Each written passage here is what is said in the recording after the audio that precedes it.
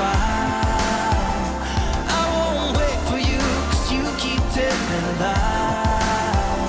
I keep going high, she keeps going low.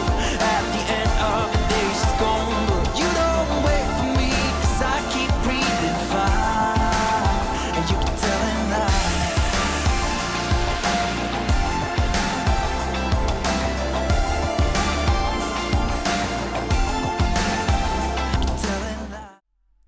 Hello, chatto! It's Thursday, and coming up today on Outcasts to Icons, we finally have a little smodicum of money in the bank. Now, who we spend it on is a very different story, and that will be decided today as the Champions League kicks off. We don't know our group yet, but you can guarantee it's going to be bastard hard because Sochaux have never played in it before. In other news, more players are probably going to be out if we can actually find a buyer, and Alexander Feta returns to the club. All that and more coming up today on Outcasts to Icons. Oh, no, don't do that. No. No. Far too much leg groin bending there. Would not recommend. Oh, smodicum. You never heard of a smodicum? He's actually nailed it. Not only has he nailed the timing, even the intro triggering point was completely spot on. It's a crack. Look at my hair today. I feel like I should be arm on the side of a pickup truck. They call me Second Yellow F-150. Was ex-Sochaux. You know what I mean? He's ex-us. And that's the real quiz. Oh, my God, I've actually nailed an intro. It's bound to happen eventually. A blind squirrel occasionally strikes a bear in the woods twice a day. Lavidio, thank you for the 37 months. All my fonts have changed on my on stream holiday, deck. busy with work. Mr. Lot, how are you? How are we? I thought that I was actually reading the message. I thought that it just called me Mr. Lot. Hello, I'm Mr. Lot. Nice to meet you. Ryan FNG Dry, thank you very much for the 8 months as well. Have you changed your Twitch name? That seems weirdly unfamiliar for some reason. I don't know why it does. Maybe you haven't, and I've just been sneaking them in the dead of night. But thank you so much for that as well, my friend. That's very kind. Let me just turn this down even further. Dearie me. The best English fullback since Ashley Cole. I don't know. You'd have to ask McKinns. Or Sai, actually, for that matter. I'm more of a right-backy type of man these days, you know. Moving my career on a little bit. I definitely missed something in chat there as well. Yeah. Never gritty. Man grittied far too hard there. Yeah. So, basically, Owen, just coming back to what you were saying with the FRT thing. I have been... No, I've never tested this myself. So don't take what I'm saying with a pinch of salt, although you can pretty much apply that to everything that comes out of my mouth. Apparently... Once a player has FRT'd you, you can get them to sign a new contract, but only if you actually wait until the day the contract expires and then offer them a deal.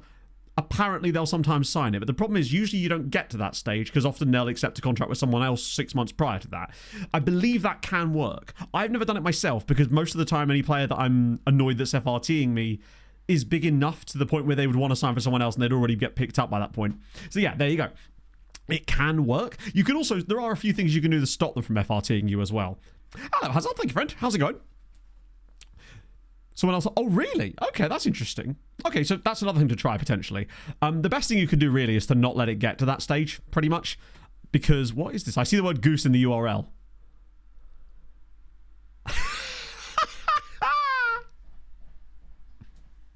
Why is that man wanking off a goose's neck? I'm not going to show it on stream. I just want you to imagine that, Voddies. Just get that in your heads for a moment. Just imagine what you think I'm seeing right now. Yeah, no, click the link. It's not Dutty. It just should be. Hello, Pog. She just heard me say that, didn't she? Join me, if you will, in the cave.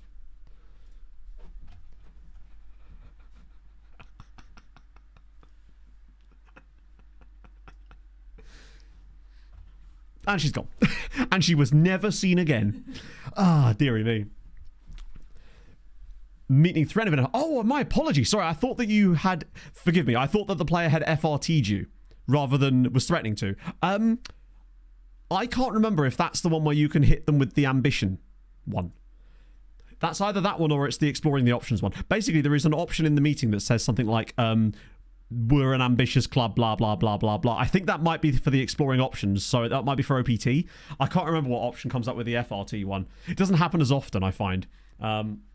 It's a real-life Pog. She's actually here, in the flesh.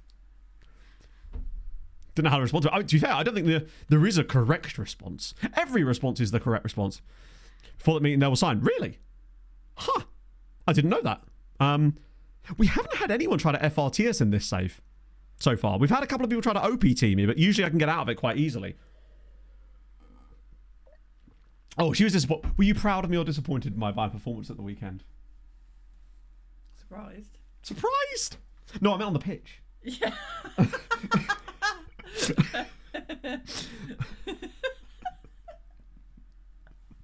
Whelmed, thoroughly whelmed, yeah. Ah, dearie me. So answer the question. No, I thought you were good actually. I quite enjoyed it. Yeah, okay. Me being good and you quite enjoying it are not quite the same thing. No, I thought you were alright. I wasn't, but it's okay. Hello, Popage. Hard got shoes off buying a new house. Oh, that's awesome, man. Stressful, I bet as fuck though. Like, holy Christ. I love that. We've been the soundtrack to your decorating. You just heard about me seeing the picture of someone wanking off a goose's neck. If you just joined us, welcome. Lovely lot. John, thank you very much for the 13 months as well. Hope you're fantastic today. Smart's what we're really here for. Hello, AJ. I did see your message this morning. I was very intrigued by the fact that you had an almost identical experience to me in that, and I might open that up to the floor later because it's starting to make a lot of sense in my head. Let's put it that way. I did a lot of soul searching yesterday. Let's put it that way. Couldn't find any, but like, I did a little bit of the searching. But I mean, I'm so sorry. I like that attitude, though. I respect it. I wish I had that kind of attitude. Also, yeah, the Celtic 0-0 yesterday. Amazing. Double takes a point. That's what I aim for. I aim to say the outrageous thing roughly every half an hour. It's the kind of, I need to, like, I call it the drag you back from the second screen moment. Like, you say something unhinged, they go, sorry, what now? And then they look at chat just to make sure that it was actually indeed what I said. Went fishing in. No, I actually went to Clark's. I was buying some shoes. The levity check. Like it. Good stuff. Right, so I've only gone like a few days. I did do a little bit of attribute searching for left-sided players, and I scouted like 4 or 5 of them. They haven't actually been scouted yet, obviously, because it's only been 3 days, but I did prioritize them. So we should, between now and the end of the window, get a couple of options coming through. I also got a guy on trial, which is, I'm still unconvinced, but I just thought it was interesting because basically he came up in the search. Oh, where the fuck's he gone? He was Australian. Greco. Here we go. Andrea Greco. This guy was released by CU Academy, and I could just see a few things about him that made me go, do you know what? He's probably worth a trial, frankly. He has some okay attributes for a 22-year-old that was released by them. Chatbox broken. It does appear to be, doesn't it? It got a bit broken last stream as well when the whole thing shit the bed. Let's just try and do that and try it again. How odd. That is very strange. Yes, apparently they've got a guy joining Chelsea. The Sat Payev guy. Apparently he's already agreed to join Chelsea. They were actually discussing this in the Discord last night. Inferno had an absolute banger line about him. Oh dear. Yeah, but that's the thing. Even if the stars aren't great, there's a few things that I quite like about him for this left eye. I wonder as well if he can play that role there. It'd be weird if he couldn't, right? That being said, I said that about Ruggeri too. So let's not get confused. But his crossing looks okay. His tackling looks passable. His acceleration and pace look okay. He's not the tallest, obviously, but he's got good balance. Stamina and strength look okay. Teamwork's very good. Work rate's actually pretty good as well. His aggression and bravery look okay. Dribbling's a little bit potentially on the low side. Doesn't like big matches. Some of this stuff here. But I just thought for he's an Italian second nationality as well. Could be flippable and would be a backup option for us, basically. I want to scout him further, obviously, by having him in on trial. But I think provided he doesn't want something stupid, and I reckon he wouldn't do just because of his reputation, right? And the fact that he's from CU Academy of all things.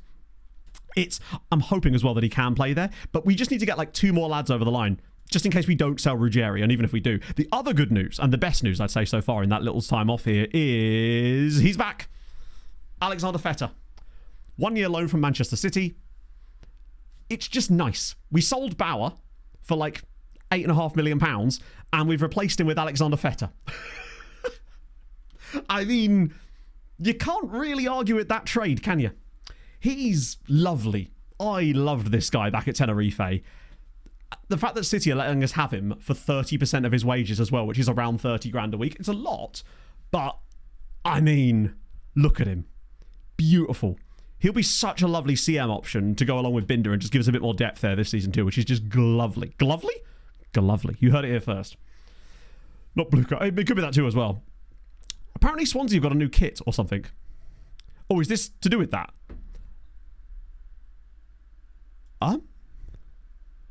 Wait, is that real?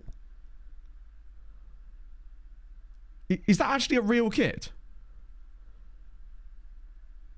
Because it looks like it's very McLaren at Monaco. And you know what, right? I love it, except for two things. That and that. I feel like of all the teams to have this kit, it doesn't suit Swansea per se. I feel like there's so many teams that could pull this off with the badge and the kit sponsor, but it don't feel like it suits Swansea for some reason. Like, it's weird seeing what looks like an F1 livery as a football shirt. I don't think it's that bad.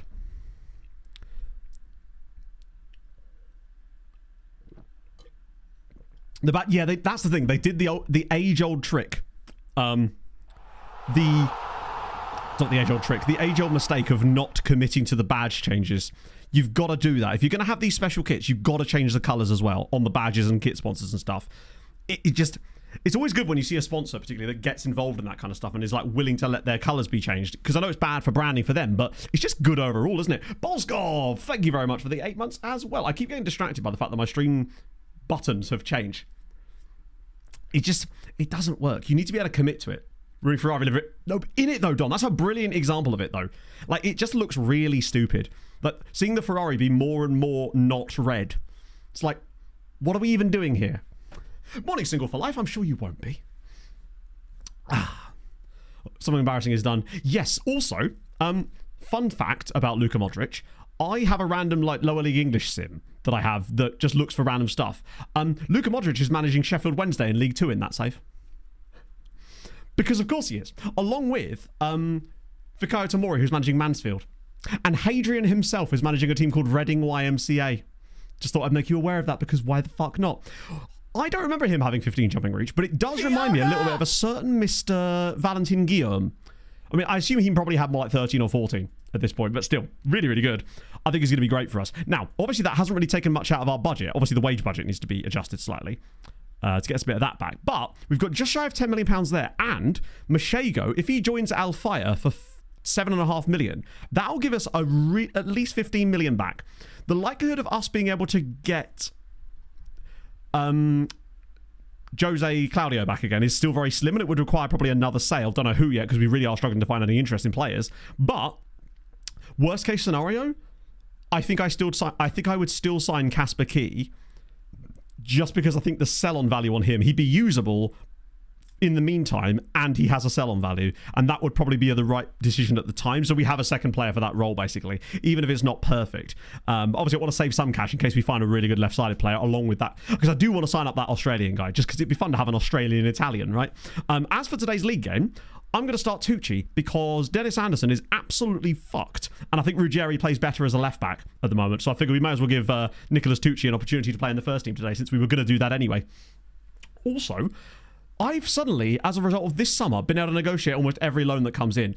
Someone bid for Carapici earlier. Obviously, I turned it down because I don't want to let him go out on loan. They were willing to pay his entire wage and 250 grand a month to loan him. They started with zero extra money, and they wanted to pay like 40% of his wages. I said, give me 100% and $250,000 a month. And they actually said yes. So for some reason, I seem to have the ability to now actually negotiate these things. And maybe it's just that I have no explanation for it. It's so strange. Put this tactic up. I can't argue with the fact that it works, right? So no, basically not, Steve. However, one thing I did notice is before stream today, top quality content. 4 stars all of a sudden. Burke, thank you very much for the 8 months, my friend. I have some more stuff to talk about, the alleged top quality content, a little bit later, but we'll discuss that a little bit later once we're actually cracking along with some stuff, because like I said, I did a lot of reflection yesterday. Just stood in the mirror all day. Start unemployed. Have you noticed that? Because the issue I have, Hayden, with a lot of the big data updates is that they don't cover enough leagues. Obviously, it's ridiculous of me to expect them to, but I do find that maybe it's just because I'm a perfectionist in that sense. I guess it's just like I want it to either be all right or not at all, I suppose, right? I think I'd rather use a retro database, and I have dicked about with some of the retro databases. I believe the ones I've used are the Mad Scientists ones. I think I used one of his for an agent video, and it was really, really good. I guess they're kind of the same thing, but I do like the way that they implement the players coming through academies in those, using the same trick that we do for the Patreon regens. Okay. Yeah, it's weird that we're not, because we were definitely 3.5-star rep last stream. So, but as far as I'm concerned, as far as I know, this star rating thing doesn't change like the second you get the rep. The rep number has changed in the background, but it might be worth us just asking about Goody to Boost anyway, just to see. Because it can't hurt, right?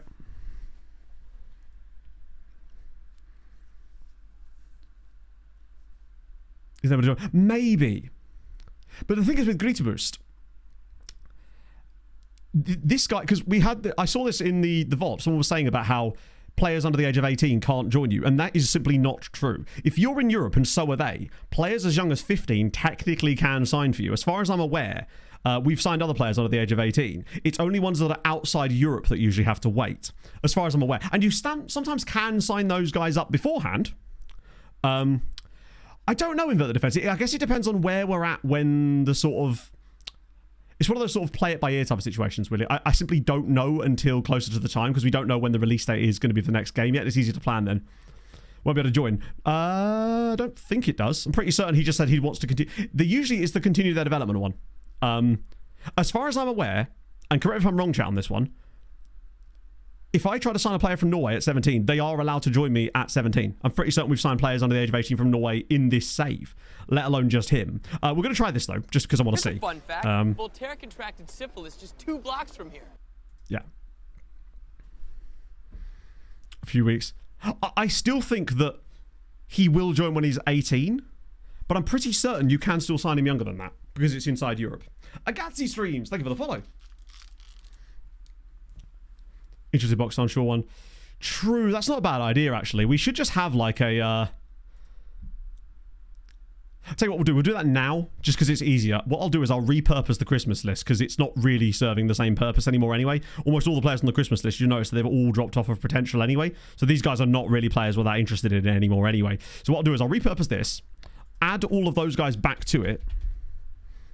How old was Dennis? Dennis was 18, I think. No, in fact, Dennis might have even been 20. Dennis was one of those players that was actually a bit older than he looked. He's just really, really well developed. So what I'll do is I'll add you to the other shortlist. Then we'll add Roland Charestes to that as well. One time before that. I feel like we've still signed players from there before. But it's the same kind of things happening with this guy here who's 17. But we've definitely signed players that are under 18 from countries like Slovakia before. So... Pop punk covers of popular songs. There are some pop punk covers of popular songs on it, amongst the other 1,000 tracks. So yes. Let's just ask again, see what he says this time. Doesn't feel that joining Sochaux is the right move to continue his development. Yeah. It's odd. Hello, Harv. Hang up the boots. I never took them off the hanger in the first place. What was the other guy? Was it Kravinovic? Actually, I'll just go to Zeno Zagreb and find him like that, because he was the other one that was sort of on that one. Yeah, no, it totally does depend on club. It depends on the club and the player's reputation. I love that they have a Bulgarian manager. There's all sorts of factors go into it. But what I'm saying is that I feel like sometimes people will broadly assess things when that's simply not true by saying, like, you cannot sign any player who's under 18, which is simply not true. We do it literally all the time and have done in this save. There was one from Shakhtar, but realistically, I think his name was Faizulin. He's so expensive that he's just high adaptability. I don't know if it can. I've never seen any evidence of that. As far as I know, adaptability is more to do with once they have signed for you. It stops them from getting homesick. And usually that doesn't apply to European players most of the time anyway. I find it usually really is only an issue weirdly with South American players. It usually depends on the distance they've travelled, I think. The game does sort of know that. This guy's just too expensive. Like, realistically. And he has such poor dribbling that even if we would have focused the shit out of it, I don't think he'd ever be good enough for that to be the value. Japanese player. I feel like it only seems... I've only ever had South Americans hit the homesick this thing for some reason. I don't know if he's... now this is the thing. I don't think he's allowed to come on loan before he's 18. I'm pretty certain he's not allowed to do an international loan before he turns 18. That I believe is the case. So that's what sort of stops us from doing that in that situation, which is a little annoying. Let's get into a game anyway, because I've already got the squad set up for this one. It's a little bit tired in some areas, but we're going to start off with Tucci, see what we do. We've got another game at the weekend as well, so it's not going to be great. They've got a guy called Dan Stevenson up front. That's FIFA. Yeah, it's the FIFA rule, yeah. We had this issue with Malta. Oh, No, this isn't where I Because we parked could my loan out guys car. within the country before they turned 18, but we couldn't loan them outside of Malta at that point. Basically. Playing in Austria for 10 years. It does seem to be a case of...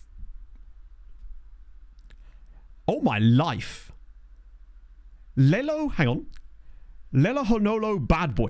Lela Honolo is an amazing name, followed by Bad Boy. Lesotho has some really good names, actually. Wow, he's kind of fun, actually. Dan Stevenson. Love that, actually. NK Ozil, thank you for the follow. He's not the tall. I mean, I don't really care about a player's. The only downside with the heights, obviously, of fullbacks is that you will get those back post header issues, as we've seen from Shasley. Like, Shasley is not a tall boy, and he does get done at the back post with headers. Luckily, it's a thing I'm willing to eat because of look at every single other attribute he has aside from penalty taking. Like, this actually reminds me of like a really exaggerated version of that meme about how like, oh yeah, no. Basically, you know those people that are just like, oh yeah, they'll find a problem with anything. They'll be like, I mean, is this guy really worth signing? He's got 4 jumping reach. You know? Anyway, let's get into the game. See what our new boy is going to be. Feta gets his number 19 for the lad. Oh, it's just lovely seeing him back in the squad, honestly. South American youth players. Is it really? What, because they were loaning them out under their age? That makes sense. Hopes like Italian while managing Joe. I like the idea. My favourite example of this ever would be the possibility that you sign a guy from Malmö to FC Copenhagen and he gets homesick. I actually had a whole bit in my latest scouting video about that exact thing, but it got cut because I filmed it in my car and the audio was shit. Growth of the Night is purely random.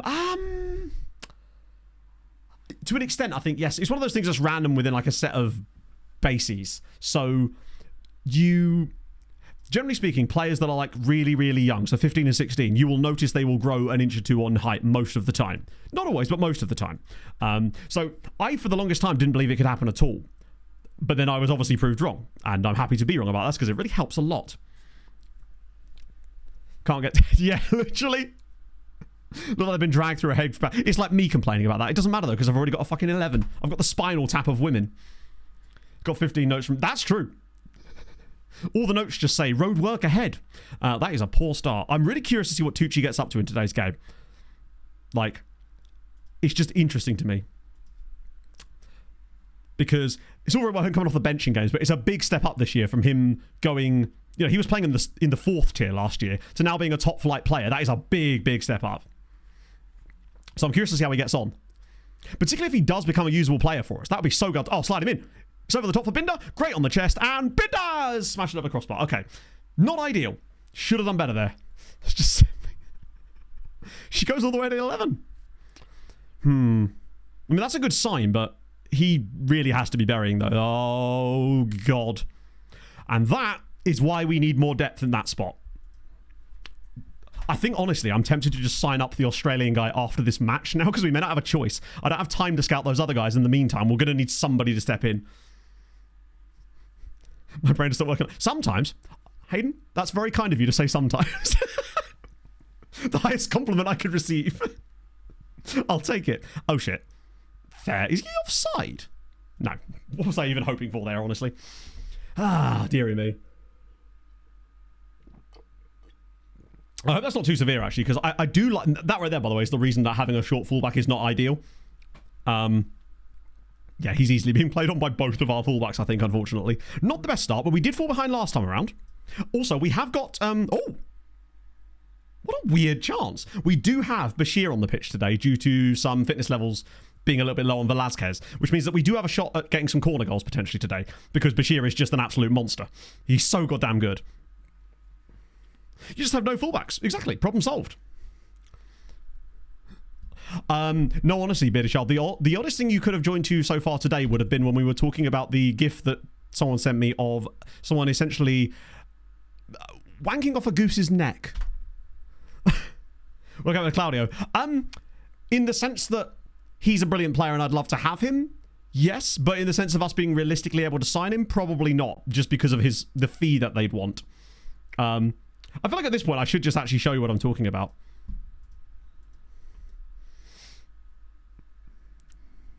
Cool. See, now you're aware of that, and your day's just got infinitely better, chat. The gift that keeps on gifting. Basically, they want £18 million for Jose Claudio, which, while I would... Oh, Christ, that's a really good header. While I would be sort of, like, we basically can't afford to dump that kind of money into a sole release clause.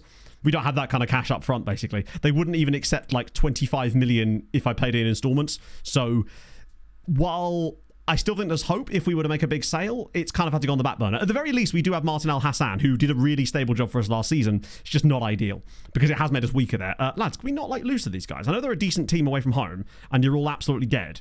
What's Tucci's rating looking like first half? 6.7. Encouraging. Hello, Pog. How go, Big Chief? I love that the 2 times you've walked into the room so far, you've just gone full, like, pottery scene from Ghost on me. Does this mean a giant pane of glass is about to fall on me and I'm going to haunt you for the rest of the video? No. No? Honky for your goosey. Show Pog the wanking goose. She's seen it. That's the face of a woman who has seen it. I don't want to see it, but... Big sale. The big sale issue, basically, is the video as well. I think that, weirdly, having the amount of leagues we've got switched on is actually negatively affecting the economics of the save, because it feels like no club actually has any money in any other league, whereas I think if the leagues aren't switched on, the game just kind of makes sure they've always got a little bit of cash flapping about. Pogtrick Swayze! Also, hopefully we won't have any issues today with like randomness. I cleared up 90 gigs of space on my main SSD, which obviously has the main boot disk. Basically, it was all save files. It was just save files from this save. 90 gigs of save files. Oh, come on now. Yeah, we are absolutely crapping the bed here. Right, that's nice. No, never mind. That's going to be 2-0, unfortunately. Why is he slide tackling there? Bloody hell. My brother Christ. Exactly. I still think that, you know what, they have the thing where a player they want you to sign someone, like they want you basically to sign a friend of theirs, but the only way you can fulfill the promise is to basically sign someone from the same country who they would have realistically never met. I wish the game was actually more steered into that, where you actually had to sign somebody who they knew in some manner. I mean, I'd hate it, but it would be at least, I'd respect it more. Bye, Pog. Bye. We'll get Feta on for his debut, his new debut. The Tooch Monster's actually done okay. God, Velasquez is dead. Maybe Oscar? It's not ideal. Rajic has been fine, but we've got Karapici. West Ham did put a bid on the table for Morel because we requested it, but it wasn't good enough. Looking out for that. Literally. Should be looking out for the Geesies. We will do that. Doesn't just know each other. No. They do. They do. Every Enio knows every Audio. It's true. About have like 20 minutes. I didn't. Actually, I think I kind of did. I think I just mentioned the chat were being really nice about her again, saying I'm punching because obviously I absolutely am. Oh, just over the bar. Close. It's from Bonnet. We lost 5-0 to Ron last season, in fact, I believe it was. Was it Stade Rennais? It was one of the two. Like, this would be a deserved defeat. We are very, very tired. I was just kind of hoping that we'd maybe be able to get through this one game. That injury hasn't helped, and Stoyan just seems like icky in that spot. He just never looks particularly good, but he came off the bench and dropped to 6.3, which is awful. They were the deserved winners. Kilaza actually did okay to keep out as many as he did, frankly. Just wasn't a lot going forward. Tucci, though, 6.8. In a game that we've lost and played badly, seeing him get a 6.8 is really encouraging. Barnecce with a 6.9 is very good signs. It's just a defeat, isn't it? They happen sometimes. We're very tired.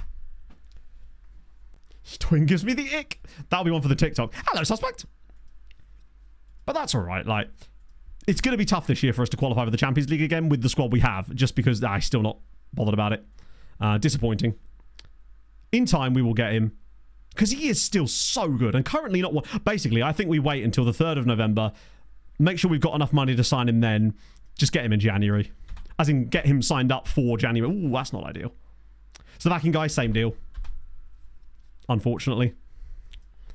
I really do want to say Dick Okeo. I love it. So, what I do want to do, though, is just sign up the Australian guy. Because we need depth there now. And he is not showing up, even though he's literally at the team. Excuse me 1 second. Don't know why it's reset to that view. He didn't play. He's not available either. What am I doing? There we go. Andrea Greco. We probably don't see any more of his attributes, but I see enough that if he's not stupidly expensive, emergency backup for $2,000 a week. I might even offer him a longer deal to get him cheaper. Yes, nice. Just to have a guy around. I think his attributes look okay. Even if he's on like the middle of some of those, he's a passable backup option for us that just gives us depth, and he's got Italian second nationality, which is the dream. Unfortunately, there's no easy way to show international managers. I'm going to have to refund your points on that. For some reason, the only way I could show them in this save doesn't work properly. And they took out the ability for me to just scroll down the list of teams, which is super stupid, and I don't understand why they did that. But it's really annoying. Let's get the rank in it.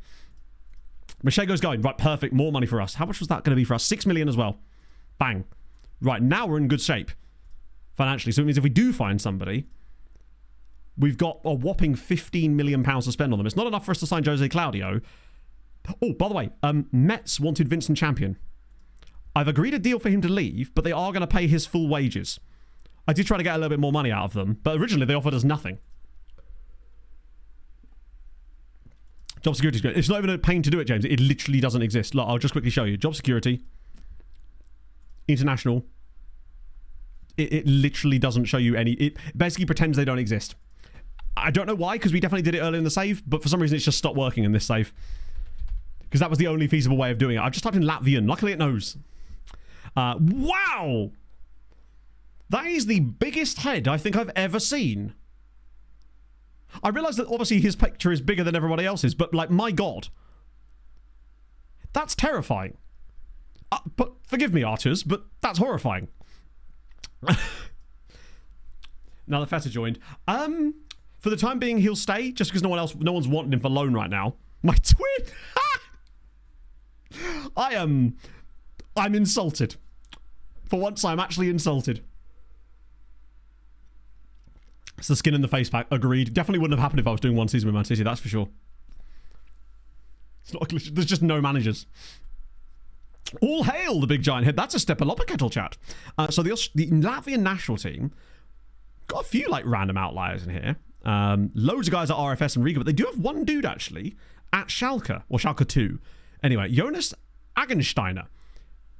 Proper, beautiful Latvian name there. He's probably likely to be one of the best in the end anyway. Only 21. Already got 11 caps. Who's got the most caps of anyone in this team? It's this guy, Edgars Vjalkins, who is great at 33. To be fair, like, given the career he's had, I can sort of understand why that's the case. Wow, he's been all over the place. Random loan at Bodø, a bit of Oxford United, then to Ankaragucu, then to Panathinaikos, and then to Shrewdin as well. Birthplace, Exmouth. Naturally, it's Exmouth. Obviously. I love that as well. Born in Exmouth, played for Exeter City. That does kind of make sense, actually, in fairness. Still too small. I do be having a big head. That's for sure.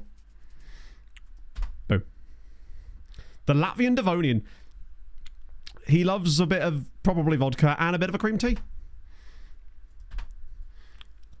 I mean, I guess it makes sense if he would play for Exeter City, that Exmouth is not exactly far away from Exeter.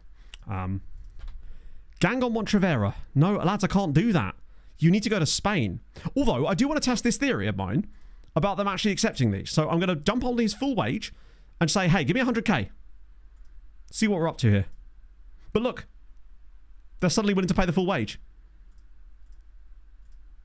Let me just try and offer them, like, I don't know, maybe that. Okay, so while they're not... I think basically, you can't seem to get them to pay any money unless they offer you some money to begin with. But you can, seemingly, get them to pay the wages at least. He's worth a fucking fortune as well. Holy shit. I don't think realistically we're going to be able to find him a loan to a Spanish club. But I do think a loan at Gangomp this year, important player, could at least bump him up so we could sell him. But that does suck. Maybe I could have waited, but at least we're getting their wages off the bill. Hello, Dyron. We'll declare that. Basically, what I'm looking for is that next scout report that should hopefully have some knowledge of some of those guys I scouted pre-stream. There was only like 4 or 5 of them, and I'm not entirely sure about them either. 2 years have to be consecutive. They do, but you get like a 6-month grace period in between. So basically, when they come back, they have to return within 180 days in order for it to count. It's a bit of a weird one. Rubbish last night. Yeah, I saw that they drew nil. Was it at home or was it away from home in Kazakhstan, that game? Not a great performance. to be honest. Colgan's returned down a loan, which is a little disappointing because they were actually going to pay me a lot of money. Home's even worse. Right, Claremont Foot want Tobia. Regular starter. See if I can get his full wage paid. Boom. Binder making positive development. I feel like we're getting this notification almost every month now, and it is good news. You were there? Oh, no way. Suddenly want to negotiate. Yeah, it's really weird how they've all of a sudden just started to negotiate.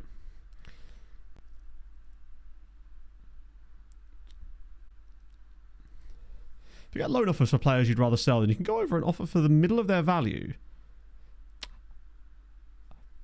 Hayden, next time someone does that, can you quickly just like spam chat and remind me to have a little look at that? Because I want to try that out. I've not thought about trying that before, but I'm curious. Obviously, I don't want to sell a player for like crappy value, but I wouldn't mind just sort of having a little look at that, experimenting with it. Because we need to do something. Oh yeah, Bodder, 5-0. This will be their first ever go in the Champions League group stage, right? Assuming they don't get knocked out from here, which, let's be honest, they're not going to. Bodder are so goddamn good. I love how good they are. It's just... Wait, no. What are you doing? No. Hey, you said you wouldn't come here. Benfica want the Fijian. They want to become Benfiji. I'm not allowing that. Leaves have got loaded up now. So it's changed. Ooh, sorry, I nearly triggered a tutorial there. That would have been horrifying for all of us. Most expensive transfer. It's 218 million, I think, which is one of many Napoli transfers. This is our current set of leagues loaded. It was a lot more before, but we've obviously reined it back a little bit. Well, more than you. Hey, to be fair, if it has a better than 0% hit rate, then it's sort of by definition better than what we've been doing, right? Oceanian cousin? Oh, I love what they've built there. Despite being the local rivals to our boys, I've just got to respect it because it helps Norwegian football in general. It's great. Something new. Okay, let's have a gander. Depending on role. I think I was aware of this being a thing you could do, but also not something I'd ever really find myself using because I rarely ever change the roles of my midfielders, and if I do, I wouldn't be directly applying that to them natively anyway.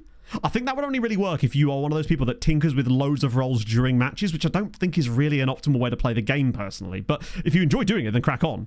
I think it's a good thing. I'm glad it's there. I just can't foresee a situation where I would personally use it. But that doesn't mean it's not useful. Just the way I play the game is a little bit different to that. Yeah, we've got 220,000 players. Believe me, it was a lot worse before. The save was so slow for a couple of years. Right, he's willing to negotiate now. He may well end up joining them anyway, but I just really want to sign the Fijian guy. There's a reason why he signed for Passos. I'm just going to offer him like way more than you'd expect because I don't want him to join Benfica. I'm going to offer him like $3,000 a week because Benfica want him. It's really weird that they're interested in a Fijian guy. Well, that worked perfectly. So here we go. Savenaka Sorolo, or Savenaka. My processor is a Ryzen 7 3700X. Boom, let's go. He'll be like 2-star probably. You know what? It was worth a go. When you see a Fijian that signed out of Fiji to Portugal and then Benfica are trying to sign him, you have to get involved, right? It was worth a go. He was probably going to their C team. It's fine, though. Whack him in the B team, which he probably was already in, let's be honest. Love to see it. He's worth it just to have the Fijian in the save. Precisely. Balance is awful. Yeah. Balance is 7. It's not too bad compared to some of his other attributes. Right. Vincent Champion's going to go out on loan. If he plays a good amount this year, it might either develop him or keep his value high so we could maybe make a sale. And Andrea Greco. Right. Please. Tackling's only 10, but that's not that bad, actually. 14 pace. 15 acceleration. 19 T. I'll tell you what. If his crossing and if his dribbling is like 9. Actually, to be honest, if his dribbling's 8, I'm pretty happy with that. If his crossing is like. That's not bad. Okay, there's all sorts of cons here for sure. But purely on attributes, he's worth it. Especially if these are like. Even if they're on the lowest end. Where's he from? He's from Canberra. CU Academy kind of lad. No, it's Hayden. It's fine, honestly. It's basically what it is. It takes me a little while when... So you've become more of a regular chatter lately, which I really do appreciate. Thank you for joining the community more frequently. It takes me just a little bit of time to get used to people's like typing style and be able to interpret and intonate people's intentions through it a little bit more. It's why it's really easy when certain people type certain things. I'm able to understand the tone really easily. It just takes me a little bit of time to learn that with people that weren't as frequent in chat and then suddenly become more frequent. Basically, that's what it can be sometimes for me. Rebelland. Yes, I am. Interpret this. Yeah, I don't know you, casual chat. Who are you? Who even are? Who is she? You're a goose end. Now that's a compliment. What are you chatting? Right. Hello, Quimby. Every time I see Quimby in chat, all I can think of is Mayor Quimby from The Simpsons.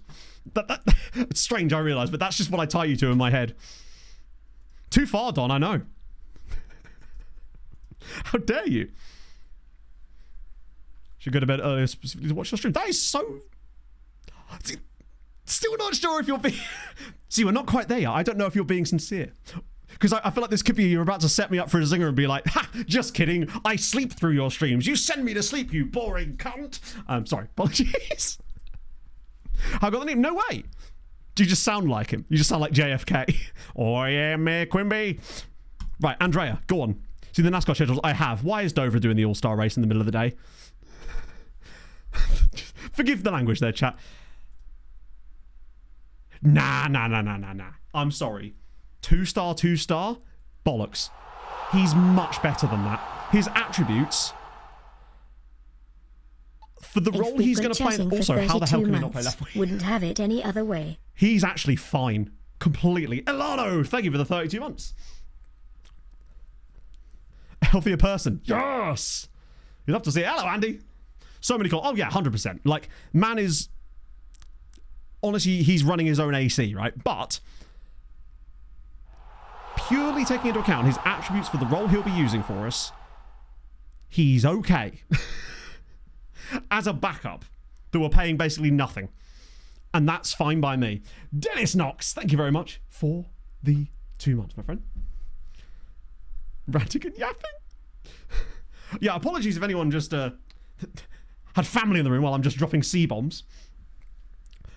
ALT, it's really weird. Not only that, but he was, well, probably not released. I suspect that he forced his way out of the club.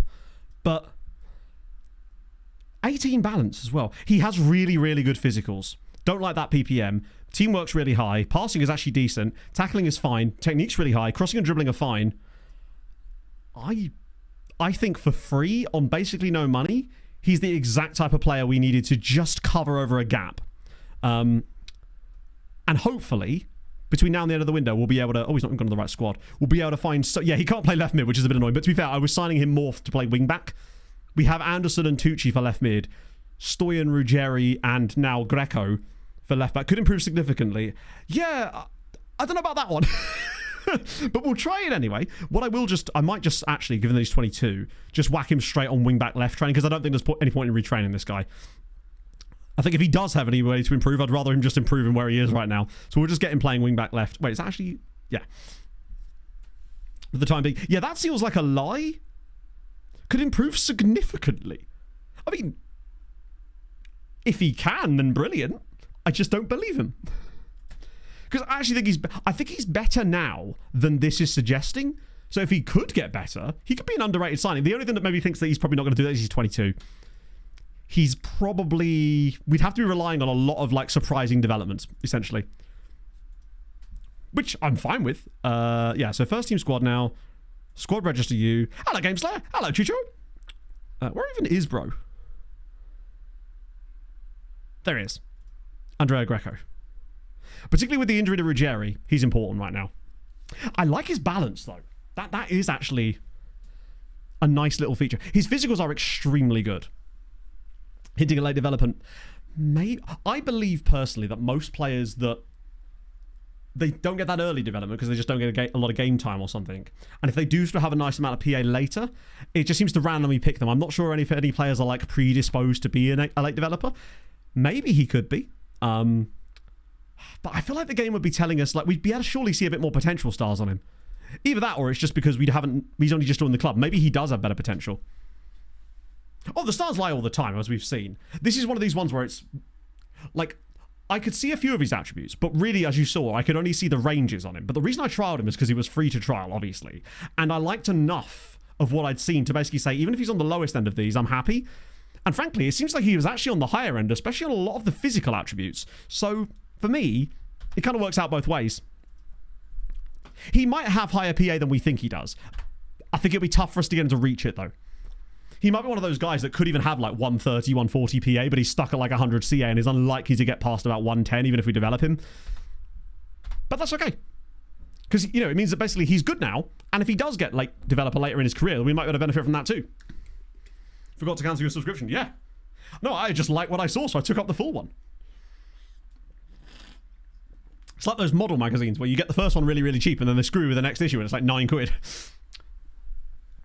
Shows that later age. Yeah, late developer, it shows, it's around 27, I believe. Mauricio Lombardo. Right, I'm just going to offer the same thing again. Oh, okay. So Neort have less cash, but they're still willing to negotiate. Lads, would you give me 500? At least give me double. You drive a hard bargain. So I'll say no. Screw you. Ah, shit. My bad. Right, that's fine. We'll get plenty more. That would have been a really good opportunity to try that. I suspect they'll come back. This is the problem, because I don't look at chat straight away. I just do, and then I look at chat. Right. Okay, it's fine. We'll get there eventually. Worry not. I love that Hayden was spamming me, and you were spamming Hayden. Who's going to spam Con next time, is my question. Who watches The Watchmen, chat? Qui custodes ipsos custodiet. Man yells in Latin. It's that kind of day. Right. Greco debut. It could well be, you know. That way we save Stoyan for midweek. We can't really go with a Tucci Greco left side. That would be catastrophic for us. But Dennis Anderson's back. So it ain't the end of the world. Nice. He's lost it. He's yelling in Latin. Veritas vos liberabit! Roman senator yells at clouds. Oh no, no, Hayden. You wait until I break out the what's it called? What we call on stream Tory Fanta. I can't remember the name of the brand is. Fuck, why can't I remember it? In Vino Veritas? Truth through alcohol. Or was it in wine truth or something? Feta would be the CM, yeah. San Pellegrino, that's it, yeah. It is because I did just finish that Truly Liberators. It's something like that. I think it just means the truth will set you free. I don't know. I've had it tattooed on my arm since I was 18. Hence why I looked at my forearm before I said it. Yeah, I finished that book, The Will of the Many. Would recommend, if you like a bit of sci-fi fantasy stuff, but with a backdrop that's based on sort of Roman hierarchical structures. It's really, really good. Latest episode of Matt's Book Club. The Will Any. That's the one. The Will Any. Okay. And I've now moved on to a book called Dungeon Crawler Carl. Which is fucking mental, but really, really entertaining. It's called The Will of the Many by James Islington. It's the first book in a series, but the others aren't out yet. It's about 650 pages. Would recommend it. The writing's really good, really clever. The cool concepts to it. If you've ever read books like Red Rising by Pierce Brown, you'd like it. So my ex-stepdad. Book reviews, you're getting it all. And you'll be pleased with me, chat. I didn't even read a rom-com before jumping into Dungeon Crawler Carl. Dungeon Crawler, it's so good. Yeah, I've read like, I started reading it yesterday morning. I'm about 250 pages into it now. It's really, really entertaining. It's funny. It's lighthearted. There's a talking cat called Princess Donut. What more do you want? The best way I can describe it is imagine reading a book of a video game, but that video game is like a roguelite or a dungeon crawler in this case. It's just so good. Like to counter review, it's 100%. I'm still trying to convince Pog to get into reading. I'm trying to get her to read Rivers of London. She was like, I want an entry-level kind of book that's like easy enough to read, not stupidly long, but kind of fun in my sort of vibe. And I thought Rivers of London would be a good starter book for her in that sense. Expeditionary Force. No, I haven't. I don't think. Is that sci-fi stuff? I don't read I read a bit of sci-fi. Like, my favourite sci-fi book of all time is Project Hail Mary. And that's another one I think she should read too. It is one of my favourite books of all time. And I've read the first book in the Expanse series. I think it's called Leviathan Wakes. That's really good too. And I've watched the TV show. But I read the book too close to it, I think. Who needs Radio 4 when you've got me? Exactly. With the military. Oh, I think I have heard of that, actually.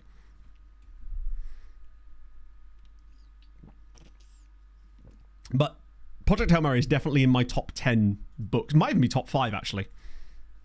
It's that good. Right. Really curious to see how Greco gets. So he's gained rating for a bit there, which is interesting.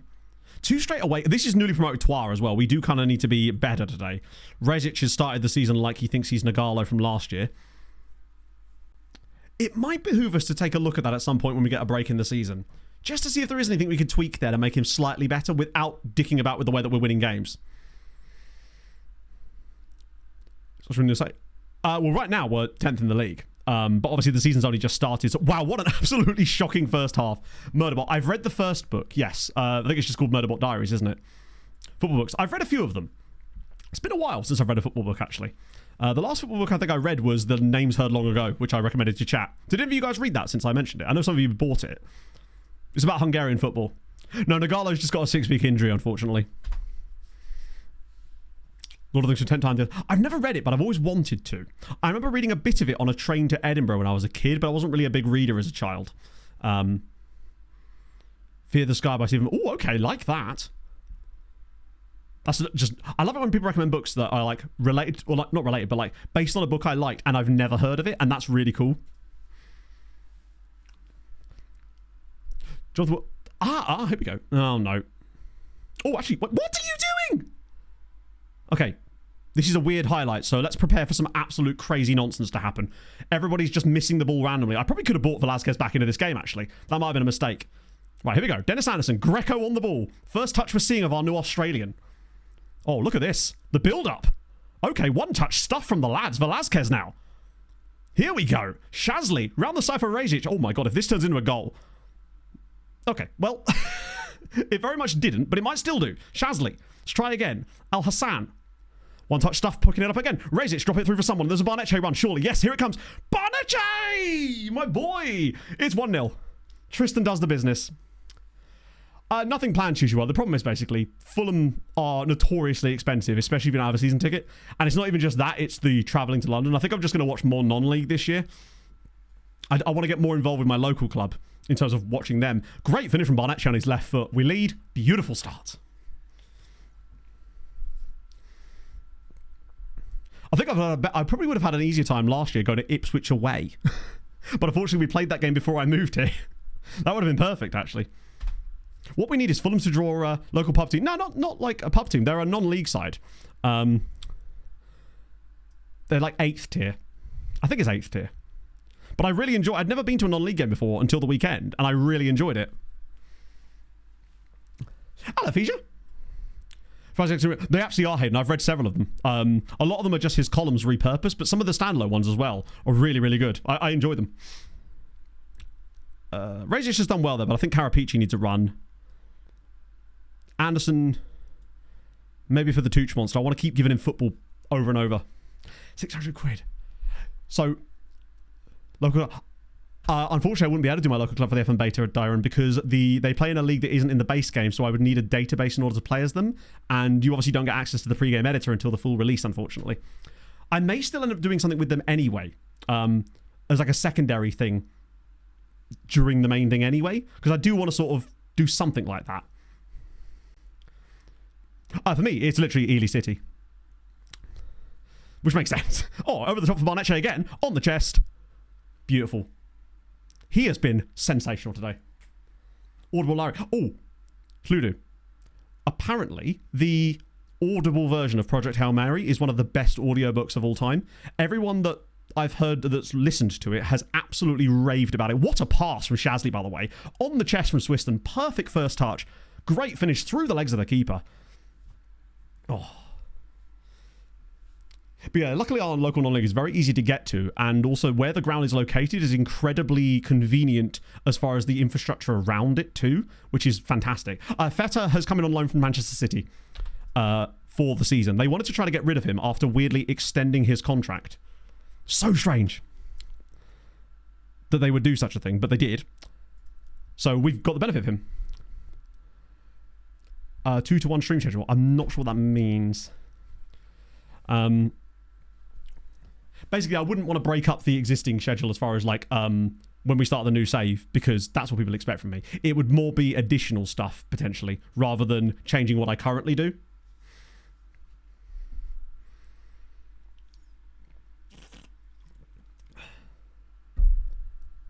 To almost say one another. I think that would just be too confusing for people. Plus, that save would then move really, really slowly. In fact, it would actually slow both of them down in doing so. Oh, that's a bad miss. Take sip of pint. Okay, this is a good performance. Nice will get this season. Nice are truly awful. Like, they went from being 10th favourite to now being bottom favourite, and they've already lost 7-1 to Monaco. And clearly have conceded at least another 4 goals since then. Oh, they've got one back. It is PSG, admittedly. Right, good result for us. Yes, also there'll be another save that I'll be involved in, which will be the network game with the guys from the podcast. So that's in there as well. This is actually the perfect time for me to talk about the sort of, not epiphany, but the soul searching I did yesterday when thinking about content in general and trying to work out why it was that when I stopped doing Let's Plays and started doing the evergreen content that really, really worked and grew the channel amazingly and I had a great time doing it, why I was able to make that stuff and yet now feel like I can't. And I think I've finally figured out the reason for it. And that's that I've been tryharding these videos a little bit too much, in that I've been taking on these much larger projects for each video, and the way that my brain works doesn't really allow me to see those things through because it just simply can't handle that type of large thing for the most part. I did it with Premier League years. But the schedule for those other videos was basically, I'd get an idea, I'd spend all of one day, like 8-9 hours, scripting out a little bit of it, but not all of it, just little bits of it, setting up databases and simming stuff. Then I would record stuff, edit it, upload, in like a 2-day sort of cycle for each of those. And that way it was kind of off my desk before I had a chance for my brain to sort of get in the way of me. Whereas lately what I try to do is I try to basically control every output to the point where, you know, my recent scouting video, I scripted every word of that. Why? Like, why did I need to do that? Script the intro, sure. That way it gets it concise and clear. Script the outro. But a lot of the things where I'm showing you stuff how to do, why am I not just doing it and then just narrating it as I do it, like I always do in videos? Why did I feel the need to script it out, record that separately, and then record B-roll of myself doing the thing? It's like really weird. I was, unknowingly harnessing my brain in the correct way. And I think that's what I'm going to focus on more for FN26, which will allow me to, in theory, get back to making videos constantly, because I'll be able to get them out way faster before my brain gets there. Well, this is the thing. The 2 videos that Hadrian and I have got prepared, which we're going to be doing for 26 now, because we feel like it's best to just hold them back. The video, thank you, Pass. Yeah, no, I'm really proud of that video, but I don't think I'd have it in me to do one of those again. Potentially. And I think that getting sidetracked easily, yes, exactly. But yeah, I only realized this yesterday when I was trying to figure out why I suddenly, oh, hello. It's going to be yapping. It is a little bit of that, but the thing is you just edit around it. Didn't try hard enough. No, exactly. You hit the nail on the head there. That is what it was. My brain went, it didn't work because I didn't try hard enough. And that is not the case. It just had a bit of a niche audience. And I think it found that audience. The 50-odd thousand people that have watched that video, that's the audience for that video. And they loved it. And I should be taking that as going, that was fucking fantastic. Maybe don't do that again because it probably wasn't worth it. But still, you've done it now. And I got stuck basically running down the wrong path, I guess. What are we saying? £68 million. Liverpool, would you give me £100 million? I don't think it was purely algorithm. Bear in mind, the algorithm is just representing what people are actually watching. So the algorithm, for the most part, I think people blame a lot of stuff on algorithms. At the end of the day, the algorithm is just a thing that says people are watching this video, right? So therefore, if it's good, it will be pushed. Or rather, if it deserves a wider audience, it will get pushed to one, right? Which is why the agent video did so well, apparently. Like, it's so strange that happened. But yeah, so that's why it's going to be much more simplistic for 26, because I've got so many guides I want to make, so many smaller videos that I want to make, where I'm not trying to make like 40-minute scripted videos. Instead, they're more like 15 minutes, where I've scripted little bits of them, just to make sure that I'm concise. But the rest of it is, I think I'm better off the cuff anyway. Like, I can script a bit, and I'm okay with it. I think I'm actually quite good at it, but it's not worth it. I think I'm just better when I'm speaking off the cuff anyway. Premier League, absolutely, because if you've not got the nostalgia factor of it, I think it loses a lot of that. With a retro database rather than regens, I actually don't think it would have. I think it would have worked marginally better because of the recognition factor.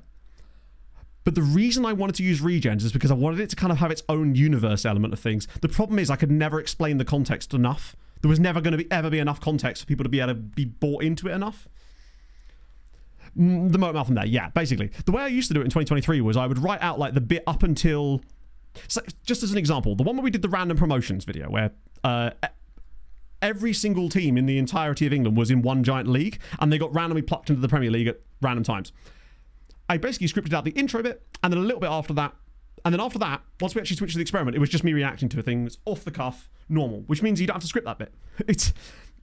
I have no idea why I went down that route. I think it's just I convinced myself that if I controlled more variables, it would mean that I would be better. When in actuality, I was almost hurting myself by doing that. Crazy, I know, but that's just... You get so, like, tunnel vision, I suppose. But I feel a lot better about that, having figured that out. Name recognition. Oh, no, it's definitely a thing. But I think it would have also been slightly retreading old ground.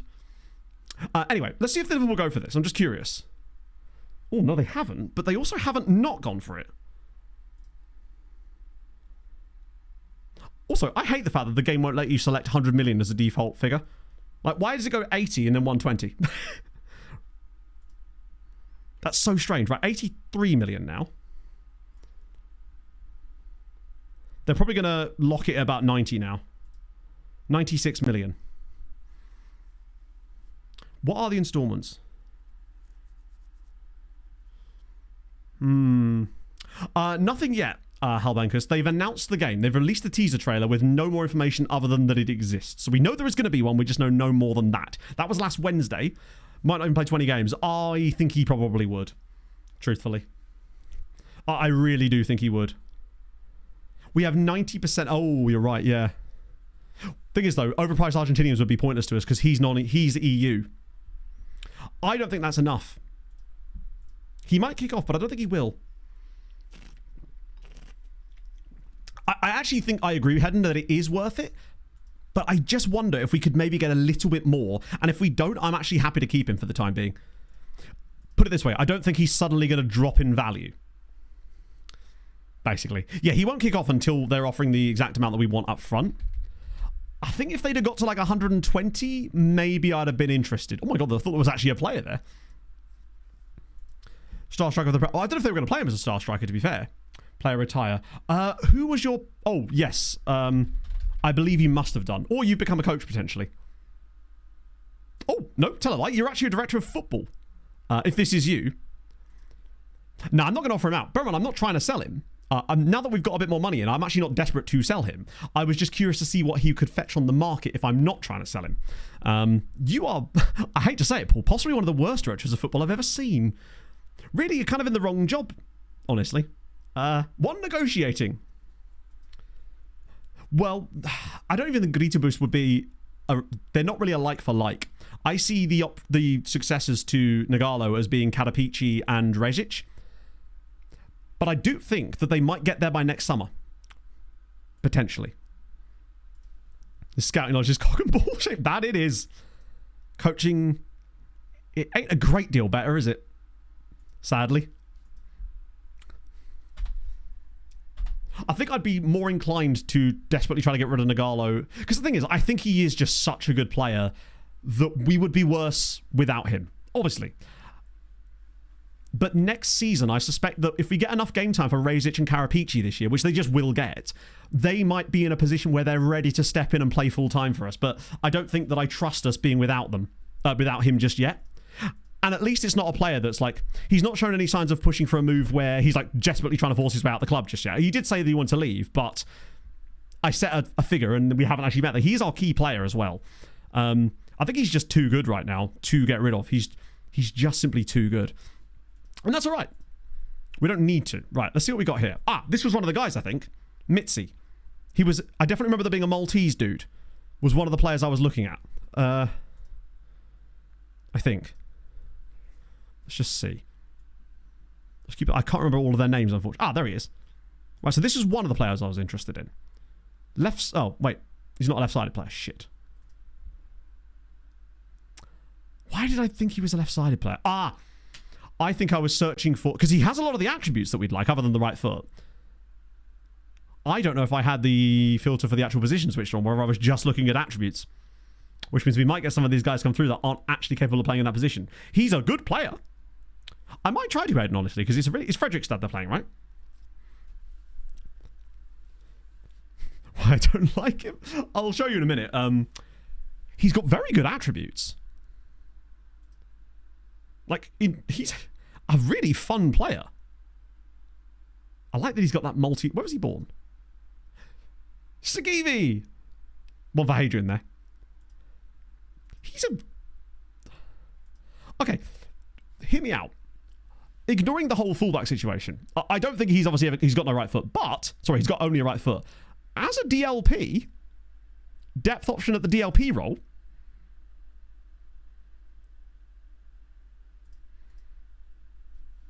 Like, tell you what...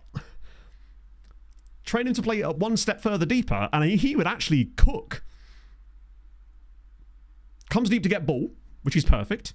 Curls ball, which is I love curls ball, because that's not a trait that you can give a player. That's a natural one. I actually really like him for £1.5 million as well. And he came from Birkirkara. I like him.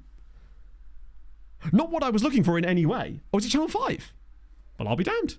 I love that. See what he'd be interested in. Quite a high breakthrough prospect. Wage is very high, but I almost kind of want to risk his Italianness. You kind of make up for it by the fact that you're paying a really, really... Yeah, exactly. He only needs positioning, which is super trainable. I like him. I wasn't expecting to like him as much as that. But unfortunately, he doesn't actually help us with the role that I'm looking for. So now I need to try and find the other guys in here, if they even are in this report. Train tackling. You can't train tackling. So that's why it wouldn't be great. Also, did you see... What was his work rate? I think it was quite high, wasn't it? But since you can't train tackling, it's not great. There's a guy here that's a left back. I don't think that's one of the guys I looked at, but he is still a left back.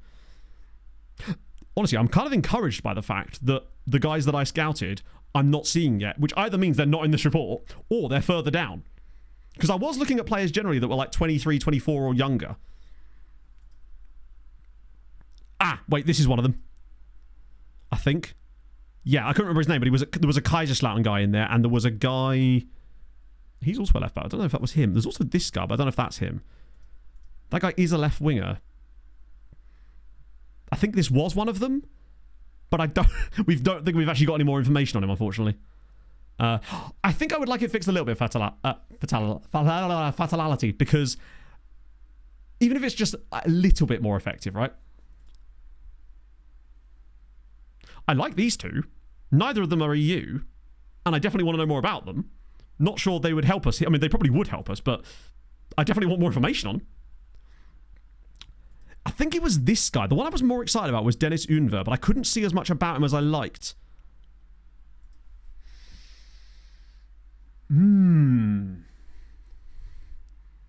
I like him a lot.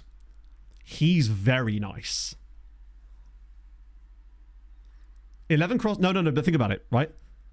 For the role he's playing here, which is left wing back / left mid. Crossing and dribbling. Physicals, tackling, technique. Passing and vision are okay. And he's got a bit more of a ceiling, perhaps, as well. Fairly professional personality. I don't hate the idea of getting Dennis Unver as well, just as a depth guy. Because that's what we were really... I mean, obviously, I'm looking for a high potential guy as well, but if he isn't forthcoming... Bernard, I don't know, I like him. Off the ball isn't great, but particularly as he can cover both roles as well. And he's EU. It will depend on his wage demands. Oh, shit. I'm going to shortlist him. He might be one to go after in January just to pick up for relatively cheap. I don't think he'd cost us a lot of money. That's the thing about him as well. I do like those two guys from Argentina, but they're both Argentinian, which is going to be a bit of a problem for us as far as non-EU. There's a guy at Napoli. Sardar Jafari. It does depend on the price tag, but those guys look like they were going to cost us a couple of million here and a couple of million there. Unfortunately. These guys... What about you? You're more of a loan player. Yeah, he's got... not for 3 million. It's a lot. Particularly with the other guy being free. What about Maurice Yecker? He can hit both these roles. I don't think he was even a player I'd scouted. Hang on, he's on loan for a team called Gladiator. Serie D. That concerns me. Oh, no. I think I may well have scouted this guy. Actually, I think this guy was probably from the next gen. No, from Natty Caps, right? He just happens to be able to play both those roles as well. Horson's guy. Can you remember the guy's name? Because if he was showing up down here, he probably wasn't amazing. On the Fishmongers, I haven't seen. I won't see her again until September. Midfield. I was look at Jafari. Perhaps. Oh, the physicals are exceptional.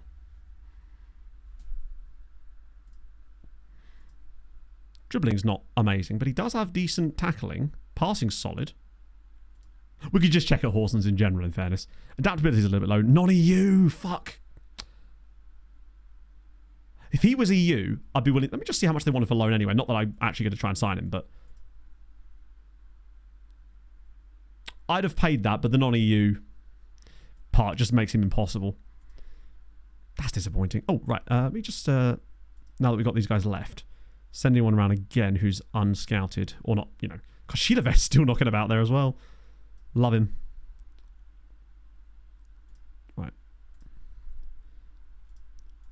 Anyone fun? You're at Spurs. Oh, you are listed for loan, but like we don't need that position right now. And while he's actually kind of good, he's not developed enough yet. Adaptability problems. He seems to be doing okay. To be fair, he's a libero. Japanese libero. Wow. Japanese centre back with 50. He's not a centre back though, is he? Like, he just isn't a centre back. He's got no jumping reach. He's more of a deep line playmaker. And he won't join us yet anyway, but he's a fun one. I might whack him on the Christmas list. Just so we can keep an eye on him. I love a player just being a natural libero. He's very much a DM. That's why I always hate that, because I want to find a libero who's actually a proper libero that can actually tackle and stuff, you know? Right, we've got loads of...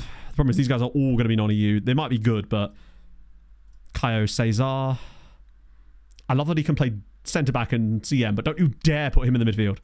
In the defensive midfield, that is. Besser or Boucher. Just pure old Alex here. Another Dilp. Ostofalo. Oh, we don't need one. But like, as if our Doff... Actually, you know what? Our Doff's probably got a massive list of them, now that we say that. There was Del Vecchio, who I didn't hate the idea of, as a backup to Velasquez, given that Yurikov... Actually, Yurikov's better than I thought he was. He needs to develop a bit more, but he is actually better than I thought. To the point where it wouldn't be worth us dropping another 5 million on another guy who's basically the same. I would say, anyway. You're wanted by Cagliari, but you kind of play in positions we don't need. Talia Bue of Roma.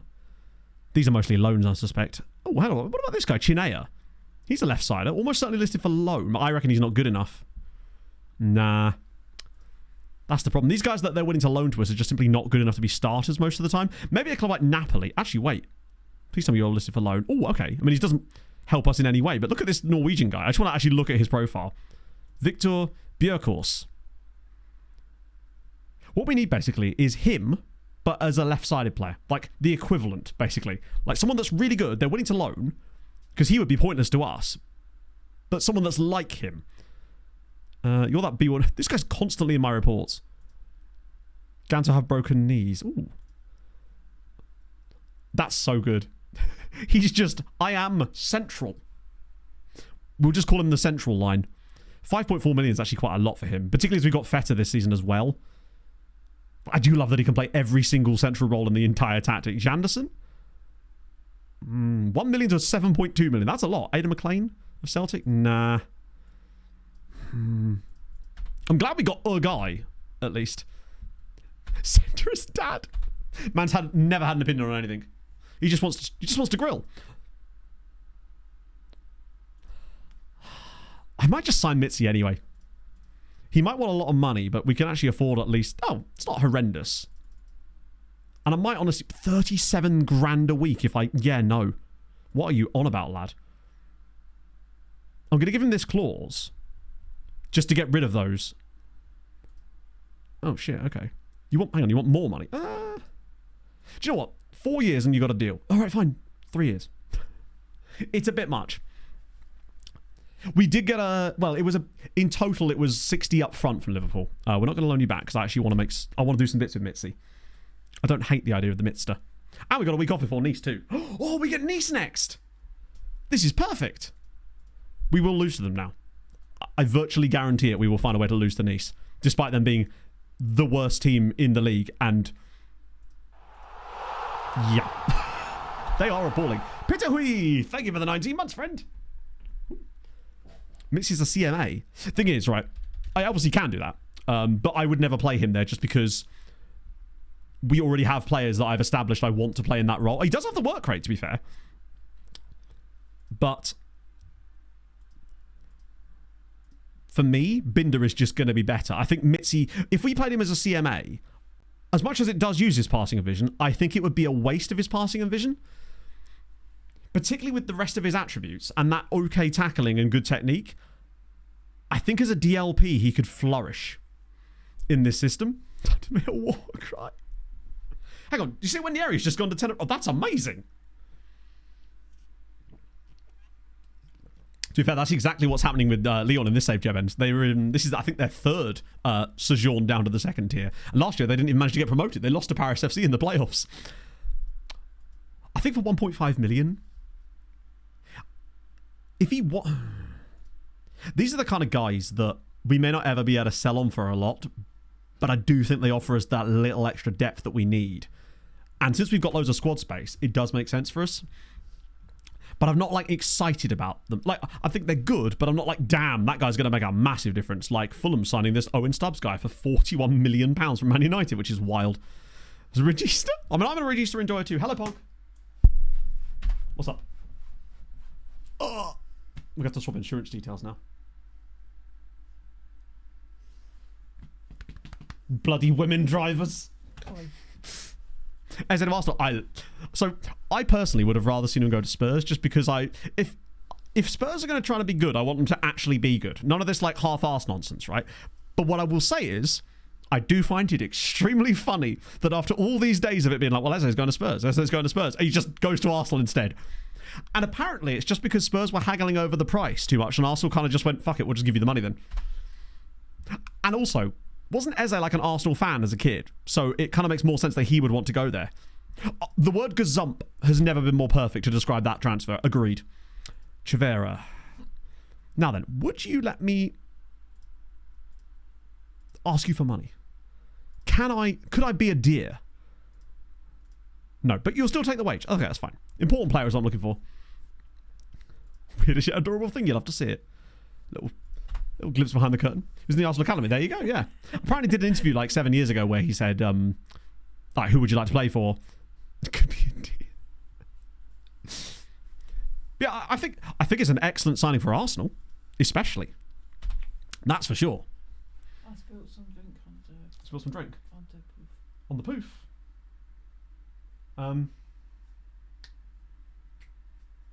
I guess we'll have to get another sofa at some point. Like, that one's done fine for the time being, right?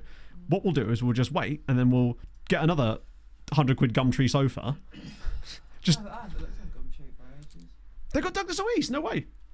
Not gonna play with that much value. Which player? Oh, because value doesn't inherently mean they're good. Like, he is good, but he's not gonna get in our team. He just happens to have high value because clearly the game values him. The other thing is, because he's non-EU, we can't actually register him in our squad at the moment, so it makes sense for us to loan him out to someone else. So we actually have, for example, our hot prospect, I think is the same guy, is this guy here, Vincent Champion, who's worth £50 million, but if you actually look at his attributes, he's not really good enough for the first team just yet. Look at dog, miss. Why should just...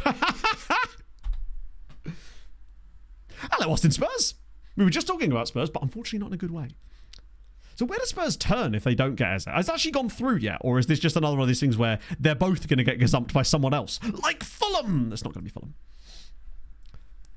Contract release cost got yeah, true. It is the Daniel Levy way.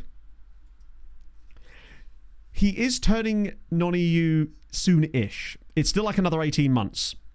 But we will free up some space for that at some point, which will help. Divine J! We have a deity in our presence. How's it going, Fred? Thank you for the follow. So Mitzi's in. I'll just immediately whack him on DM Deep Line Playmaker support. Get him learning that. He should be able to learn it fairly quickly. And it's just nice to have a Malteser around these parts, you know?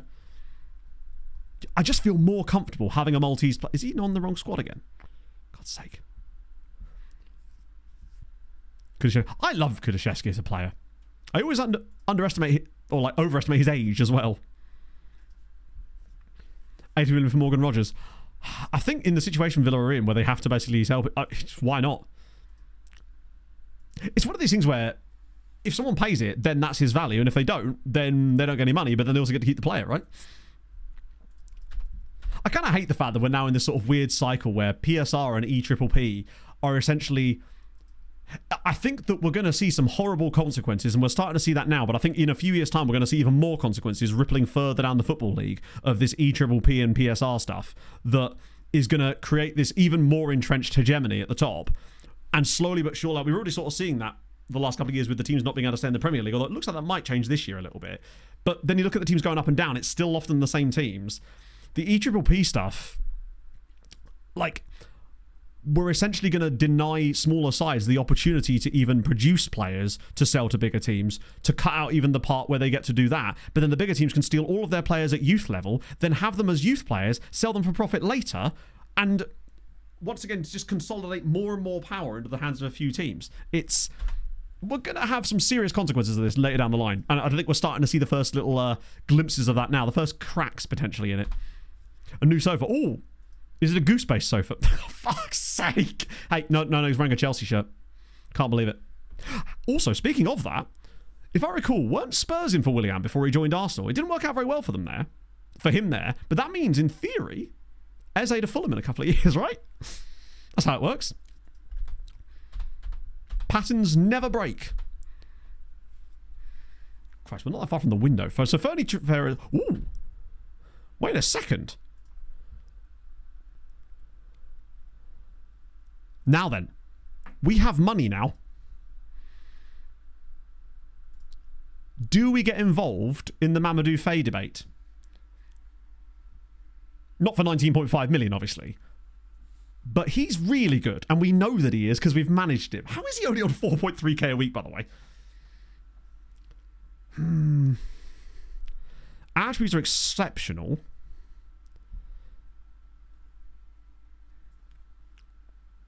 Whether he'd even be interested, I don't know. They want 19 million, which obviously is not happening. But I might just offer them 10, see what he says. 12 plus 9.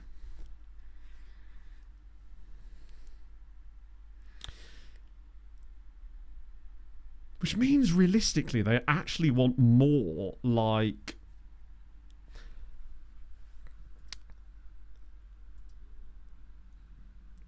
Claudio is still 18 million and they won't accept anything less than 18 million up front, which is why we can't afford him, sadly. Well, I feel like we could maybe even get away with like a 10 plus... I just want to see if that's...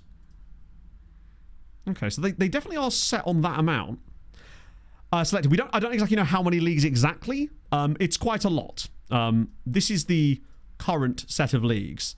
It's a fair amount. It's come down quite a bit. But that's the current status of the leagues that we have turned on. I don't know the exact number, though. Yeah, I think basically what they're saying, essentially, is if you don't want to pay this money up front, we will accept less up front, but you have to pay us more in total. Now, obviously, I'm not going to do 6 monthly installments. But I'd consider... Turn off Northern Ireland. I think I just have that on there because it's a... like a...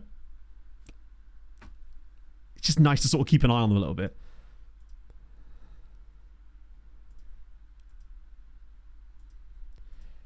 Would you take that? No. That's 20.5. See what you say to that. Oh, Toby is going to Clermont Foot. Because I want to still have a little bit of money left over so that we could potentially go after Greeter Boost, for one thing, and potentially Casper Key if need be, as well. But yeah, the idea of us getting Jose Claudio is probably... Unless there's another sale, Claudio's probably unlikely. I'm not saying we won't make another sale, because we absolutely could, especially if we get another loan bid. We can try out Hayden's idea. But we'd need another sale to realistically be able to get him. Because we wouldn't be able to... We'd have to basically pay 18 million up front. And that's a lot for us. Jamaican Inter.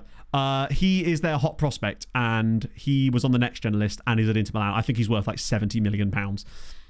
God, and Manieri is good. I love that he's signed for Tenerife. That's such a random transfer. 14 million quid from Liverpool to Tenerife. Liverpool made a profit. Wait. Yeah, they did. Of course, Napoli gave him away for free. Standard. With as many leagues, players... the processing stars are irrelevant, Sovix. So basically, the stars basically just relate to the number of players switched on. It doesn't actually mean it's going to be faster or slower. Obviously, to an extent, in an abstract way, it does. But what I mean is, the stars basically just go, if you have this amount of players, show this amount of stars. If you have this amount of players, show this amount of stars. But the players turned on are not the only factor in deciding how fast something runs. So you can have one... So it says I have half a star of processing power according to this and the speed, but in actuality it's probably faster than that because of the way I have the database set up using the thing where I load the players and not the leagues. Yeah, exactly. It's just programmed to show a certain thing for different thresholds. It's not actually very reliable. I don't know how else they could really do it, so I get why it does it like that, but it's not the most reliable of... I always feel like testing is the way to do it. Your star's lying in FM. Oh, he's at Milan now. Yeah, he'd have been good too. But look at that. Wow! Wow, the show's got ripped off on him. Like, massively. I mean, I still made them a huge profit by signing him in the first place. But every single club he's gone to has managed to make a profit. Which is an insane amount. Okay.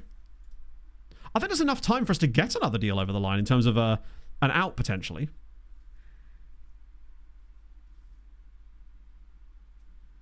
Have another look at Deng. Wanted by Paris FC on loan. Nah, he's injured as well, which really doesn't help. I just want to see if I can drum up any... I don't want to sell Oscar, but I'd be tempted if it allows us to facilitate a different transfer. Nah. And these guys down here, they're going nowhere, are they? Although Schubert's value is fun, but he's only just technically signed. I mean, it's been 6 months. I think we're just going to have to wait to see what happens for the rest of the window. And curiously see what Le Showin say about Mamadou Faye, because we know he's a good player at least.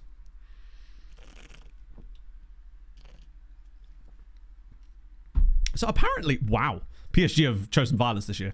Apparently, Newcastle are still trying to pay Brentford 40 million for Wissa, which to me, I can understand why Brentford are saying no to that. That feels way too low for Wissa, given the market that we're currently in as far as players going. 40 million for someone of the quality of Wissa, he strikes me as 50 plus at least. And to be fair, if Arsenal or whoever gets Eze for the price they're getting, he feels like the kind of player. He's older, I guess, but at the end of the day, do you want the player or not? Like, asking for 60, I think they're well within their rights to do so.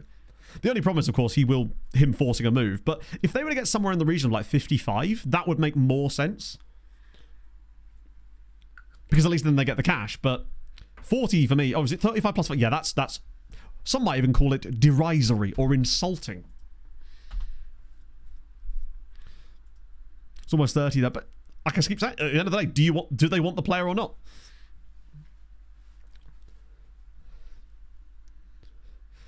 That's the beautiful thing. If you have an asset and someone else wants it, obviously if they don't pay it, then it means he isn't worth that, of course. But if they want the player, then they have to pay the money. Because they'll Liverpool, yeah, just fuck it. Get the cash. Nicholas Jackson. Didn't Nicholas Jackson sign a new contract like a couple of years ago where it's like goes through to like 2033 or something outrageous? Right, Greco had a poor opening, but that's fine. We can get... Oh shit, we actually do have some issues here, don't we? My God. We could do with one more of those guys over the line. Oh, at least Nagalo's back in training, at least. Yeah, these deals are absurd. Mitzi can't really get involved just yet. Might have to be Anderson and Greco again. As much as I hate to see it. With both Ruggieri and Stoyan unavailable. Although I will bring back in Velázquez for... Honestly, bringing him back in for Alec Chawi because Bashir's put better ratings in. On the top, but yeah, it's just been a weird summer of transfers in general. I've basically had to live vicariously through everybody else's transfers this year. Do you know what? I'm actually going since Rezic has been so poor, I'm going to give Dardan Karapici a start here because he literally can't play any worse than Rezic has, and somebody needs to step up. What was the opposition left back's name? I'm curious now. Oh, was that the guy? Sung Fung Ng. Oh, amazing. How do I get to his name? Well, I think. Nope. We've still only signed one player, and that was Benjamin Lecomte, a backup goalkeeper for like 300 grand from Montpellier. There's still time for Willian. What? That's Willian's music. We're linked with Kevin. We're linked with another guy from, I think, a Brazilian side. There's also rumours of Andreas going to Brazil, which I'd be fine with. But we're having to play Calvin Bassey at left back right now, which is weakening. I mean, I like Bassey. He's a great player, but I still think he's better as a centre-back. I like him marauding like that as a centre-back rather than as a left-back. Okay, let's get the... Oh, no, we can pump it louder. Bit of that. I really do want to get some Champions League games in today. At least one, if not more. Okay. Has to have second nationality. I'd say so. Well, okay then. He's from Charenton-le-Pont. Fung Ng. Isn't Ng a... Forgive me if I might be wrong about this. It's either Indonesian or Filipino as a common name. I forget which. It's definitely somewhere in that. Hong Kong as well? It could be, yeah. Maybe it's Hong Kong then. I think I'm just thinking of Perry Ng. Shush, baby. Man hates vowels. Okay. I think the Vietnam bit makes sense because France, you do, generally speaking, most of the good Vietnamese players you get in FM come from French sides. Oh, what a chance. That was a great start. We really have no excuse for not winning this game. Like, we should be absolutely annihilating this Nice side. Like, they shouldn't even have a chance in this one. I want to be seeing 3 or 4 goals from us, really. Oh, there it is. Look at how easy Barnett chased through. Second chance of the game. Goes round the goal. Oh! What a finish. We should be 2-0 up already. Barnetche has dinked the goalkeeper. And I'm going to clip that. What I might do is make a !clip command for chat. So it's even easier for people to just clip stuff randomly. Be helpful for next year's recaps. Which will be back to the old style. What a finish. Oh, chippy chips. We love to see it. Cole Palmer, eat your heart out. That's delightful. Bit of salt and pepper, bit of vinegar on top of that. If you pog a bit of curry sauce. Okay, hopefully we haven't flattered to deceive by just starting off really well. Amazing. I think I'd settle for like 3 or 4-0 and just embarrassing them further, just because of the confidence it would give us. Well, that's a nice idea. Karapici looks like he's got a bit of height about him too. A bit of back postery, perhaps. Well, it's just like, because I know that it's still a bit of a pain in the arse for people to clip stuff from chat. Whereas this would at least allow you to be able to create instant clips that aren't like titled or anything. Binder, bang, it's 2. Yes. I'm feeling good. Feeling tremendous. Snoz, thank you for the follow. Because I don't think it takes much to make a clip command, as far as I know. I've got StreamerBot running, so I should be able to do it from that. It's a lovely little pass around the side from Barnetche. Great little run from Binder. Second goal of the season from him. Perfection. Legends. It seems to be quite popular in that general part of the world, I suppose. I keep, as much as I expected, like, needs to be, like, shit, I did kind of feel like they'd put up a bit of a fight. They really are bad, aren't they? And the thing is, I get the feeling they're going to get worse before they get better. Because they're going to have to sell more players before the end of the window to try to dig themselves out of the enormous £200 million debt hole they're in. they might potentially set like a record low points total. And they've got Manny Whitby in goal, as you say. Bonacci's run through again. It's Carapici. He's got surely a pass across. What are they doing? It's like watching me in the charity match at the weekend. Carapici gets the assist. It's 3-0. Oh, you're right. They're not even playing him, are they? But look how easy this was. Binder looks up, fires it into the channel. Carapici drops it across, bounces on the up. That's a tough finish from Bonacci as well. What a sign. We have actually already signed them. We got a guy off them, a 15-year-old 5-star youth prospect from them for £30,000. That was literally the lowest. I basically just do what I do where I go into the transfer screen, bid the lowest amount in the range, which is obviously derisory, and they accepted it. That's how desperate they were. Nice are in £200 million of debt and are in administration, so they've basically sold their entire squad, including a lot of their youth prospects, to me. One of whom was 5 stars, and I signed it for 30,000 quid. It's levels of desperation that you just... Oh, good block. So I don't think you get points deductions for administration in most other leagues outside of England. Now, in fairness, they're going to get the deduction of points on the pitch. Also, what happened is I believe that their deduction got passed on to Everton, so they actually got the 10-point deduction and not Nice. Brought him on. You're right. Yeah, I don't think he can play. I think he's still only 15 years old. But yeah, they're in trubs. They conceded 7 to Monaco on the opening day, 4 to PSG last time. They've conceded 3 to us today. I think there's a real chance that they could concede 100 goals in the league this year and set a record for the worst team in the history of French football. Oh, God, here we go again. Bonacci, look at it. He's just driving through them. How is that going in? It's 4-0, a hat-trick for Tristan. I mean, they are actually embarrassing. They're playing like a non-league side. Look how easy it is to play through them. The fact that Bonacci picks the ball up here, just sort of runs past the defender, has a random weak shot that the keeper just lets in. They're not even playing the goalie they've got on loan. Oh, here's a fun fact as well about Nice. The players they did sign in this summer, they are paying minimum wage. Like, legitimately, they are paying the lowest wage they are legally allowed to pay them in the top flight of French football.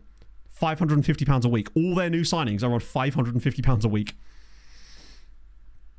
This is weird FN for next year. It's crazy.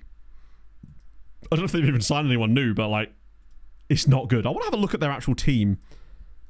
So they've got Geraldo in goal, who is on 22 grand a week. That's not doing well for them. We can't actually do it like that. I have to check after the game. Bonacci's on a 10. New red zone. Just watching them the entire time. Here we go. Yeah, I'd like to see more repercussions for it, Hadrian. The problem is the game kind of bails teams out too easily. Like, it doesn't let them drop very far before it just finds something happen. Also, speaking of that, Morecambe. New owners, new manager. Just really pleased that Morecambe are going to continue to exist. It's... Yeah, you just hate to see that happen, but I'm just glad they found somebody to buy the club. 8 points. That is very few. I think Nice could be potentially even worse than that. If they carry on like this, I know they've played some good sides so far, like us, Monaco, PSG. But it's horrible. Yeah, the Seek dude, which is so sick. Also Seek. Plays Hadrian in your brain. Did I say Hadrian again? My apologies. It's just because Hadrian isn't here right now. He's not always on stream on Thursdays because he's in the office. Maybe just next. Literally, yeah. There'll be so many people doing more. And fair play. If it like draws more attention to the club, that can only be a good thing. Yeah, so apparently there's people that have some suspicions about the new lot as well. But I guess at the very least... Oh my God, what a goal! At least it's like a... They stay a little bit longer, right? It buys them time. That is a hell of a finish from Cabrera there. I thought we kind of got away with that. It's a great tackle. The way it just comes back to him, and he's just like almost toe-poked it from 30 yards. That was a great goal. Bit annoying, actually, to even concede one. But we move. Now's the time to bring on the substitutes. Actually, this is the perfect chance for Tucci. And Greco's actually put in a 7.2 today. Feta on for the Binder. Bonacci's already got a hat-trick. He doesn't need to stay on anymore. We'll get Nikolic in for him. Shasley can have a little rest. Save the other one, as always. Caden. I don't think I've ever met a Caden. I have a cousin called Arlen, which is a A pretty unusual name, I would say.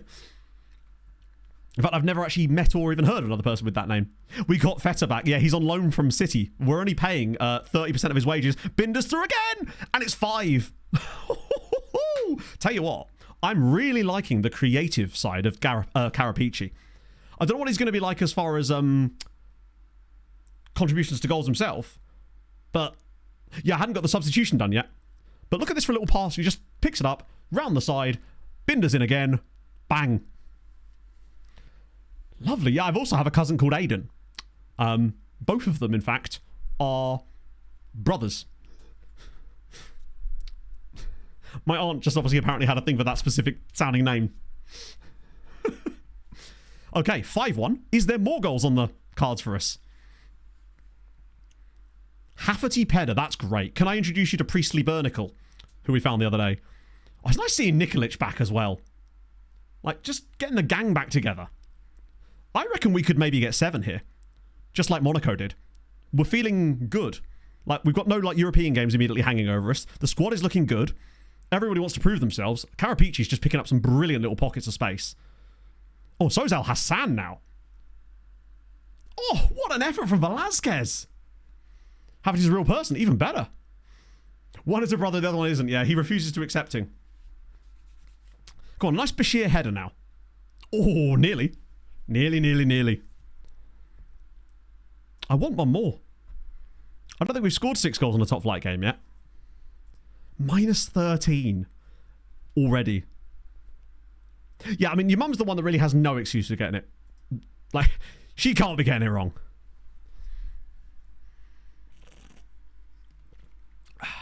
Particularly with some of the things that people name their kids these days.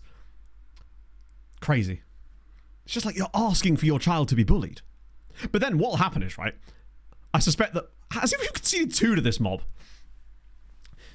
I say that, but then they'll get to their class and everyone's called, like, Snapchat or something, and then the kid that's called, like, Robert is the one getting bullied for having the weird name. It's where we're heading, I can feel it. Game's gone. Yeah, I wouldn't be heading down that route. I think if I had a son, Alex. Snapchat McDoyle. Oh, you met him. What a lad. That is a good performance from us. The fact that Binder and Barnetche got 5 goals between them, 2 assists for Carapici, 1 for Velasquez, 1 for Barnetche, and 1 for Binder as well. Crazy work. And then they won. In certain countries, they're not. I believe in, I think it's Sweden. There's like rules, isn't there? No better excuse. Yeah, particularly at like a certain point. It's like, you've known me a while. Oh, what did I miss? So when you tag me in like replies to replies, I actually can't see the message. It just sort of tags me in a thing that just says someone atting me and then tagging me in the atting me. Twitch is not great at that. The thread thing they introduced is better, but it still isn't perfect. Kind of, obviously a bit. That makes sense. I actually misread that as Adobe to begin with. Common name in that country. Oh, okay. Carapici stats, absolutely. 1 second. I'm excited about what he could be. Like, he's technically 3rd choice at the moment, but he showed me something. And now maybe Regic would have showed me the same thing, given that we were playing against appalling opposition. But I think that there's, like, building blocks there for what could be a very, very good player in that position. I mean, he's already got 4 Sweden caps. They're a bit light in that role, in fairness. I really wish there was, Comer, but here you can just do what you like. Usually to the detriment of the kid. I used to know a guy called Daniil. Not Daniel. Daniil. With 2 E's. Lovely guy. He's a bit good. 600k, immediately signed. He's just very, very good. Denial. Yeah, he was actually a river in Egypt. Steam playtime across all games by accident. Oh god, yeah, no, I don't want to see that. Hot dog. My first point, Willian. Yes, spelled like that, Jose. I'm not sure. I mean, it was a unique name. He used to just get called Daniel by teachers at school, because obviously. I did not find his source, no. Actually, I did. I've seen that Top Gear episode. Iskender. Iskakar. Am I spelling that correctly? Unfortunately, at this stage, he's possibly retired. Darylene. That is giving... Oh, hello.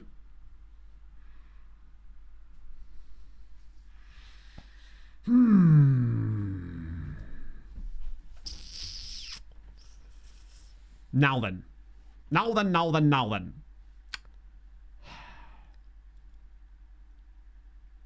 It's a lot of appearances, but it's also a lot of money. 24 million quid in total. Now, we try not to think about that because it really is just like the 12.75. Would I pay 12.75 for him right now, is my question. The other stuff be damned. Where does he rank compared to, say, Shift Smith Saunton to the app money? Maybe. So, like, maybe bring that down to 2.5 and make that 6.5. So it's the same amount of money overall, but it's tied to his appearances a little bit more, just in case. Because that's still like a minimum of 2 years. Well, if we get rid of the installments, they won't agree to it. I'm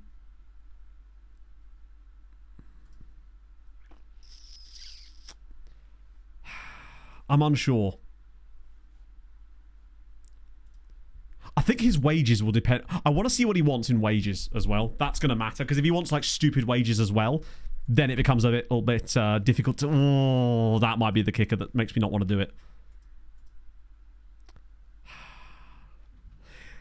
It's the fact that he wants a minimum of 40 grand a week, which would mean that we'd actually end up having to pay essentially 46 grand a week, because it would be the 40 grand a week for him plus Ruggeri's extra money that he'd get for the match highest earner clause.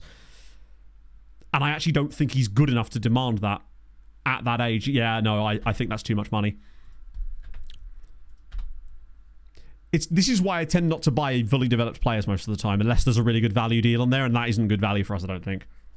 Because then even if we sold Ruggeri, we're sort of back to square one, and we wouldn't likely get that much more money for him anyway.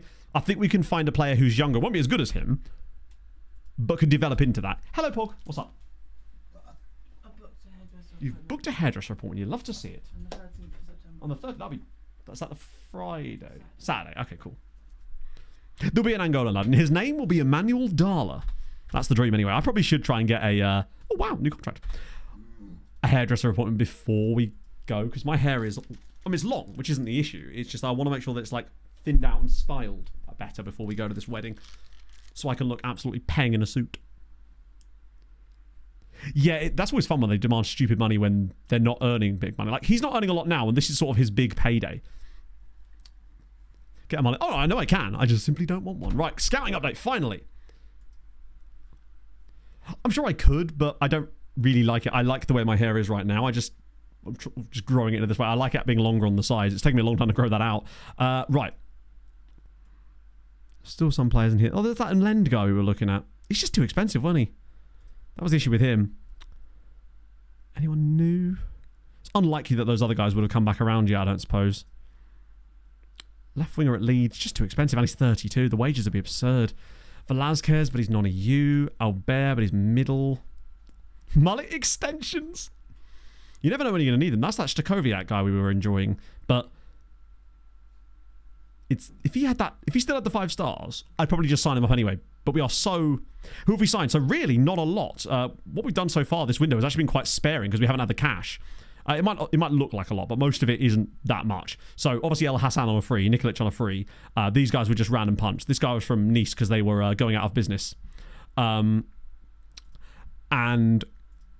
then we got this guy. This was the guy I signed for £30,000 from Nice because they were having a closing down sale, who's now worth 10 million quid, and he's still only 15. He has the same birthday as Glitter Boost as well. Then we got some random guys when we were doing like natty caps. Then we got a bit more serious and signed up Alexander Fetter on a loan from Manchester City for a season, which is really good business. And we got this guy on a free transfer. Ignore the stars. His attributes are really, really good for a backup left wing back. And then we also got Jonathan Mitzi as well, who's a Maltese Italian, who's already got more money than we pay for him in terms of value. He's going to play as a DLP for us. Make sure it was a DM DLP, right? Yeah, cool. And we're working on a few more options at the moment. Oh, and a random Fijian dude. This guy. I see what you mean, actually. Frank Muraccioli could even be a usable player for us, not that far away. He does lack a little bit on the physicals, but he's so young. Just think, and he's got a right foot too, which is kind of good. So we're in a good position financially. We're just looking for like the perfect people to pluck out of obscurity and bring into this team. That's the issue. We've needed very specific requirements. I also want to save enough money so that we can go and sign Casper Key on the deadline day if we need to. Mallory's left-sided as well. So we've got Mallory as an option too, yeah. These guys are probably not it either. Because we can't really be going into the full season with just Martin Al-Hassan. And I'm willing to sign Casper Key if we need to, because I know that we'd at least make our money back on him, most likely. Oh, these are all the River Plate dudes. They'll be curious to see what they're like. That guy at least has Italian. Oh, he's right back. God damn it, sir. I think it'll still be worth decent cash, even if he costs us a lot up front. The PPMs I don't like, though. Actually using youth. I know. Like, Mallory could be the guy. Oh, there's another guy at Nice here, actually. He's okay. Busty Boy, no, unfortunately not. Although I will have another look in a minute. Just in case. These guys we already saw. They were from the last report. Trevor, wow, we finally have news of Trevor Williams. He's not very good, but we at least now finally have him scouted. Might actually remove him from the shortlist, to be honest. He's not that great. Though now would be the perfect time to actually check in on our shortlist. See if we do have any interest from any of the lads. Nope. None of them want to join us. Morning, Ashish. Better than Greco? No. Or the youth player? No. Or we can do a comparison, but I'd be willing to bet that he's not better than Greco. No. He could be, but he's not there yet. 17. Like £3 or £4 million, I think it was. Or was it actually too much to the point where there was like, do I want to waste our budget on players like that yet? With some of the Nice guys, they wanted really, really cheap. Some of the, oh, this is that random song that always comes on that I like forget to skip every single time. I'll do a comparison of him versus Greco. Basically, Ashish, I don't know. We now have 4-star rep as well. They're just not having it. I'm thinking that most likely Gritibus will sign for us once he turns 18. Usually, if you've got a bit more rep and clout, you can get them a bit earlier than that, but we're probably not quite there yet, so we're just going to have to wait. Luckily, no one else is interested in him yet. So we should be able to wait. And he turns 18 in November, which means in theory that no one else should be really in the market for him at that point. So we should, as long as we save enough money that we can go after him in November and then sign him in January, I'm fine with that. Plus, it would then allow us to decide what we want to do with Morel, as we could potentially move him on for decent money. What was I doing on this screen? I was looking for Greco, wasn't I?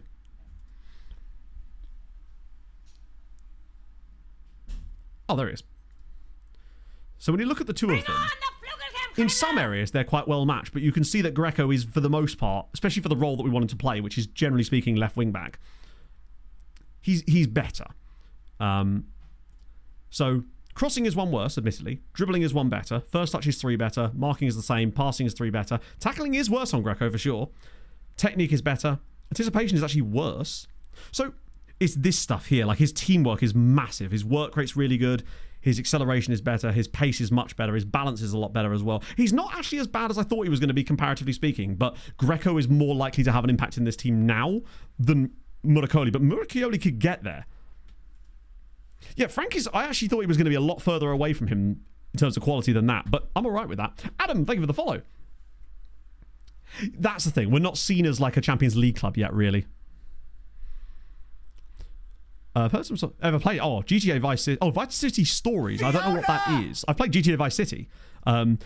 Ironically, the first sort of videos, if you like, the sort of things that could even be described as like early YouTube. This is way before YouTube.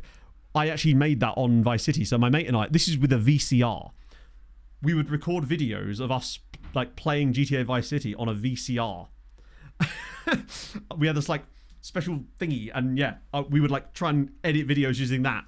This was in like, oh, I don't know, 2003 kind of time.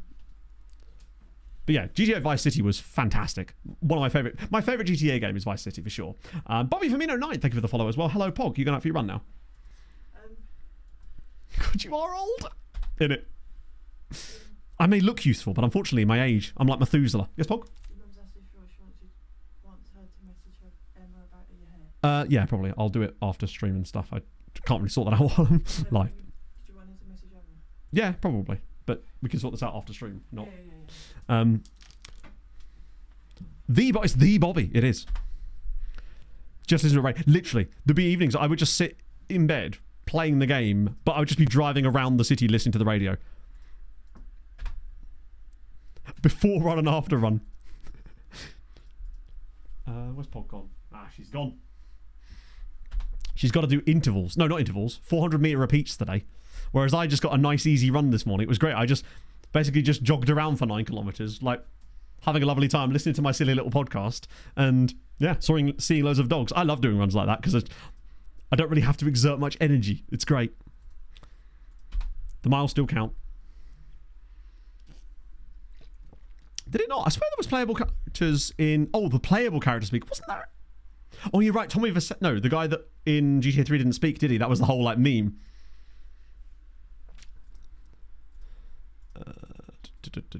Alright, sort that. Okay, I just want something... It's another that we have a game on that day, actually. Speaking of Cyprus, aren't Paphos 2-1 up against Red Star in the Champions League playoff round from away from home? I'd love it if they got through. That'd be so cool. About to have a heart attack. Pretty much. Should you be getting red? Oh my god, here we go.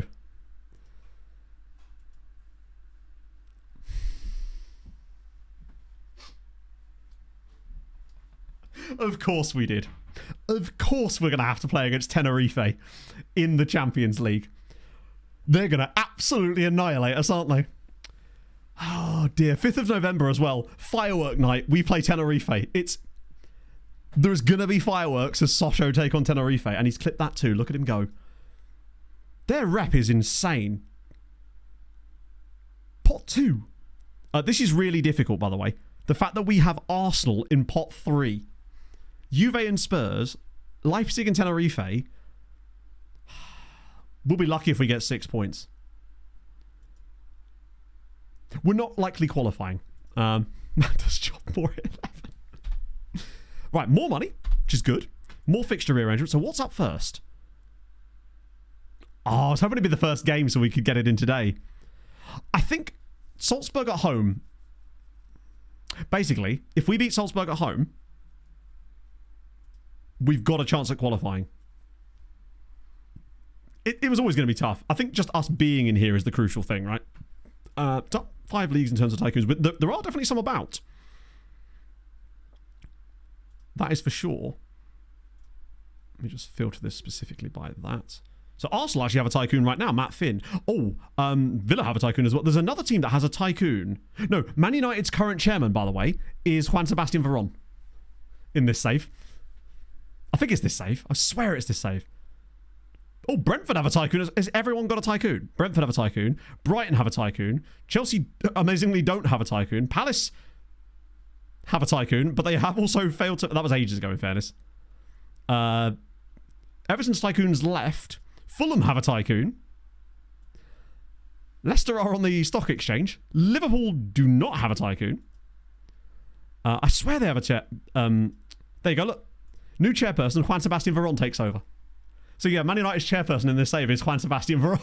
So strange. Ah, dear. I love that for him. The rep go up. The rep went up last time around. So we are now 4-star rep, but that doesn't change the rep, as far as I know. That's just like... The rep changes all the time, but the things don't tick over to tell you about it until like certain things.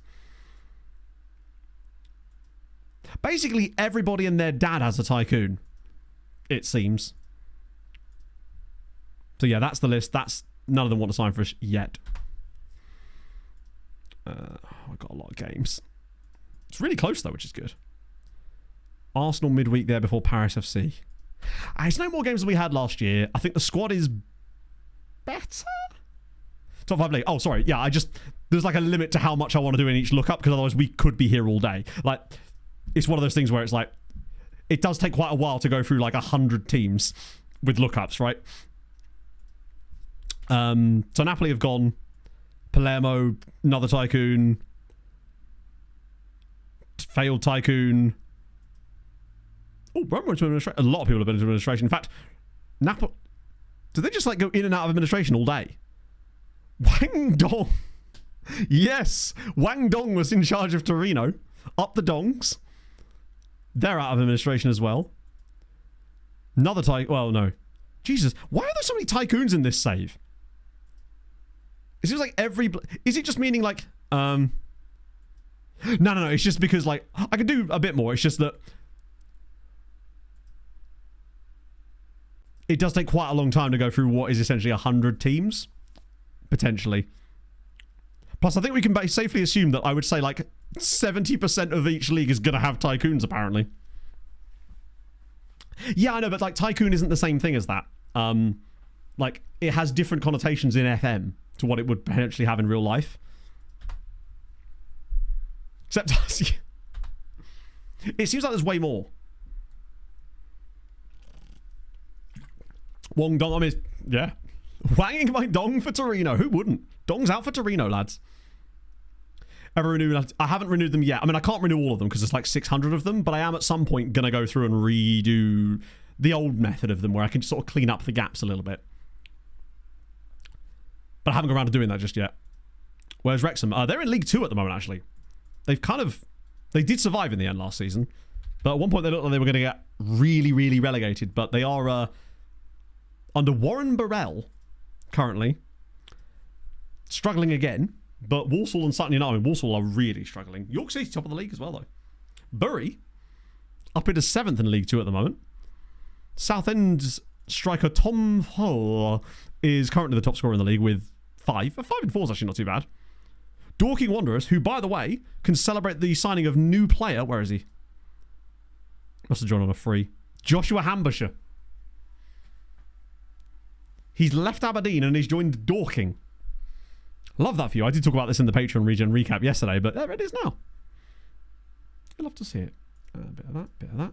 Boom, right. We are close to the end of the window, but I do still think there's an opportunity for something. Deadline day will obviously cause more stuff to happen, so hopefully we'll get some bids and also some players we could potentially find. We should get a scout report on that day as well, or not, we'll just have a look. Oh, hello. It always says that because that's the amount I've agreed, but they might be able to drop more on him. It would leave us with almost no time to replace him, but if they were to give me like a stupid amount of money, maybe. Like if they offer me 120, I'd consider it at that point, because I think we would actually be able to use that money. I mean, not in this window we wouldn't, but it would basically set us up for like 3 years of transfers to pretty much sign whoever we want. If we find a player that's young and they're like 5-6 million people, we could just take them. Lille win again. Damn, they've started well. Is Tucci training well again? Oh, he is. Oh, he doesn't have a focus yet. That's bad. So he can already play the position. I don't like the fact that he's got the speed already. Passing's decent. Crossing and dribbling are okay. Since he's a left winger in this system as the wide midfielder, I just want to see what he's really lacking for that we can easily train. Ball control, it's tough because his dribbling's okay already. It's not great, but it's also not like to improve too much. Passing, maybe. Turtle Nerd, thank you for the full bloody year. We could try him on ball control. I just find that it's not that effective. It's not ineffective. It's just not one of the most. It's not one of like the top tier ones. What's that even affect in the end? At some point, I might just go pure mentals on him. Yeah, the issue is though, you want to be careful with the big mega sale that it's not a player that you're never going to be able to replace that could potentially lead you to a Champions League final. I feel like Nagalo is the kind of player that I don't think Rejic or Karapici are going to be able to get as good as he is now. So while it might improve the rest of the team, it might make us worse in the meantime. We almost can't afford to be too much worse now. Although I'm pleased with Karapici. He looked really good against Nice, but I think honestly any of us could have played the right side against Nice at this point. It's a tough balance. I usually don't like to do it, but we might not have a choice. But it would need to be the right amount of money. It can't just be like 60 million, you know? Because at that point, we would be able to sign some players, but it wouldn't be like passing us. No, Nagalo's still here. We turned down a £96 million bid. I think it was 96 from Liverpool in total. That was the overall fee. It was only 60 up front, which is why he's not annoyed at me. The other good thing is, Lille are selling a guy to Villa for nearly 50 mil, surprisingly. I do love how good they've just randomly become in this side. Win any European competition with this side. I think we could. It just depends. Like, one of the things I like about managing a really young squad like this is that you get a lot of development out of the players just by playing them. Meaning that this year, we're still going to be better than last year, even if we played the exact same lineup, because they'll have taken huge strides forward. So our squad is just going to keep improving, even if we don't add to it. That's one of the things I like about signing them young and giving them early football. But I still think we're a good 4 or 5 years away from even being able to really have any kind of deep impacts in the Champions League, realistically. And we would need to sign a lot of extra guys to go along with that. And so I do wonder if like one major sale could facilitate us signing that conveyor belt for the next 3 years that keeps us getting guys coming through. Best part of FM. Literally, it is the best part of FM. It fully is. And I really do feel like that's why I was so sour to leave Tenerife, because I know that we'd built that. The conveyor belt we had ready at Tenerife, they're reaping the rewards of the trees that we planted right now, basically. They're sitting under our damn shade. Mr. George, thank you for the 9 months. And Jamie Ness, thank you very much for the follow as well. Did he actually? Is he on loan from Villa or is he there permanently? How many goals have Nice conceded? 18 goals in 4 games. They're conceding an average of 4.5 goals a game. That is impressive. Loan to buy. Ooh, is it mandatory? Yeah, the Tenerife squad was super. I mean, our squad is definitely not as like stacked in terms of the pure latter stage talent as Tenerife was. We really did hoover with that team. But we also had money with Tenerife sooner. I think if we ran... Bear in mind, I think there's a chance this year that we don't get Champions League in the league, because I don't think our squad was actually good enough to qualify in the top 3 last year. If you look at the XG charts, we were like 5th or 6th best overall. We got a bit lucky. Now, this year we might end up being better because the players are developed, so we might end up actually getting it on merit this year. But if we do fall short and end up as a Conference League or a Europa League team next season, I think there's a very good chance that we could probably be one of the favourites for the competition. By the time these guys have had another 1.5 years of development, a lot of these guys that are 21, 22 could be starting to look extremely good. Right, busy transfer day expected. We're going to get involved. Have a look at what's in our scouting centre as well. That youth intake as well, you're right. Because that basically stopped us from having to sign like 5 guys. Hood to join Fulham? Yes, because I like him as a player and he works hard and I think he would fit our style of play. No, because I think it would cost us too much money. Should have been in Europe. Well, last year they did okay. Who was sold? Nobody yet. Well, we sold... Sorry, that's not true at all. We sold... Bauer, Mashego and Ualabi. That's what's brought in most of the money for this window. So Bauer for 8 million, Mashego for 7.5 and Ualabi for 3 and 8, which has given us a roughly 16 million to spend. Socorro, Garcia, Raul, who we didn't actually... And all those guys we were able to hoover up from the lower leagues. That really helped too. We sort of had a squad of like 12, 13 of those guys that all had 5-star PA. 4 plus... Yeah, there's no way Fulham are paying that.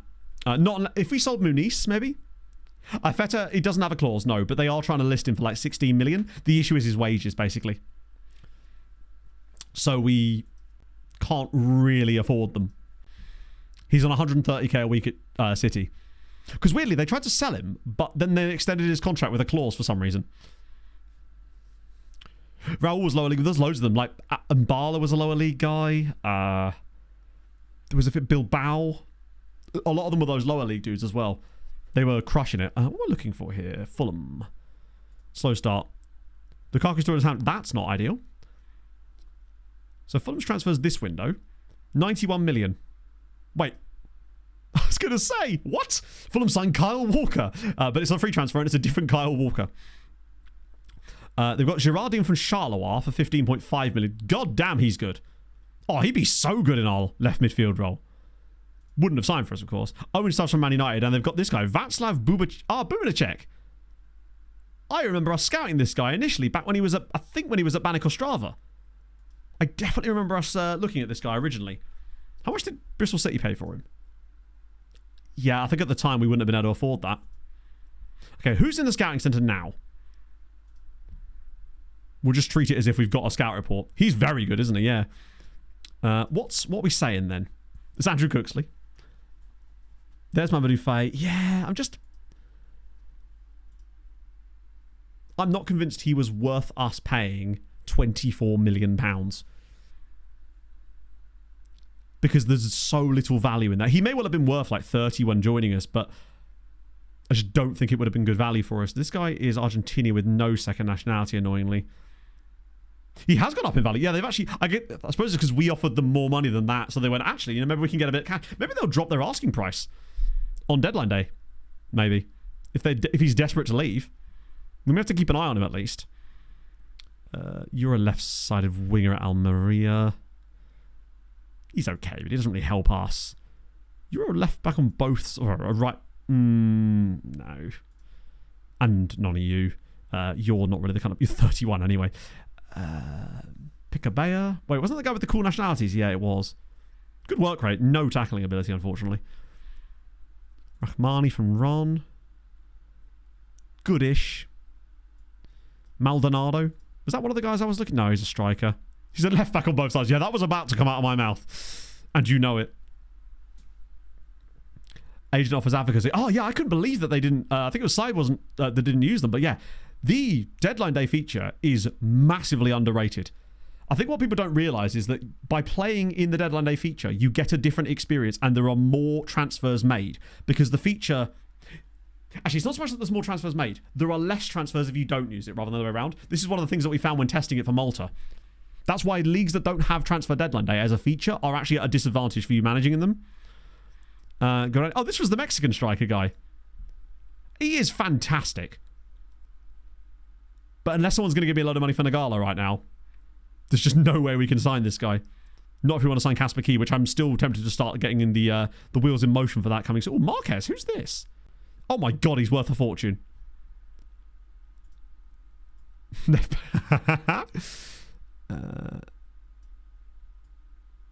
Oh, Chad's second national. Oh, he's injured. Excuse me? Excuse me?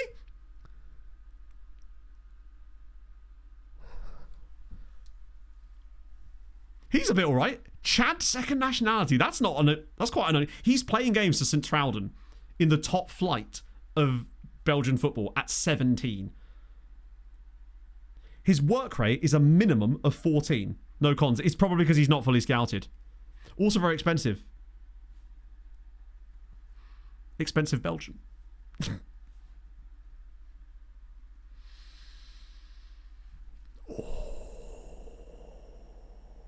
Now then. Tackling minimum 13. Marking minimum 10. The thing is, do you know how I was talking about Casper Key? Because I was going to sign Casper Key today. Because we do need another ball midfielder.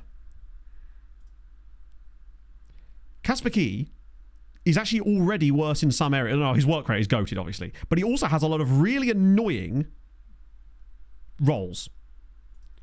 Annoying player traits. And he would cost us probably around about the same money. He's also 2 years older than him.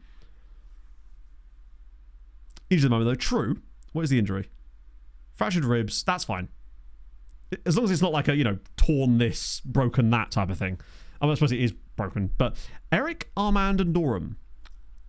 I think the reason I'm liking this guy right now is because, look, he's got the 15 teamwork as well. Aggression is high. Bravery is high. Let me just show you what I mean.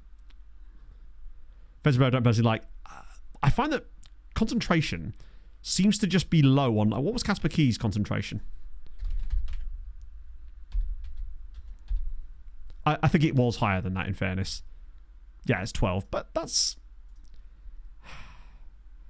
This is one of these things where you can nitpick at a player as much as you like, but at some point, if we're Barcelona, we can afford to nitpick more. But if I just show you the things for the role that I'd actually be playing in, which is midfield, that. The only thing that's bad, really, is his concentration. Also, look at the pace. 15 pace. 6'1". Aggression and bravery are perfect. Marking and... even his passing's good. So, let's just pretend that he is the worst of all these attributes. So that means he still has a minimum of 14 work rate, which means he's good enough by my stats. Likely, it will probably be 15 or more, which is great. Teamwork of 15. I don't know if you can whistle from roll. I think it will naturally improve. He's also got really nice physicals too. And the pace. 6 foot tall, good on both feet. His tackling is minimum good enough. The marking and positioning are a little bit low, but that's the one thing we can improve really easily. He's very good. The question is, will he sign for us? This might not matter at all if he won't sign for us. Shit! Although we could do a loan. Injury is a broken rib. We could do like we did with Jose Claudio. Loan with an option. Mandatory fee of 8 million? 8 million? Now the question is... The problem is, he won't agree to the contract, will he? I could do an optional fee of 8 million. Yeah, it's still a lot, but when you actually look at it, it's actually not that much. Because he's... It's still quite a lot. No, Key's fine. It has to be option, right? Because if we try to put a mandatory one through, he will not agree to it. 11 with fees. True. But that's still not that. I was expecting to have to pay nearly 15 million anyway. We're not going to win the Coupe de France. They want more for an optional fee. I guess that kind of makes sense. I'd still be okay with it.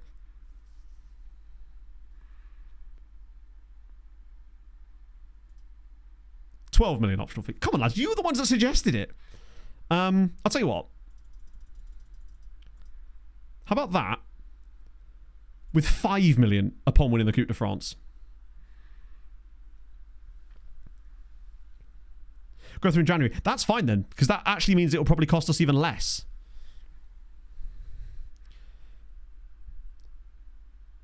Because unused, that's implying 10 months. So these numbers are actually broken. So these numbers here are estimating as if it's going to be him joining now until the end of the season, but he actually wouldn't join until January. So you have to assume that these numbers are essentially halved. Because if it's 425 a month there, then that would actually be more like 2.2. Wait till January. Yeah, the problem is... I'd actually be okay with that if they would accept it. Wait, what? You were the... okay, I don't like that. Have to pay the money if you don't. No, you actually don't. It's just a bit broken on this side of things. If you agree alone, I'd still do... I'd turn this back down to where it was. Obviously, I'm not going to... Just in case we go on a mad cup run, right?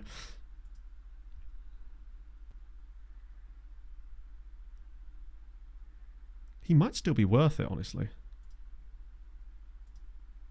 It's a huge risk, but I think I still prefer him to Casper Key. Just because Casper Key has a load of PPMs that would be a pain in the arse to get rid of. And he's 2 years older. Whereas this guy looks almost as good as him now. Extra season, I don't think we'd be allowed to do that.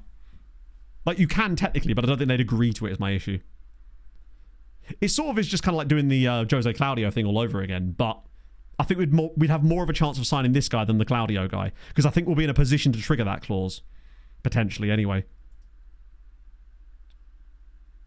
And it leaves us money available for Gritboost when the time comes. I think, agreed. Did we see what his personality was? I actually didn't notice.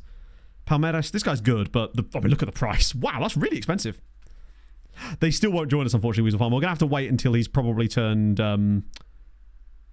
18, basically, to even get a sniff of that one.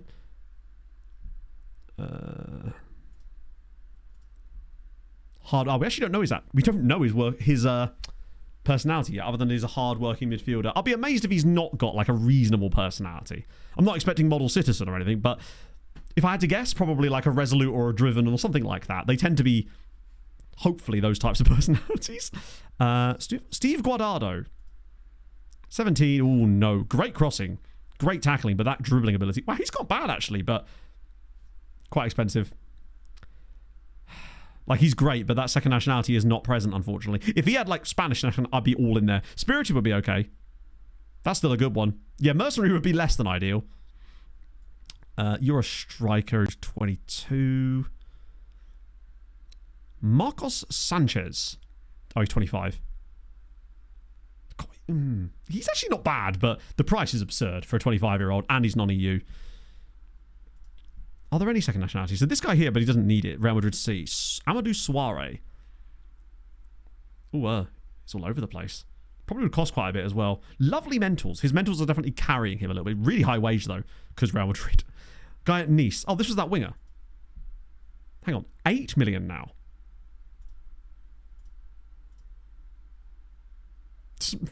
mate, what you're going to do... To be fair, he probably will get game time at Nice because they've sold the rest of their team. Javier Aguirre? More information probably required on that guy, to be fair. Why the hell am I being told about this guy? Unless we were looking at him maybe when he was at Sapporo. Because he's fantastic. But not a realistic signing for us. What are you? Daniel Mejia? US, Mexico. God damn it, man. And obviously Enzo Molina. He's one for the future. I might whack this guy on shopping list, actually. Sorry, on Christmas list. Because he's young and we want to keep an eye on whether he would be interested. I don't think... We should get some more reports throughout the rest of the day. The Chad man is definitely... a new one to consider, yeah. I'll be honest with you, chat. The fact that he's from Chad actually is adding like an extra attribute point onto every single attribute for me. He's just... I've never had a good Chadian. Now, obviously, he's using Belgian youth rating, but I like the idea of having a Chad. And it would be, technically, by that point, it would be our obligatory overpriced Belgian for the save. It'd be rude if I didn't. God, he's good, isn't he? I think he's committed to Tenerife now, though, as well, with that contract and that contract length. QB direct improvement. Yeah, but the thing is, he would be a direct improvement, sort of. In the reason that we wanted Jose Claudio and Al Hassan over Kasper Key is because Kasper Key has a load of PPMs that I think would be terrible in our team because he has a load of things as a ball midfielder that makes him get forward. And that's not really what we wanted to do. And I can't rely on us being able to get... It's a lot of money to spend on a player to then have to immediately change loads of things about their basic personality that they may not be able to get rid of. That's the issue. Whereas the Chad guy... agreed. They've accepted it. The question is whether he's going to accept it. I think with the Chad guy as well, we'll be able to make a right... We'll know if this was the right decision or not when we actually can see his proper attributes. Like, I like what I can see now based on the minimum attributes, but if he's got anywhere in the middle of those ranges on some of them, I will be very, very pleased. Although I'm a little bit worried about that. But hopefully that's just because it's vague. Let me just... Yeah, that's the thing. Kasper Key is he's a ball midfielder that refuses to do his job. Basically, he doesn't want to be that... It's kind of like... He's a world-class chef that hates cooking. And I feel like we could do a bit more with... Obviously, we'd have to retrain Andorran.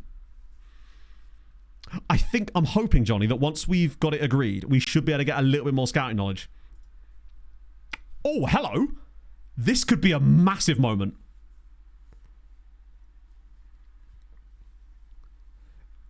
If Hamburg give me 24 million for Serkan Moral, I'm doing it.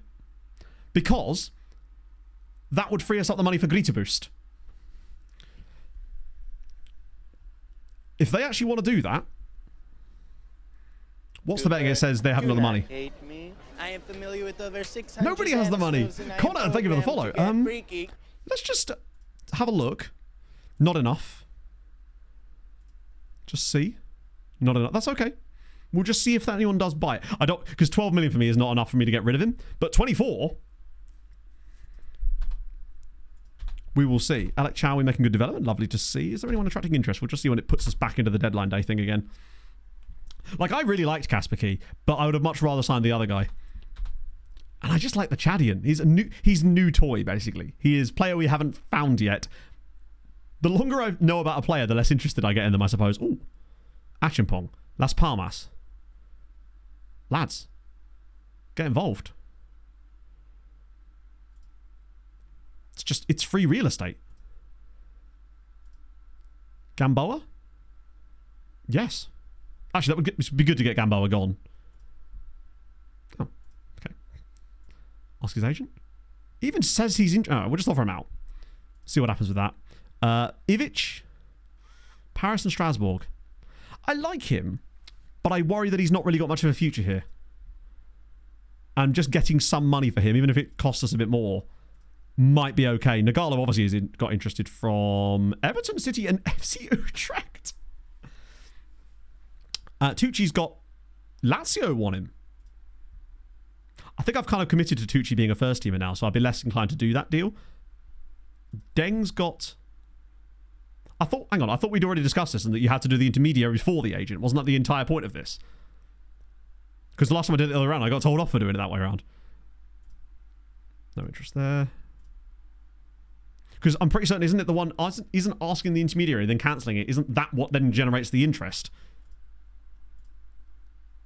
And they're all loan offers, obviously. I swear it was intermediary first. Because that seems to be what adds all those extra interests. Most of these guys are players I don't want to get rid of. Although Yurikov, I'd be tempted. But if we could just drop a bit of extra cash on these guys, that'd be nice. Utrecht seem to be in for everybody. Right, Kandau. Okay. See what they're offering me some money. Will they pay his full wage? Bloody hell. It's a lot more than I was expecting them to offer. Yes, lads. Crack on. Oh, hang on. Hey, Hayden. Right. It's a loan offer. What was the thing you suggested? I've remembered. So what do I do here? No, Claudio, unfortunately, they won't let him come back on loan, and they want 18 million up front, and they're refusing to negotiate on any kind of wiggle room on that one. And we can't afford to pay them 18 million in one lump because that's his release clause. And they're refusing to like budge on anything around it. Offer 3.8 million on the transfer offer. Okay. Because I'm not bothered if he goes out on loan or not. So 3.8 million. So you say offer halfway between them. All right, let's just... I'm just going to offer 3.7. Worth a go. I'm not saying it doesn't work. It just didn't work on that occasion. We weren't going to get that much money from the loan anyway. It was only going to be like 100k for the year. Anyone new on this one? No. If Hamburg came in for morale, that could be a game-changing moment because I would pivot that money so quickly. Renegotiate the loan first? Maybe. Honestly, it probably is stuff like that because you've got the little tiny variables that then adjust other things. It's good to know how easy it is to renegotiate these loans, though, which simply wasn't a thing before. I never used to be able to do that. Kilaza? Who the hell wants Kilaza? Everton. You're not having him. Send to come back in. Really? Can you remember the player's name? I genuinely can't remember who it was. It was Kandau. So offer him out for 3.8 million or 3.7, which is what I said. So I'm just going to stick to that for the time being. Strike like 2.5 there. So offer out for 3.7. This is the second time this song's come on today as well. So Rambis Angers. Nice playing Troyes. Oh, that's a winnable game for Nice potentially. Troyes are nearly promoted. Now we have the massive inconvenience of having to play a game. Has anyone earned their way back onto the bench? At least the bench is looking a bit deeper now. Nagalo's probably not... Or is he actually? No, he's certainly good enough for the bench. Probably at the expense of... I hate to say it, but Oscar. Just because Feta's basically playing in his place now and off the bench. Bashir and Velasquez keep their spots. Anderson and Greco kind of has to be for the time being. As we've heard, Greco did well the last game, amazingly. The rest of that team looks okay for me, I would say. Carapigi gets a start again.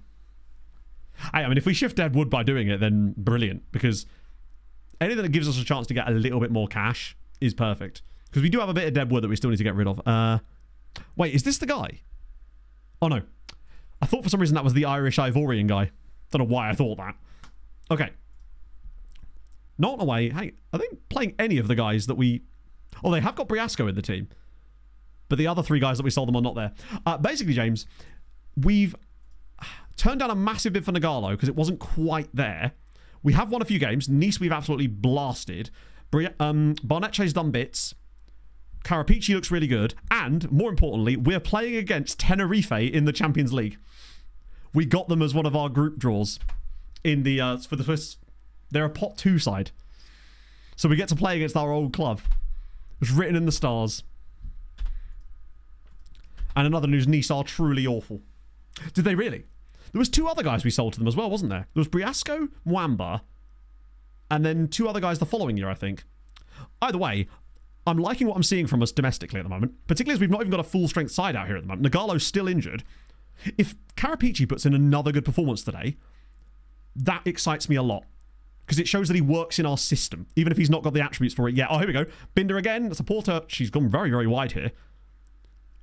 Oh! It's an assist for Andrea Greco. Oh, if you missed it earlier, we also signed an Australian left-back. And Anderson has scored a beauty. Look at that roll! Me when I'm in the bakery. Oh, beautiful. We lead 1-0 away at normal. But look at the build-up here. This touch from Binder is actually appalling. But The pass from Greco was great, but the way that Anderson rolls his body there, look at that. Opens himself up, blasts it in, 1-0. Me shouting at Greg's. Tremendous. And Greco's not even up to match fitness yet. I'm impressed. He hasn't let himself down in any game he's played for us, and I think his attributes are just very mid, but that's exactly what we needed from a backup. He's mid across the board. It's perfect. Oh, Troyes are now beating Nice away from home. My God, if they lose to a newly promoted side at home, they are cooked. Their goose is firmly cooked at that point. God, if we could sell morale, we'd be able to add a couple of oh, wow. A couple of extra bodies on the final day could be really tasty for us in terms of depth. But I feel confident about our chances of being able to sign Grita Boost once he turns 18, even if it is going to be a January run. And if we get the Chad man, I'm just excited about the prospect of having a Chadian in the team. Slow start from us. Karapici's not been amazing so far. Greco's on an 8. What is he doing out there? He was only up to a 7.2 for the goal. So how on earth has he earned a 7.9 in this first half? He's chefing. 2 key passes as well. So he's had an assist. He's had another key pass too. Love to see it. Alex DP271906. That's many letters, and I appreciate all of them equally. Thank you for the follow. Shazzy's had a terrible first half. Karapici's also been awful. We don't have a Greg's near us at all. Sucks. Nearest one's just a random petrol station on the A10. Oh, here's Greco on the ball again. Watch him be the best signing we make this season. It's just a freebie from CU Academy of all places. Go on, El Hassan. That's a very aggressive tackle. Nice. Oh, you mean Paul Cide Costera? Yes. He is a bit Cide Costera. He's just doing stuff in the match. But that, to be fair, I picked him up by doing attribute searching. So I knew what we were looking for. So in theory, he should suit our style. I wasn't expecting him to be this capable, I guess. Although actually now he looks like he's got a bit out of position on this one, and he's not tracked the runner inside. And this might be his fault. Oh, that's probably his fault. A little bit. The Haitian sensation.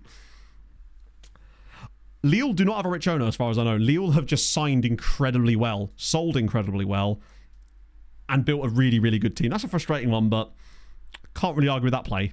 That was very nice. Sucks, but I mean, they would deserve the win if we got it. Right, I'm going to go early on the subs here because Karapici's actually had a terrible day, but we got Nagalo off the bench, which is nice to be able to bring in. We'll get Alexander Fetter on as well, which is just lovely to be able to say. Anderson's done well, but I trust Tucci off the bench as well. Velázquez, I do think one more player in that. I might even get Stoyan on for the right-hand side for a little bit. Yeah, we don't have a Weatherspoons either, actually, now that I think about it. It's a weird thing, actually. Yeah, no Weatherspoons in town. There's loads of other pubs, so it doesn't really matter that we don't have a Weatherspoons, but I've got no shortage of pubs here, thankfully. Nagalo's last game, I doubt it unless someone is going to drop 120 million plus on the table, which I don't think the clubs that are interested really have the ability to do, given that one of them is Everton and one of them is Utrecht. Right, somebody get a toe in. I don't like how easily we're giving the ball away to these guys. I think we lose this game. We just look a little bit weirdly leggy today. Well, that's okay, Velázquez. Right, sensible. Use the goalie. That's fine. No, we've got the draw. But our first Champions League game is against Rebel Salzburg, and I think a week and a half. So it's after the window shuts. We've got like a league game, and then we jump into Rebel Salz. Oh, no, Andrea, come on now. You can't be doing that. Oh, well played. He's won it back, though. He's made up for his error. Oh, slip him in. It's Alexander Fetter. Can he score his first goal for Sochaux? Yes, he can! Alexander Fetter returns to the grateful bosom of Roy Fleming and scores. He's back, baby. Oh, that's nice. Also, great shout out to Greco there. He lost the ball, but he won it back, and he's the reason we even get that chance in the end. Barnetche's looking like an assist machine a bit this season, but that is a lovely finish from Alexander. We don't deserve to be back in front, but we are. Amazing. A lot in the past. Fetter was pretty prolific for Tenerife, yeah. Like, he wasn't like Thiago Enrique prolific. In fact, the reason we sold Fetter is because we believed that Thiago Enrique would be more prolific, and he was. But I think one of the other things about Fetter is he's a player that I know will suit this system because he already has in the past. I might actually swap Habila and Hassan over because El Hassan's got better playmaking ability and Habila's more of a defensive player. Barney's not too bad. I think he's just, as he's growing, he's becoming a more complete footballer. And as a result, it's allowing him to flourish in ways like that. If we actually pulled off this result away from home as well, that'd be brilliant for the confidence of the lads. Well done, guys. We probably didn't deserve that. But Greco's man of the match, 8.3. Yeah, what's Bonacci's passing like? 13 passing, 11 vision. But he is just very, very good across the board. Decisions is 18. Which is just... That might be helping. How many assists has he got in the previous few years? So like his first season obviously was a bit of a disaster. 1 assist in all comps. Then it was 5. Then last season it was 4. This year I think that's his second. Okay. Massive. 4 wins on our first 5 league games. I'm actually very impressed. It's good because it means we've put down a bit of a like... We've got some points on the board early on. When the Champions League fixtures inevitably catch up with us at some point, we'll at least have some points on the board. Nice do lose at home to newly promoted Troyes. Wow, they are bad. They probably see that as a good result, only losing 1-0. Hearts have made a bid for Achimpong. Lovely, I'll accept that. Here we go. Eric, Arnand, and Durham will join us on January 1st. Or January 19th, actually. But that's okay. No offers for Gamboa. Wait, I swear they literally said there was offers. Oh, well, regardless. Maybe that was a different player. Pogon are in, 445. That's fine. More money, more problems. Except more money, less problems in this case. Roy's first trip to UCL from the French top tier. Oh, you're managing Brest? No way. Rangers, Barca. Oh, my days. Yeah, realistically, I mean, Rangers, good win there. I guess Sparta Prague is your other one that you've earmarked as a possible win. Maybe Feyenoord. Although I don't know how good Feyenoord are in your save. Joining in Jan, yeah. It's the best we could do. But I'm hoping we can at least now see maybe his attributes. And decide whether this was the right choice or not. Anyone new on this list? Not really, no. Oh. I mean, you're welcome to, Red Star, but only if you give me actual weight. No, let's try it again. Let's try this one. So you say, Hayden, halfway between these two values for this test. So that would be 1.9?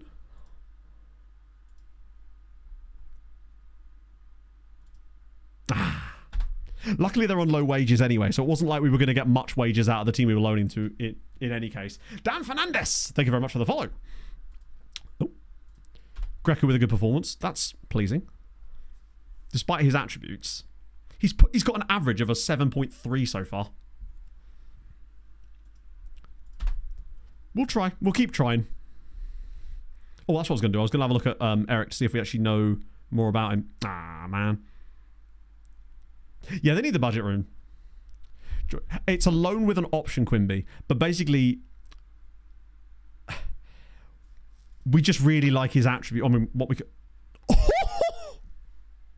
Okay, never mind. I'm happy with that. Okay. What I was going to say is we can't see all his attributes, but we really like the attribute range. Turns out he's at the top of those attribute ranges. Get it, apart from his tackling. That is... Oh, lovely. Yeah, no, we've done the right thing there. So he won't join us till January, but we've got an option on him at 12 million now, and I think he's worth every fucking penny. And he can play left mid because he's got 16 pace. He could actually cover the left wing role for us as well. Him and Key, yeah, absolutely. Does have shoots from distance, so we would have to get rid of that. But it wouldn't be the end of the world. Light-hearted. He does have reserved and evasive, though, so he's got decent professionalism behind the scenes. So we're okay with that. It's not perfect, but it means he's got reasonable professionalism. Yeah, so obviously he's going to play here for us, because we'd have to retrain him. But just comparing him to Casper Key, 8 concentration is a lot better than I thought it was going to be, honestly. Wasn't it like predicted between 3 and 8? And we got it on the very high end of that as well. We got lucky on the concentration, for sure. 4 to 8. Yeah, we've massively lucked out there. So, between the two of them, it's weird that it's not letting me do the attribute thingy. Let's just do ball and midfielder roles. On support. Evasive, that's the crucial thing. No, he's Belgian at the moment. So, marking, Eric's better. Passing, 1 worse. Tackling 2 better, which is crucial because he's never going to get better at that. Aggression is amazingly actually higher than Casper. Bravery is 6 better. Concentration is slightly lower. Agreed. Leadership's worse, but we don't care about that. Off the ball is slightly worse. Positioning is worse, but we can work on that. That's easy. Teamwork is actually 1 lower. Work rate's the same. Acceleration's 1 worse. His agility is a tiny bit worse. Balance is better. Natural fitness is worse. Pace is better. Stamina's about the same. Strength is a little bit lower, but he's also 2 years younger than him. Ligue 1's, we've not won a league title in Ligue 1. And he's only 17. Crucially, he's 2 years younger than him. In fact, is he more than 2 years younger than him? I can't quite fathom it in my head, but I think he might even be over 2 years. So now we have an option on him of 12 million. Not him, sorry, the other guy. And he can also cover CM for us. Basically, once he's trained to be the DM for us, we've got the guy, but he could also cover CM if needed and left mid. So he's got the versatility too. And more importantly, he doesn't have those stupid PPMs that Key has, like gets forward whenever possible, which is also a useful thing to have. We don't want him doing stuff like that. I'm pleased with that. We won't get to see the benefits of it till January, but yeah, he'll be able to speak French already because Belgium and Chad, right? Surely. It would take at least... And there's no guarantee that we'd even be able to stop Key from doing those things.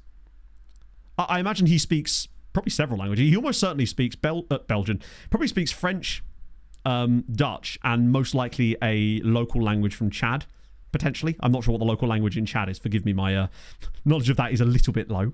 Let's have a little look. French, Dutch, English. There you go. So we're good. So he actually doesn't speak any local languages from Chad. But, I mean, Chad was a French colony anyway, was it? Was it Belgian? No, I think it was a French colony. So probably the national language of Chad is French anyway, isn't it? They speak in dank memes. He's very good at speaking Giga. Hello, Pog. Oh, my goodness. How was your run? How are you? Was it 400 meter repeats? And you've got to go do it again now, right? I've looked at agent offers. Financial Wallonian. I don't know, actually. This is where he was actually just born in Chad. Oh, no, he was born in Chad. Massacoli, so technically neither, I suppose. Quite frankly. Yeah, so we are... this is season 19 that we're at the start of. Obviously, we've not been in Ligue 1 the entire save. This is only our 5th season in Ligue 1. It's mostly been PSG, but lately Lille have become quite good. Tuareg. It could be, actually. They speak VW Tuareg. Hopefully it's the V10. Powerful language. Show me the tomato. No. No. Comes the yell from the Pog.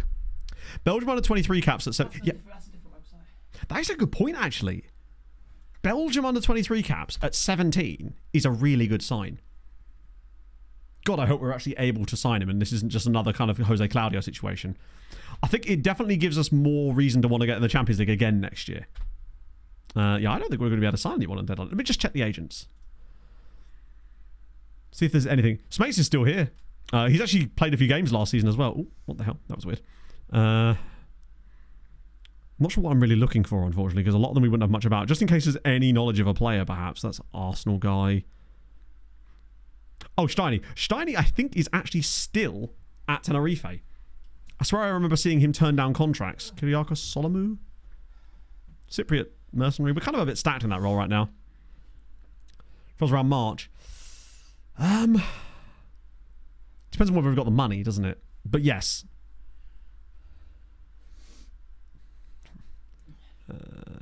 What stream? Oh, I don't really get red when I run. I just get really sweaty. I get really red and it annoys me. So Yeah. my body just goes, you know what? You just get quite flushed. The bit of your body people see, we're going to make really red. Yeah. That's what my body says. It's basically like a giant beacon saying, Yeah. I've been exercising! Your face needs more blood. I'm not convinced. We do love a Przemysław around these parts, but he's a good player. Just, they're always these sort of ambiguous midfielder guys that we just don't need right now. And we've got to be so careful with our cash now. I know we've got loads of cash now, which is great. But we need to make sure we've got enough to be able to sign the guy and obviously Grita boost when the moment comes. I think we're probably just going to be... Yeah, that's it. We're cooked. Not cooked, but I'm happy with the transfers we've made. And I'm also happy with the fact that we haven't lost anyone major that we didn't want to lose. And I'm also pretty pleased that we've not just overspent on someone we don't really like the look of. I was worried that the Belgian guy might be that. But now that I've seen his attributes, I'm 100% convinced that he's the guy we've been looking for this entire time. Again, with the whole hasn't turned 18 thing, it's not relevant. It's a factor, but it's not the only factor. Players that are under 18 will sign for you. It's just not the reason. If you're outside of Europe, they won't. Sorry, if they're outside of Europe, they won't. But, oh, excuse me. But if they're in Europe, then they will sign for you. We've signed players at like 15 from other countries before. Or 16 at least. Nice. Now go have your shower. Stinking up the place. There are some rules, yeah, but it's to do with loans usually. Most leagues have got stuff, but... Give Stinky Tomato a kiss. Stinky Tomato a kiss? Scott McTominay would love that. Chat will understand it. Start stream, have you got tips? I guess it depends. Are you streaming at FM? Or context is important? Oh, speaking of Cabreras, actually, by the way. Looks like he's off to Bayern. Bye, Pog. This was the guy that we never really got a chance to use at Tenerife because he wasn't EU. Just take away everything. FIFA. It's a very different game because I've never streamed it before. It's like... At the end of the day, the basic stuff does still apply. Don't expect to get discovered on Twitch. As in, you're unlikely to gain... Wow, really? You're unlikely to gain a lot of a following just by being on Twitch. You will need to be driving traffic towards you, especially in the category like FC 24 or whatever, 25, because you're going to start off so low down that no one's going to be looking that far down for the most part, right? You need to be driving traffic from other places, such as... Wait, who? Oh, I remember this guy. If he had a left foot, my God, a bit expensive as well. And not a U. But yeah, be consistent, which is important. Try to create... Wow, Tenerife having a fire sale. Try to create content on other platforms to drive traffic over there as well. Audio quality is extremely important. Prioritize that over video quality. You could just... Who? Oh, it was that guy. Damn, that's a good steal. I think the two biggest things... Well, the biggest, like... things is to make sure that you're consistent, pick some hours and stream those hours and be there every single time so people know you're going to be there. Try to have something that's going to set you apart from other streamers, because it is like you need to have some reason why someone would watch you over someone else. I'm still not quite sure what my thing is, probably yapping. Try to focus on good audio quality and create content on a platform that is not the same vertical as the one you're on. So really you need TikTok, really, or platforms like TikTok. And oh my God, we might not get a choice on the old oh dang, go on. That's perfect. We loan Deng for another season. We get 10 grand. What we're getting for that? 1.8 million pounds just for that. Here's a fun fact. More animal magnetism. Is the animal a sloth? 2 blocks from here. Aston M96, thank you for the follow. Fantastic hair, I'll take it. My music playing right now. I can't hear music. I can't hear it at all. And even if I could, the microphone wouldn't hear it because it's really focused specifically on my face. Okay. Multiple platforms. Yeah, try multi-streaming stuff because you can do that now. You can do that now. I personally don't do it because I've not really figured out how I want to do it yet. Maybe I'll do that when I get a new PC. Not that it requires that, because you can just use those things like Restream.io.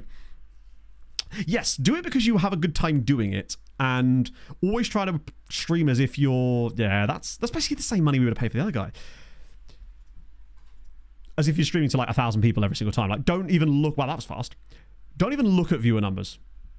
Although, when it comes to things like making affiliate, do make sure that you've just got like your stream on your own, on your phone or on an incognito tab, so you can just get the instant 3 viewers like that.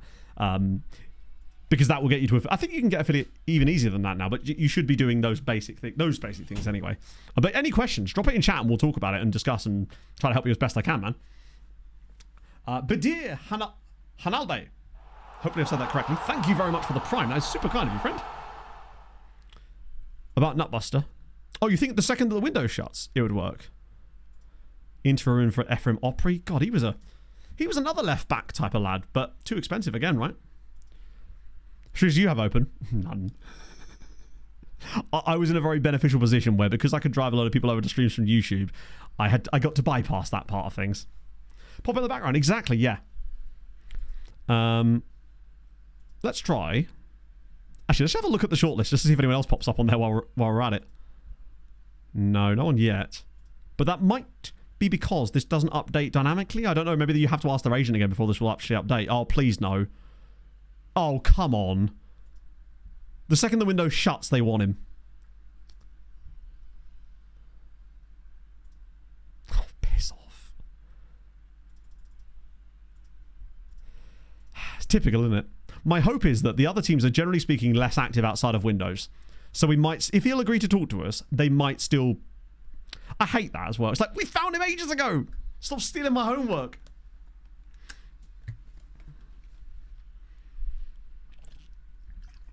Yeah, shorts content out the streams can work, but you don't actually need to do that. I haven't posted anything from stream on the shorts platforms for a while.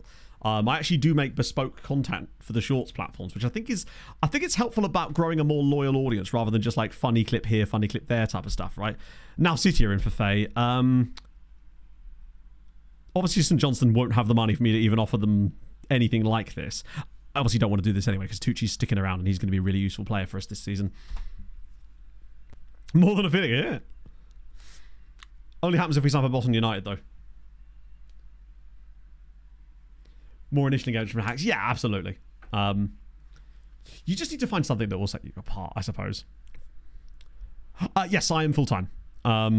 As in, the content creation, specifically in the FM space, is my job, yes. Oh, actually, this is a big moment for us. I think we'll be fine on here, you know. Yeah, we literally have one slot. That's perfect. You don't need to be registered. You don't. Oh, there's so many of them that don't need to be registered. This is beautiful. Can I register you? Oh, I can. Wow, it didn't even put him in the squad for no apparent reason. Navarro, wait, is he even allowed in the squad? Oh, he's not quite allowed in. Imagine he got back in the squad. Sven obviously is winners as well. Ah, we can't put Sven in. Wait, who's coming out for Sven?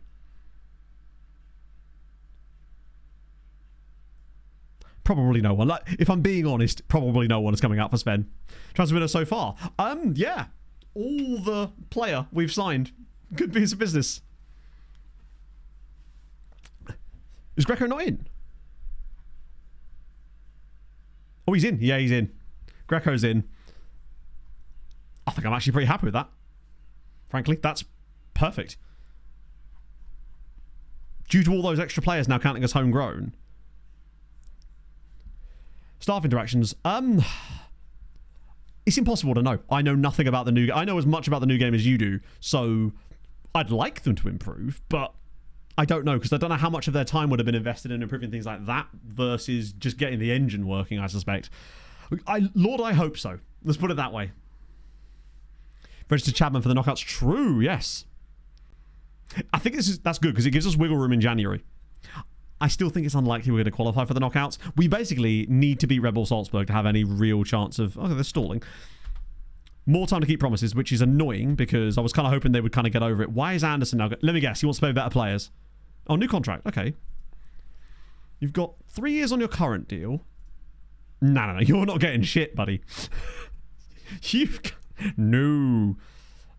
I might ask Stoyan first because he's aggressive and he's probably drunk. No. He's no way going to... He's never going to stand for this, right? Oh, he might... Does he know that we have... Okay. What a good lad.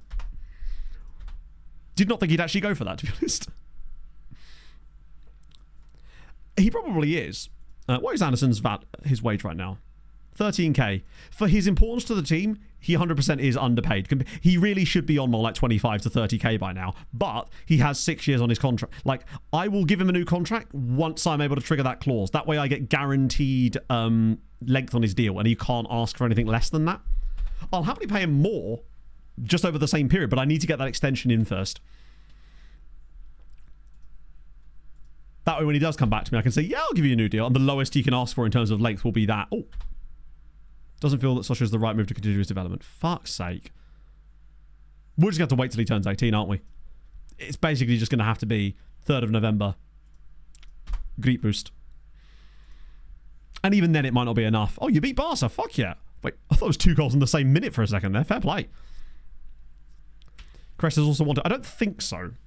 Our highest paid player is always going to be Ruggieri because he has a match highest earner clause. And I think the other highest paid player than him is Gilaza, who's on 34. Technically, it's Feta, but that doesn't count. So, yeah, it's Gilaza on 34. Luckily, Feta's wage doesn't account for that because it's a loan. Longer contracts. They're kind of... You're right, they do have to because that's a thing that is relative to the world, yeah. It's going okay, G's God. We didn't get the ideal left-sided backup option that we were looking for, but we did, ironically, find a brand new player that we've now signed up as... Well, we haven't signed him yet. He's going to join on loan in January with an option, but he's from Chad. And he looks delightful. He might be the ball-winning midfielder player we've been looking for all this time, even though we weren't actively looking for him. We were debating between Jose Claudio and Casper Key, and all of a sudden this other guy just appears out of nowhere. And will cost us less than both of them, and he's 2 years younger than them both. And arguably just as good already. Bogdan Konstantinescu. Oh my god. Yeah, he's absurd. And he's got those like AI physical boosts as well. Right before signing someone with a much higher wage in it. Yeah, you extend their... The reason I haven't bothered trying to dick about with Ruggieri's contract is because we know he's probably going to leave for free at the end of the season now. The only thing we could do with him, maybe, is see if he'd accept a new contract. Since he is still a functional player that plays well in this team. But my issue with him is that he just wants too much money. Wants a new contract. So can I ask him for a new contract? 53 to 6. It's just too much. Like, that's nearly double what any other player at the club is on. And I just don't think... If we offer him that and give him that, everyone else is going to want that contract too. And our wage budget is going to get out of control so easily. He did 180 before, so it has dropped. But I don't think it's going to drop enough for it to be worthwhile. I was kind of hoping we'd be able to sell him. We might even be able to do like a... Sell him to someone in January. Because sometimes you can actually sell players right before they're eligible to sign for someone else. And teams will weirdly bid on them. Which I'd like to see actually go away, honestly. Because... it's not realistic in any way. No team would actually do that. It's different when you like buy. They can do like the sell now thing. But sometimes right before the window opens, teams will bid on a player that's got 6 months left on their contract for like quite a large amount of money still, which they would never do. We're actually quite close to our first game in the Champions League. We're probably still going to have to play quite a strong side against Marseille because we do need to make sure, like, obviously it's important for us to do well in the Champions League, but we've already getting the money from that. I think what's almost more important is for us to get back in it again next year, right? May as well list him now. Yeah, you're probably not wrong, actually. As long as he won't kick off about it, which I really don't think he will. It's unlikely that he'll kick off about it, given that I've been trying to sell him for ages. It'd be strange if he now turned around and went, no, I refuse. A month early. That was slightly different circuit. Oh, speaking of, that's perfect timing. He's actually back now. He's still worth a good amount of cash. Surely not.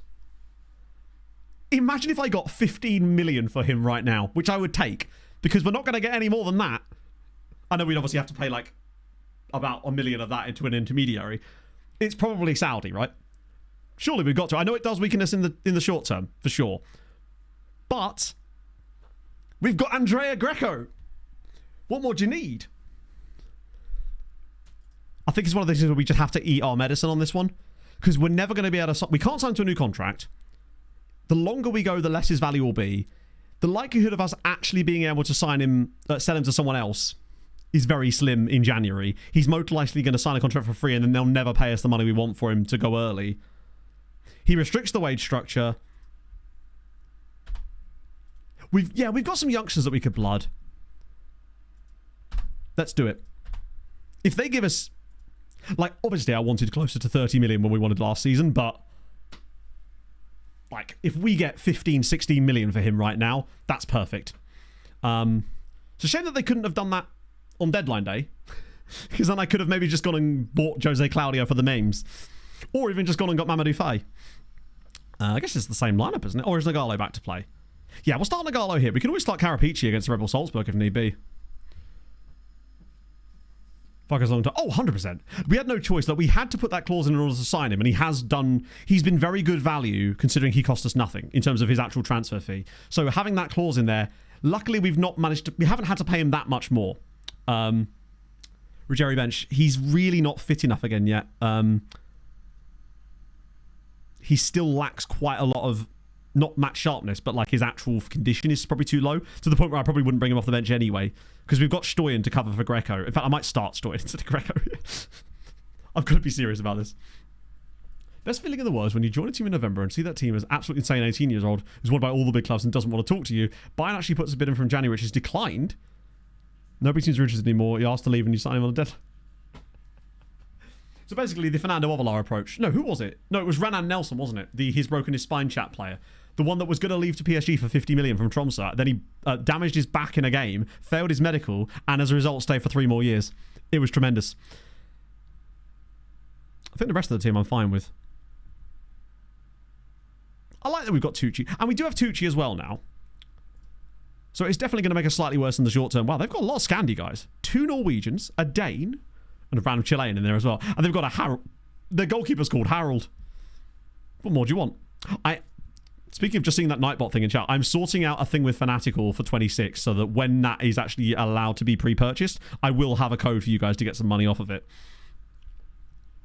And as for what I was saying about that potential sponsorship thing where I would be able to just pour all of that into the new computer fund, my plan is to sort of see how that works out with that, see whether that even happens. If not, or even if it does, frankly, because it's not going to earn that much, my plan is once I come back from my little holiday break in September, I'm going to look into getting a custom PC built for me that I can then get on like a monthly 0% interest finance package. So I'm only paying it monthly so I don't have to worry about the upfront costs. It does mean I'll probably end up paying more overall anyway because I'm not building it myself. But at the very least, then I'd be able to get the new PC in for the next game cycle properly then. And it's still an expense that I can write off, but just the actual lump sum up front is probably not... It isn't something I'm going to be able to do, basically. But I can do it on a monthly thing. If I could, I'll probably just use PC Specialist or something. I'll talk to Nerdphonic and see what he reckons as far as parts. But that's probably my plan there. And if I then do sort out that sponsorship thing, it will offset it a little bit, which is good. And I finally plucked up the nerve to talk to England about why they hadn't paid me. So that might be getting some movement on that side of things too, which would be good. That is an aggressively odd pass. If we could beat Marseille as well, that would really statement... basically, they've said they've had some system issues and stuff, so I suspect it was more a case of they've forgotten entirely, and me alerting them is probably a good thing. So, yeah, hopefully that will sort itself out, and we can get that sorted out too. Oh, go on. Oh, wow. I spoke to Tuchel. Gotta sack Tuchel to pay me and Tom. We're the real important people here. Could pay for that. No, that was... the thing I got paid for was for the thing I did where I sat on the toilet in Switzerland. I got paid some of the prize money stuff for England, but that was because Aaron was paid, and obviously we were paid together, and I was then transferred money through him. But my direct... what's the word I'm looking for here? There's a word. My... like supplier agreement with... Oh, come on, Peter! That's what this needs to be sorted out. That's for things like the original contract that I had with England. There was like a stipend in that, as well as the video that we made in November, which has still not seen the light of day, but obviously was still owed money from that contract as well. So it's like, that's what I'm chasing, basically. But that needed to be paid directly. Eccentric pervert. No, so that was money that the German production company owed me, which they did sort out, to be fair. That was done through a separate agency. So that wasn't anything to do with FIFA E. Well, it was, but like they'd already done all that stuff. It was just the agency that basically hired me was the ones that owed me that money. Me and Jack, anyway. Oh, it's that's got to be offside, surely.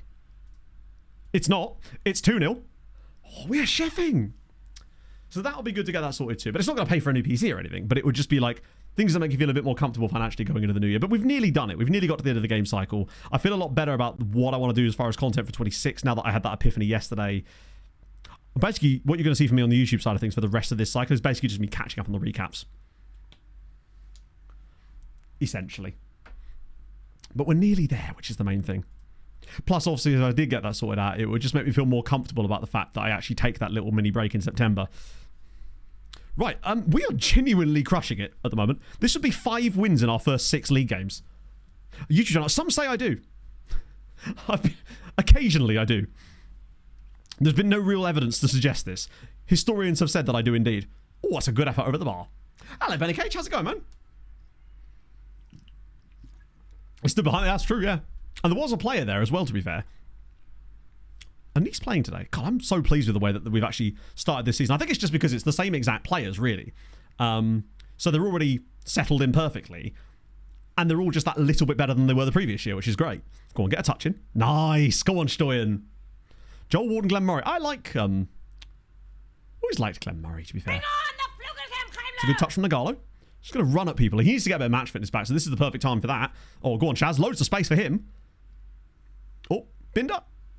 Oh, my God. He doesn't half strike one. Stee YGD. Thank you for the follow. 3-0. I'm excellent, Benny. How are you, friend? Oh.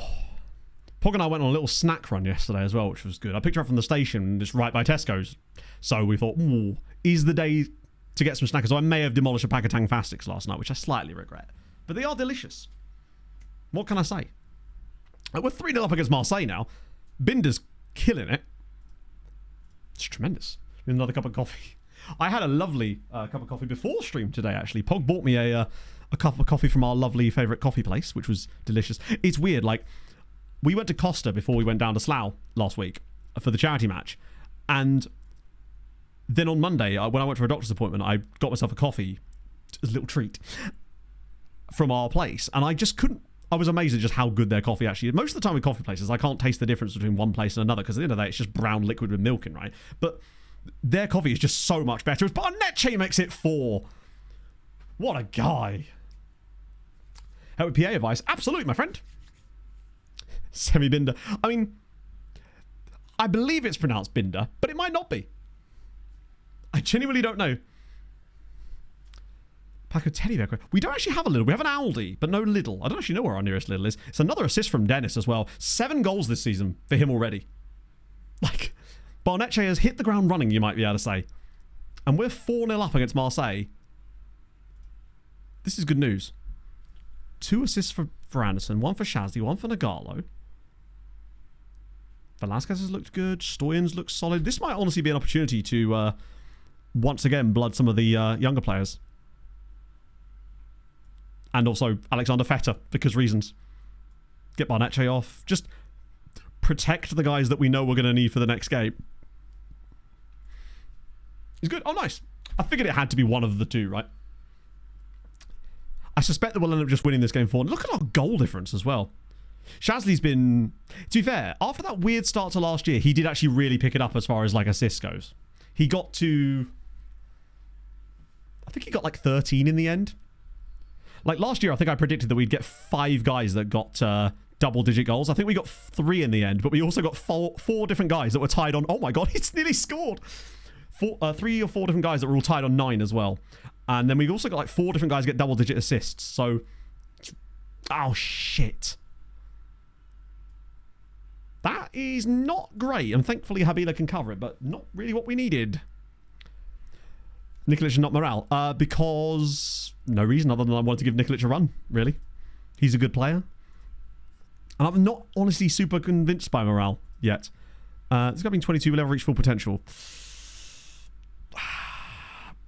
Nothing here suggests that he will. It's weird that it says world class, because he isn't. But why does it say world class? Or that he could be world class? He's fine. The biggest issue you've got is that there's no hint of professionalism about him, which suggests that his professionalism is at best 10, which means he's not going to have the highest professionalism. You can play him loads and that might well help. And he is a goalkeeper, so their development arc is slightly later. So maybe, but it's a tough one. He's yet to be world class. Yeah, and I don't think he's ever going to be, sadly. For his crossing and everything, still a bit low. Hang on. Who's crossing? Were we discussing? Sorry, my apologies. I've lost track of which player we were talking about. His name's okay. Oh. So it is. I mean, if someone's willing to give you money for him, then yeah. Yeah, Socorro got the early development just by playing loads. I'm really worried about our Hassan. Annoyed not to get the chance to play. Oh, for God's sake. Wait, did he get 2 goals in this game? Fair. I can see why. 6-0 to Paris Saint-Germain. That is a very encouraging start to the season, especially with the fact that Lens, who were one of the teams I figured might give us a run this year, are all the way down here, which is great. Yeah, Greco, I'm still convinced was done well there. Please, please, please, please, please. Oh, it could be worse. Nice are getting twatted, yeah. Who? The fact that Utrecht have got big intentions, haven't they? Get back to me when your budget is better than 17 mil, lads. Oh yeah, Socorro is pure development. He just got so much... Bear in mind, Socorro was playing first team football for us in La Liga when he was 17. Might have even been 16, actually. And there's just no substitute for that kind of experience that you can give them at an early age. Because the reputation of the league, I think La Liga was probably the 2nd highest rep league in the game. So for him to get that kind of game time early on is just crazy. It's basically just like injecting steroids into them at that age. I don't know, what's my assistant doing? I love that Jaleel Lawrence from Jamal Lowe's Inter has gone on loan to Stoke. Can he do it on a wet, windy night in Stoke? We will find out. How's our youngster looking? He's okay. Did Nice lose again? That's not the right league, Matt. Oh, moneyed Brentford are struggling a little bit. Where are we? There we are. They did indeed. What's their goal difference shaping up? Minus 13. Okay, not as bad. Who did they lose to? Or they just not... Wait, who did they lose to? Oh, no, they haven't played yet. They're that bad. Need to develop into a trans. Josh King is... He's very good. We did know that, yes, actually. Praises for... Ooh. There was a lot of Peugeot chat when we first joined the club. Ask about facilities. The problem is... Actually, our facilities aren't great, are they? I'm worried that they'll end up spending too much money on facilities and then we won't be able to use that for transfers later. But we could try. Hopefully at this stage it still wouldn't cost too much if they say yes. What's Bonucci's form actually been like this season? I know they said he's done well, but I love that you can't click his name out of there, but you can click it from everywhere else. He's got 7 goals in 6 games. And 2 assists. 9 goal... Wow. He is just looking better and better, isn't he? I see why Liverpool initially wanted him. He is freaking insane. Joint top scorer in the league with literally one of the best players in the world. Could improve slightly. And that says a lot. How much more could he possibly improve? The fact that he's world class now at 21 is insane. What's the progress look like? Because all of his progress pretty much would have been made with us. Yeah, I can sort of see why. Okay, now. The only thing we need now is to have big matches. He does still have a little tiny bit more to improve, which is brilliant. Yeah, imagine hitting your prime at 21. We could get like 8 years of peak Swiston if needed to. Fit a new floor. Oh dear, that does sound stressful, AJ. So far, we're looking pretty good. We are hopefully about to sell Ruggieri to what I assume is going to be Saudi for like 16 million quid. And for a player that's going to leave for free at the end of the season, I'm taking that money. And it will give us more of an opportunity to blood some youngsters. Particularly with the way that we've started this season. Right. Follow up on your interest in Fabrizio Ruggieri. What? Oh, right, sorry. I forgot. I was like, what? I'm just hoping this... When does the Saudi window shut? I know it stays open a little bit longer than some of the other ones, but it does shut at some point, right? Or is it just forever? Should be about 5 to 6 million. That's still quite a lot, though, when we only have like 44. Because remember, this money is pretty much going to have to last us all season now. We should get some money from... St. Gallen?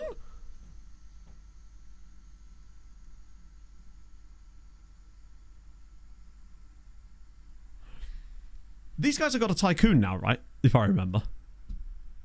I sure hope so. They also have this guy.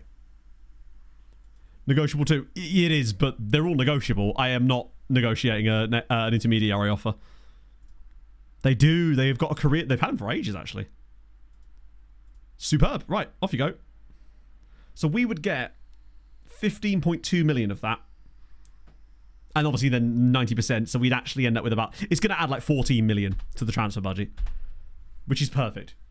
That will allow us to sign Grita if needed. Nice got a point! And there was much rejoicing. Scenes on the streets of Nice.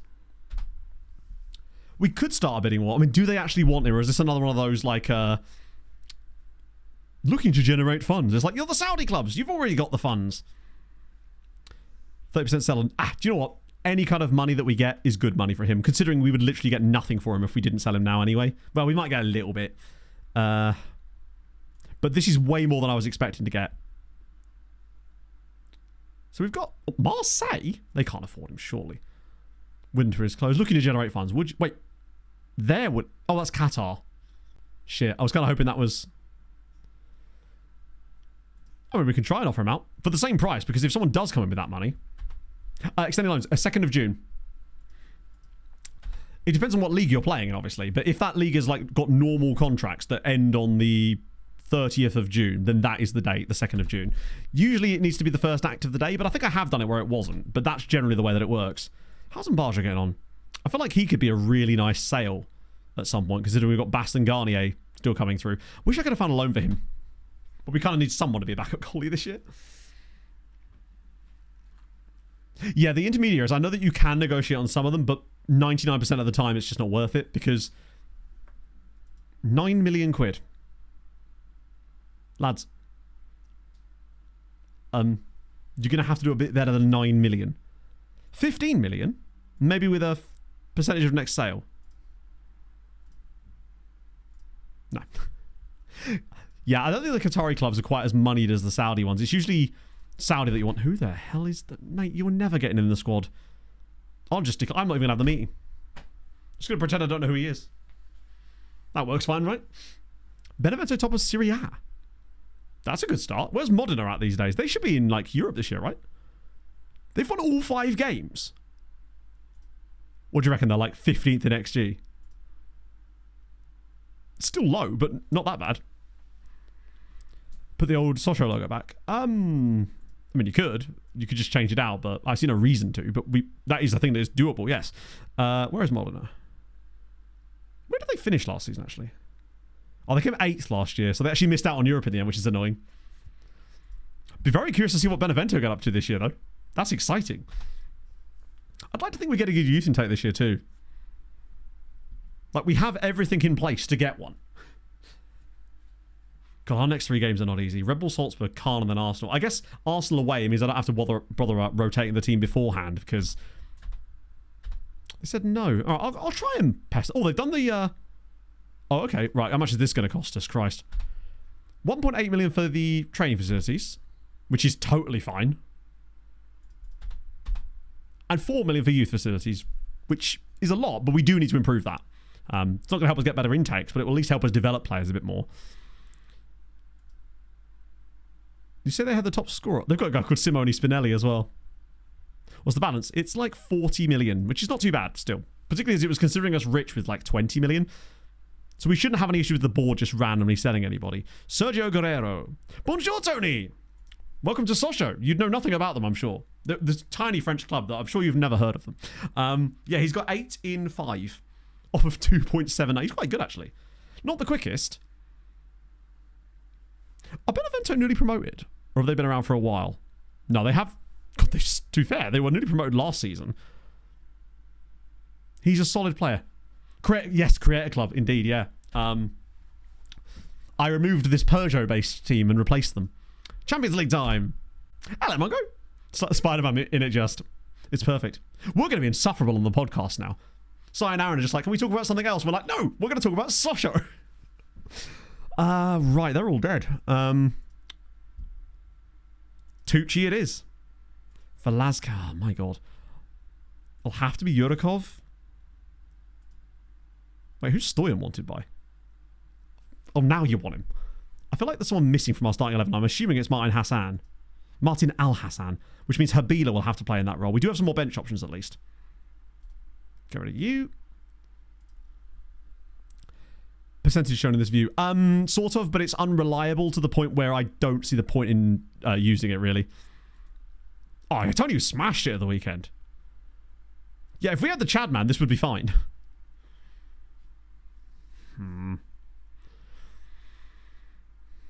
We've got more spaces, so I can just add Bongani. Maybe even a bit of Mitzi. Oh, Shehu. We need Shehu now, because if Habila's going to come on to play DM. What's Habila like as a DM, actually? He's not really got the work rate, but he's actually capable outside of that. No, Sven just isn't registered in the Champions League squad. We didn't have space for him, unfortunately. Smash it right at the keeper's legs. Ooh. Jameson's catching strays. Ooh. American. Tran Tien. Oh, Vietnamese American. Wait, he's got 4 caps. For the States. That's fun. Born in Bac Giang. Love to see it. Okay. Who's getting a number then? Oh, Mitzi, of course. Our Maltese Hadrian's going to love that. I love the cool nationality combinations you get with the American teams. It's a shame that we can never afford to sign any of the damn things. Call him Macwell. Ah, dear. Right. I'm actually seemed confused. What is there to be confused about? Like, I understand if you think we're not going to win the game. I get it. But, like, there's nothing confusing about that, Tristan. back's giving me a bit of a... They've got a guy called Heinz Beck up front too, which is tremendous. And a Luke Howell in there as well. And just M. Taylor. Oh, it's the first time we've heard the Champions League. This is literally the first Champions League game we've played in the entire save. Season 19, and this is our first ever Champions League game. Watch us get absolutely clarted by them. Oh, imagine a Peter Bashir goal inside 3 minutes.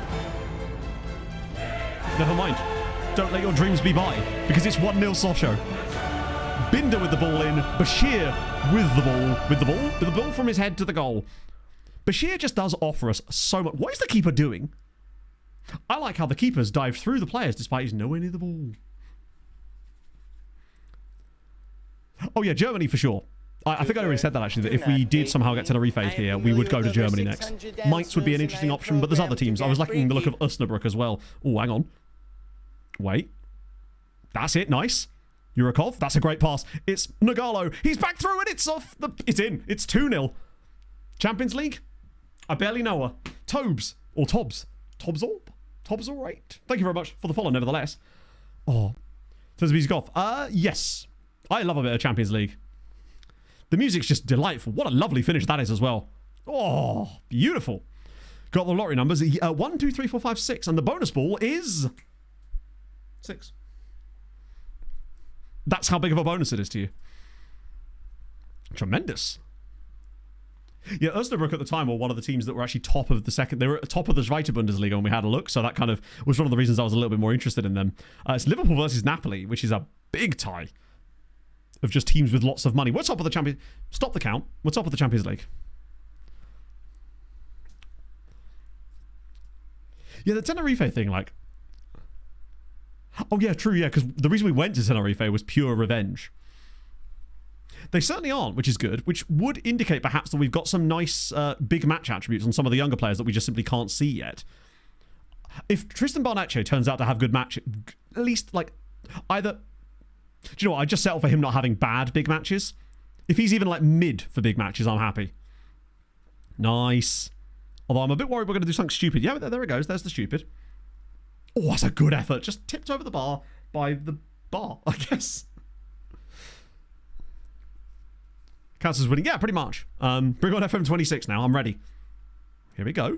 The build-up play and just the general play this season has felt really joined up and connected for some reason. Even when we've rotated players around the squad, it's like the guys coming in have been here long enough that they've still got enough like familiarity with the way that we play to just be... They understand Sochaux ball, I guess. Even the guys stepping in matches like this, like Yurakov, for example. What's a good ball? Oh, it should have been 3. CV tips say I'm terrible for that kind of thing. And honestly, the one job that Pog actually got wasn't even one that required that sort of stuff. It was just she filled in a form on the Department of Work and Pensions website. Finish the save. We absolutely will finish the save. It's just a question of whether we achieve the goals or not, right? Hard to say. Don't know how many more seasons we're going to get in before FM26 because we just simply don't know when it's going to be coming out or even when the beta might predictively be. It's tough. But I think we should be able to get at least another 3 or 4 seasons, which is going to be tough. Just chat, not you, fair enough. But you put it in my chat. That's like speaking in my living room and then being like, hey, why are you responding? Just important. I mean, yeah, what if they'll have the possibility to take FM24 into 2026? That might be a bit of a stretch. But they did say that did they say that FM25 was going to be 24 compatible? This season, that's a different matter. Then it's, then we just do a survival specialist or the little Brazil challenge that we got planned. I have contingencies on my contingencies. Worry not. Tucci's on a 7.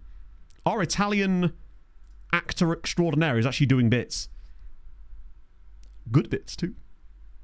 Hey, if we've got any chance of getting through, we need to win this game. And so far, it's cooking nicely. Third goal would be tremendous, though. The cold shoulder just sat there on your phone like a antisocial little prick. Or me at most social events. That isn't even true. I don't know what I'm talking about. I'm the exact opposite of that at social events. I just take 2 weeks to recover from it afterwards. Binder again. That is a truly gopping pass, but I feel like he's about to set us up for something magical here. It's a great pass. It's Barnecce, and it should have been 3. Antidepressant for me. Possibly, yes. I don't know. I couldn't comment. Sick. Right. If we'd have had a third goal, I'd have definitely gone and just run the changes, but got to be careful. But I do feel confident enough on bringing on Razic. I'm going to give him a go. Like, he's let me down before, but I feel like he's worth a little go here. Chehu on as well. Ruggieri is available, actually. So maybe get him on for Stoyan. Probably going to be his last appearance for us anyway. And then Alexander Feta, save the other subby, as always. Sonny Like What? Thank you very much for the follow. If you are new to my content and you've tuned in today for the first time and enjoyed, drop a follow. I would appreciate that. So, yeah, no, honestly, it's crazy. Like, I spent Sunday, after stream on Sunday, I was absolutely cooked. Obviously, I was tired from the game and all that, but it was more just like brain cookedness. Because I just couldn't function on Monday, and I could barely function yesterday. I exert a lot of energy to be able to at least appear like a functioning human being in social settings. It takes a lot of effort to do that. So basically, Topes, we have like a player lookup thing. It's like a database lookup that lets us look up clubs and sort of stuff. Although, cop the Tromsø scarf on the wall here. Tim has Midnight Sunday. I bet you were fucked. Plus, I spent the entire car ride on the way home talking to Pog and being like, so... Just bearing in mind, zero evidence to support this whatsoever. Basically spend the entire time in the car ride going, oh Christ, I think I made a terrible impression and everyone hated me. No, literally nothing made me think that other than my brain going, do you know what? You've had a nice day and I don't like that. Not on my watch. Wait, how did he get injured? Also, £2.4 million. We just need a couple more wins. Oh. I think a lot of people tend to get misdiagnosed with it as well, Hayden, which seems to be an issue. Punch you with the I know. It's paid for the trade visit, innit? Yeah. Ooh. Oh, he's got a stub finger. Oh, Eric. Show the robo legs. Oh, innit? Like, I have a bruise on my upper left arm. I don't know if you can actually see it. Look at the size of that bruise just on my left arm there. It's like, how did that even come about? So weird. Pog said the same thing. She said she had basically, she wasn't interested in me or you. She just had a lovely time chatting to Haley.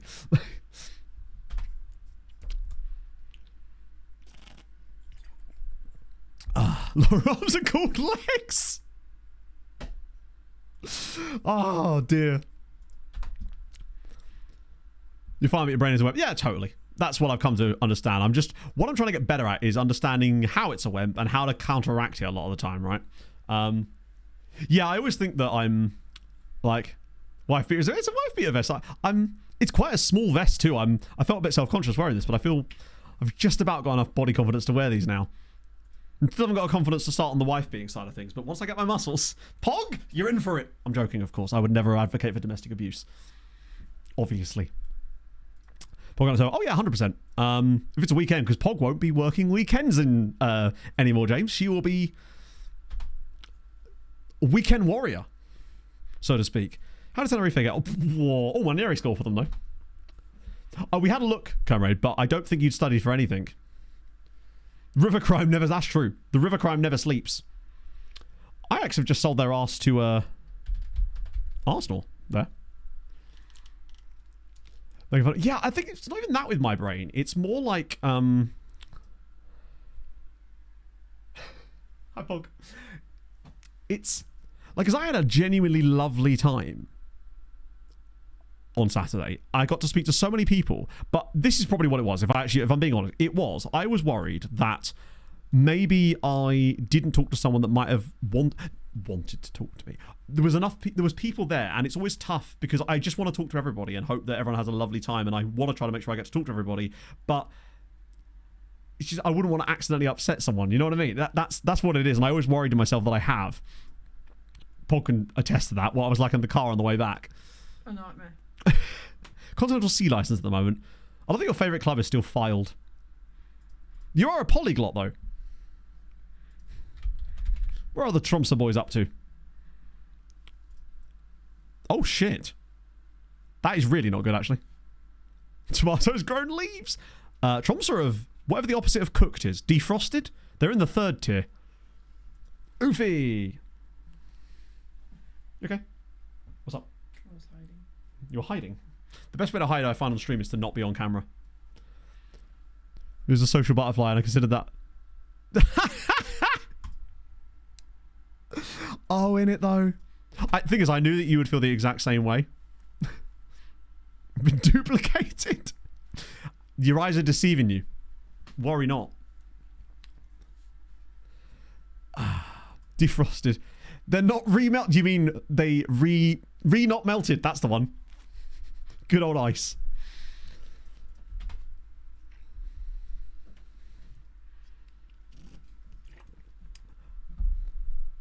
Like, I think I pretty much talked to pretty much everyone that was there that was sort of in our party, so to speak, which was like 30 odd people. Or at least I believe I did anyway, or I certainly tried to. I'm just quite a shy person, generally speaking. So that's sort of quite difficult for me. That I'm always just worried about coming across like a weirdo. Because I do just chat a lot of shit. At least you could call me authentic. I'm an authentic idiot. I was just tolerating your presence. Oh, I have, DPT. It's called my inner monologue. Which I'm trying to get better at. But it takes time and growth. I think just getting healthier physically has helped with that a little bit too. Although it might just be because people do treat you slightly differently. That is like 100% a thing. I can't blow up cheese. Oh, I don't know. I'll find a way.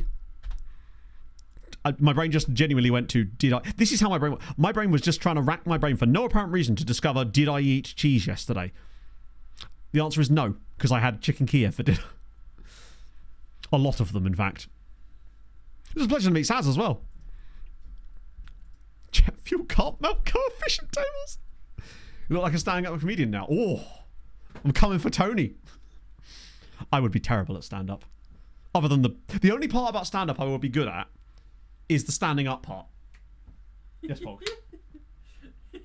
How's it going, Chief? I think you're good at it standing up. I think you underestimate. Pretty much me all the way. A loaf of bread. He's not wrong.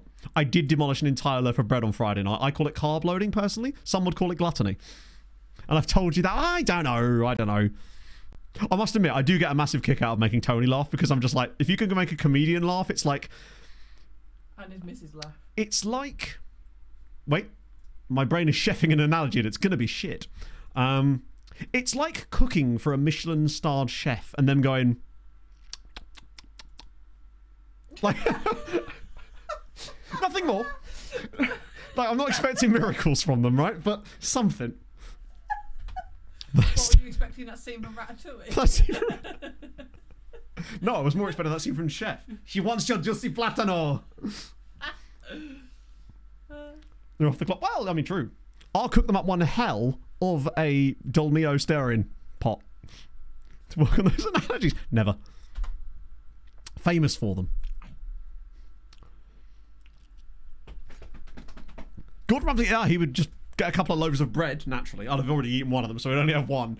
It's just like, what are you, an idiot on toast? Because obviously you wouldn't be able to complete the sandwich. Like when you're a kid and you could... Again, thinking of branching off to another tangent, naturally. I was thinking about, like, how rarely in my life I've cooked for other people. It's always been, like, occasionally, obviously I'll cook for Pog, and I'll cook for me, but idiot open-top sandwich, exactly, like a tour bus, but with, like, groceries in it. Make pad thai for a pad thai expert that looks at him like a disappointed parent. Sometimes people like that need humbling, right? Frankly, what business have Michelin got in the food business anyway? Like, make your tyres and shut the fuck up. Right, okay. Did Nice lose again? Yes, they did. I realised they did that as well. Make us a risotto then. I don't think I've ever eaten a risotto, let alone made a risotto. That's what... That has mushrooms and stuff in it, right? Like a... So now I've gone all silly.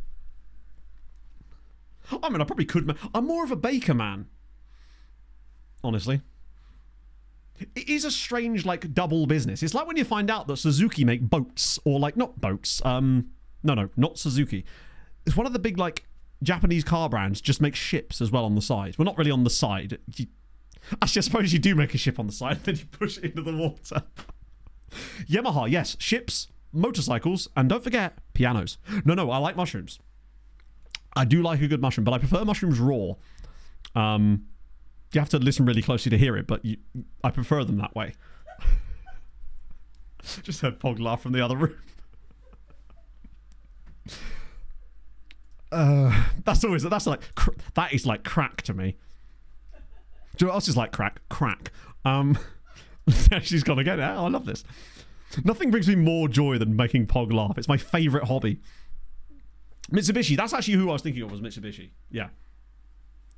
Nokia made toilet rolls before phones. Was the toilet roll also indestructible? Like, you try to flush it and it just won't go away. Tremendous. Is he back here? Yes, he is. But not for that role.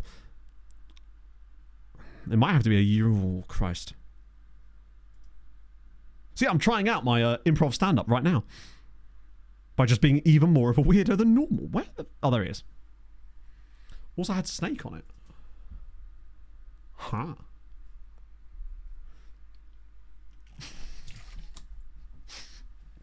For some reason, that took me a minute. There's just a 6-year-old outside the cubicle. You got any games on your toilet paper? Tremendous. That shouldn't have took me as long as it did.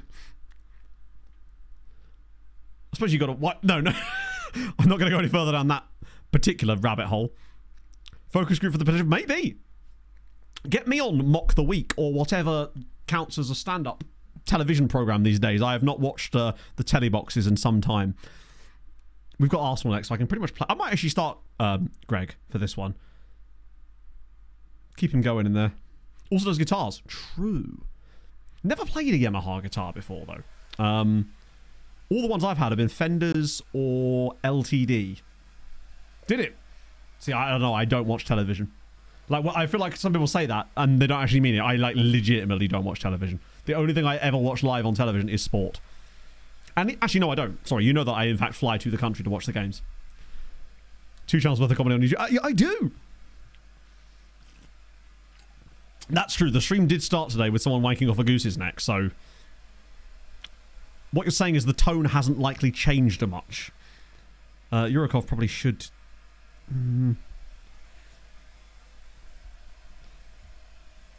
Just for existing. It's true. I'm not allowed near Argos. It's just not possible. Oh, wait, did you get injured? Welcome to the... I mean, I needed it in my life, and now it's in my life. In fact, oh god, is there a second one? You don't need to send it twice. We started with it. We've bookended it by jerking geese. I just noticed I forgot to reset. P.S. When are we getting a Mr. the Assistant emote? We really should. But has the moment passed for Mr. the Assistant? That is the question for us all. Thank you for the 40 months. That is incredibly kind of you. The goose. The goose. Honking ass picture there. Just in case you needed that in your life a second time. I actually can't wait to get that goose tattoo, in fairness. Not that goose tattoo, specific to Lizzie from Top. Oh, God, that was such a good film. Not Top Gun. I was thinking of Naked Gun. That... Very different movies. Although, the new Top Gun film, I say new, it came out like 3 years ago now. Fucking great film. Only honks. Yurikov. The goose on hand at the end of the moment. Hang on. I do. Ignore him. To be fair, bro is girthy in the sort of neck region. Can get my hands around it. Imagine if you just like weren't watching right now and it's just me strangling a goose, and that still sounds like a euphemism in many ways. Bro could probably do with a rest actually. I'll just put him on the chair for the time being. New Superman yet? No. I like the implication of yet there as if I'm going to see it. I don't really care for superhero movies for the most part, so it's not something that's likely on my docket, so to speak. I think they'd probably have to pay me to watch it, to be honest. Do not hate me. I am familiar with over 600 dance moves, and I am programmed to get freaky. Mrs. J, thank you very much for the follow. Wait, that isn't who I think it is it? Or is it just a massive coincidence? Also, Cooper, Young Sticks, thank you very much for the follow. Me. I am familiar with over 600 It could be dance against moves, them. and I am programmed to get freaky. Imagine. Extremely girthy. That's perfect. And there you go. This is what I was saying this morning about how every half an hour or so I'll throw in something absolutely unhinged so that you go, wait, what? And then you tune back into the stream. It's a very clever tactic. It's kind of like Channel 4, how every now and then they'll just show a penis on screen and you're like, do you know what I mean? And it works, because who doesn't want to look at that? We're definitely missing... I'm getting so distracted here, chat. You're triggering me. Yes! Vindication. I think that's possibly even more of an honour, in a way. Like, getting a comedian to laugh is one thing, but getting a comedian's missus to laugh is another. That's what. Because they're used to that shit. Yeah. Government-sponsored cock. Don't give them ideas. Clever if it was on purpose. But, yeah, true. That is true. The good things I do are indeed accidents, and everything that goes wrong is my fault. Everything I've ever done in my life that was good was completely accidental. I was meeting up with a bloke when I found Pog. Never did get to see Stan. This song is kind of apt for... Oh. I remember when they first introduced Naked Attraction. Terrifying. Yeah.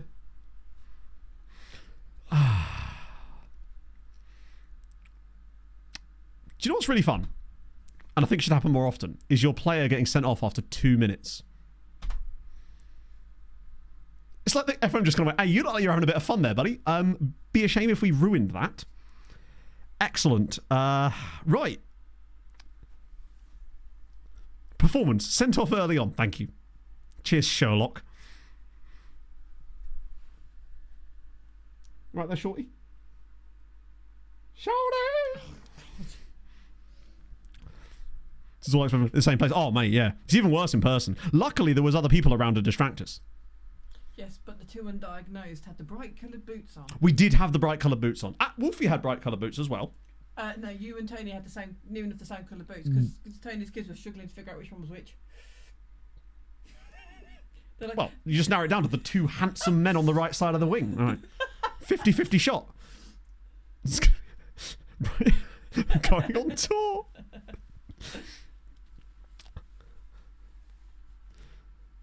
A welly man. Yes. I thought I was going to go in there. I can see you wearing wellies. I don't think I've ever owned a pair of Wellington boots. Because you're cute. Is it welly whacking? I don't want to know what that means. You just throw wellies. How many more days for Pog at the Hellhole, Pog? How many more days have you got left at the Hatred Factory? 6. 6 shifts. 6 more days at the Hatred Factory. You'd love to see it. Did the lights just change in here, or is that just me? Just you. I thought it was Twitch doing phantom notifications, as it does sometimes randomly. Yeah, no, oh shit. Well, Anthony Blackson has just scored. We're going to lose this game, right? It's naturally. It's fine. What you do is we go for a lovely meal in a restaurant that has a ball pit. You'll never see I've been saying this for ages. What, that? You've been saying that for ages? No, like there's like a wacky warehouse type of thing that you can. There's got a bar and you can just get drunk and play on the soft play. And go down slides. I'm afraid I'd break things. Like, more importantly, myself. The fact that I'm still aching from Saturday in like certain places. It's mittens attached to a star. I love a bit of mittens. I think goalkeepers should have to wear goalkeeping mittens in the winter. Keep their fingies warm. Keep their fingies warm, exactly. Then again, you just kind of get sweaty in goalie gloves. I should know, I used to have to wear them a lot in school as I was the fat kid that always went in goal. That's just true. Yes, he'll take up all of the goals. I would just bring them instinctively. But wasn't that fact? I did GCSE PE, I'll have you know. I got an F in golf. That isn't even a joke. That isn't even a joke. That is just a fact. Are we just going to... Okay, just wide. Less warm when the wall gets wet. True. They'd also be very heavy, I suspect. There is an F in golf. This is very true. And it is technically the most academically advantageous letter of the word. You don't want a G. What? It's basically, when you do GCSE, they hand you this giant list of sports you're allowed to do. And I thought, well, fuck it. Let's do a bit of golf. Didn't go well. Nagolo! Oh, over the bar. I put the F in golf. Damn right. I spent most of my time playing golf just hacking away at random mushrooms that were growing on the golf course I used to play on. I did get a very fetching Pringle sweater, though. So something good came out of it. I was very terrible at golf. Some of the options you get in there are crazy. Trying to make them raw. But no, genuinely, I actually do like raw mushrooms. I think they taste like half the time when Pog and I are making fajitas and stuff. With the mushrooms and stuff, we've eaten half the damn things before they even go in the goddamn pan. Like, they're too delicious. Brightly coloured trousers. Yeah. I mean, I suppose you could argue that football does that in a set. Not trousers. That would be absurd. Not everyone's Gabor Kirai. Giant garlic mushrooms. Now we're talking. Golf trousers remind me of that bear with the yellow trousers. You mean Rupert? Yeah, Rupert the bear would have 100% been like played off like a 10 handicap. Yeah. For sure. Yeah. Also, our vacuum's been delayed to 5:15. Oh, hang on, sorry, what's been delayed? Vacuum. Our vacuum's been delayed. To 5:15. It's trouble getting the air out.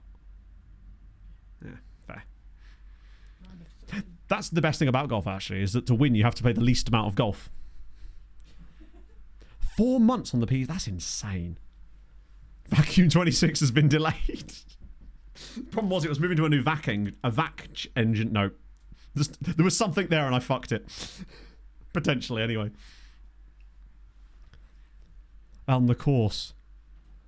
Isn't that more of a Pooh Bear type of thing? The whole not wearing trousers? Yeah. That feels like a very Pooh Bear vocation. Anthony Blackson scored again. This is disappointing, but actually, I'm surprised. We probably should have scored more goals here. Beats mixed up again. Yeah, I think you're thinking of Pooh Bear. Or Winnie the Pooh, to give him his government name. Can you believe it? I very much can after getting a red card after 2 minutes. I still think we could win this, you know. Because we're just better than them. I actually thought we were going to get another pen. No, what are you doing? Okay, never mind. Actually, no, I still think we win the ball back for them to score. It's easy to predict things when you're saying them in real time after it's happened. It can. Yeah, exactly. I'm calling it now. 3-2 to Sochaux in the end. We're just better than them in general, and I don't think the red card... I think the red card is what's going to stop us winning this game 6-2, but I don't think we can be stopped by the mere measly mortal force of a red card. Who needs a playmaker? Oh, okay, maybe us. Okay, lad, maybe run towards the guy with the ball. How's he missed that? How has he missed that? Yeah, apparently the fixtures this weekend are looking tasty. We've got Man United at home, so that's going to be 1-0 Manchester United. Can't wait for that. It'll be a Bruno Fernandes goal that loops in off of Josh King's hair in some manner. That's just what happens when we play Man United. I'm ready for it. Do need to make some changes to my fantasy lineup this weekend, though. Need to maybe get a goalkeeper. Do I want any half-time changes? Greco's not been good. I might actually go with Ruggieri for the second half. Like, I trust Greco to a point. They're not great. It would explain why they are... Actually, they're doing okay this season. Velasquez has now hurt himself as well. God, we've got Arsenal midweek. 35 more wins to the league. I'm liking each other. I mean, the fact is, if you get a second win, let's be honest, you're probably going to be, at that point, 6 points clear of the drop zone for them this season. It's hard to say. Like, I feel like we're... Having watched this against Brighton, I feel like even if we didn't sign another player, we'll be one of those teams that's just fine. Good enough to beat a lot of teams, bad enough to get beaten quite a lot by the others, and just draw a lot of games. But I'd like to see us show a bit of ambition and actually try to kick on and do something. But, I mean, Tony Khan is in the country now, at least, so it's nice to have our director of football, you know, the man responsible for this, actually at least on the same continent as the team that he's allegedly working for. But he's more likely here for AEW than he is for anything Fulham related. The Kevin stuff still rumbles on. Shakhtar have dropped their price allegedly a little bit, but they're still asking for like 45 million, which is insane for a 22-year-old who's never played outside of Ukraine on a European level. That's a huge risk for a team like Fulham, right? Has that actually like signed for Arsenal yet, or has that still not gone through? See, well, like Josh King. Yeah, Josh King was probably one of our best players. Probably our best player in that game, actually. Despite Mooney's doing bits. Mooney's, I think he's staying. I think if he was going to go, he would have gone already. Because we wouldn't be able to replace him in the time allowed, particularly with the amount of money that we'd have available from that. That is now 3-0. Mudrick vibes. Yeah, maybe... It's a huge risk. To announce Willian. Rodrigo Muniz Carvalho. Yeah, true. I watched maybe 40 minutes of the pronunciation video, enough to see the wonderful voice breaks and Nurgo I could listen to him speak all day. We've done okay considering literally the entire match has been played with 10 men. Usually that would be hyperbole, but we are going to play over 90 minutes here with 10 men. And only really have a penalty to show for it. But we could have maybe got another one. That is disappointing. Oh, yeah, Manuel Ben's been held hostage. The moment I saw the video, I knew that there was going to be some cracking memes from it, and I was not disappointed. A £50 million offer. When did they do that? Because that suddenly starts to get into territory of like, oh, okay, but I don't remember them doing that recently. I thought Atalanta had already moved on to another target. Okay. Voice crack Ramsey. Mikel. I don't think I watched... Where was Mikel? No, I don't think I got as far as that. Oh, no, I must have done. It was Everton, right? So Nikola Kristovic, yeah. I thought they were kind of dropping their interest in Muniz now that they signed Kristovic. I did see that they signed someone. I'm assuming that was him. So I think it's unlikely that he's going to Atalanta as well. What's likely to happen, basically, is that he will just sign another contract at Fulham. He's underpaid. He's only on, like, apparently £5,000 a week, which is vastly underpaid. When you consider that he's arguably a starter in the Premier League for a mid-table side, you should be paid a lot more than £5,000 a week. He's basically still on championship wages because that's when we signed him. So what he deserves is a new contract, and he seems to he seems to genuinely love it here too, which is really helpful. Yeah, he will be rested at least. I'm probably going to drop him out anyway, but Toby has done well there.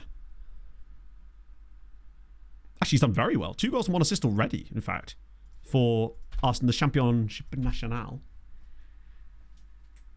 Oh, as if that's actually happening.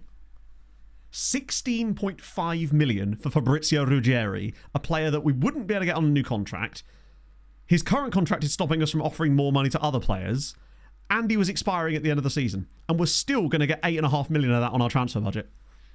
That's brilliant. That nearly covers, combined with a couple of Champions League wins, the Chad man. It's kind of annoying to only be getting half of that, but... Wait. Oh my god, you're right. How stupid can you be? As a football club, St. Gallen. The patron saints of stupidity, apparently. So they're not going to be able to sign him until January 15th, which means we've essentially got £16.5 million for a player that they could have signed for free in January. And we get to keep him for the next 3 months anyway. I mean, that is about as win-win as it goes. I did wonder why they were still bidding on him outside of the window. I just assumed their window was still open. St. Gallen have a tycoon. So they're actually a bit loaded with money. I was expecting a Saudi club to come in for him, but it turned out it was St. Gallen of all people. I think today we'll do Arsenal and... I know we've only got like 5 or 6 minutes left to stream, but we're going to do Arsenal and Paris FC because that will take us up to the transfer window. Takes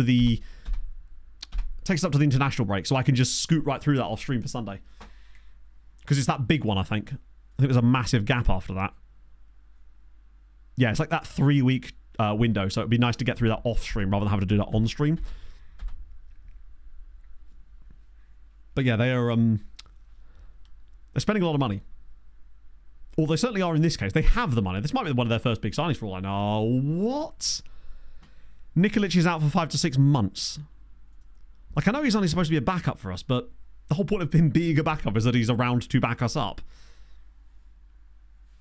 Even more reason to try and get Gripus still in January again, because that's pretty much the entire season he's going to be gone for. He's not going to be back realistically until April at this rate. Tenerife are away at Tottenham. That does sound like a... Well, they've played both of the North London sides in the same Champions League group. And they've lost heavily to both of them. Not a great start to the campaign for Tenerife as far as the Champions League goes. Dead last with a -7 goal difference. They're going to want to work on that. I mean, we're going to get absolutely annihilated by Arsenal here as well, particularly as we've got a tired team. In fact, I don't think I'll be able to start Greco because I could probably start Ruggeri now. I can't believe we've pulled that. That's like literally £16 million of free money. I know we have to pay him a little bit of it, but glorious. Then after that, like Paris FC. After that, it's Lorient at home. This is a good chance to get some money.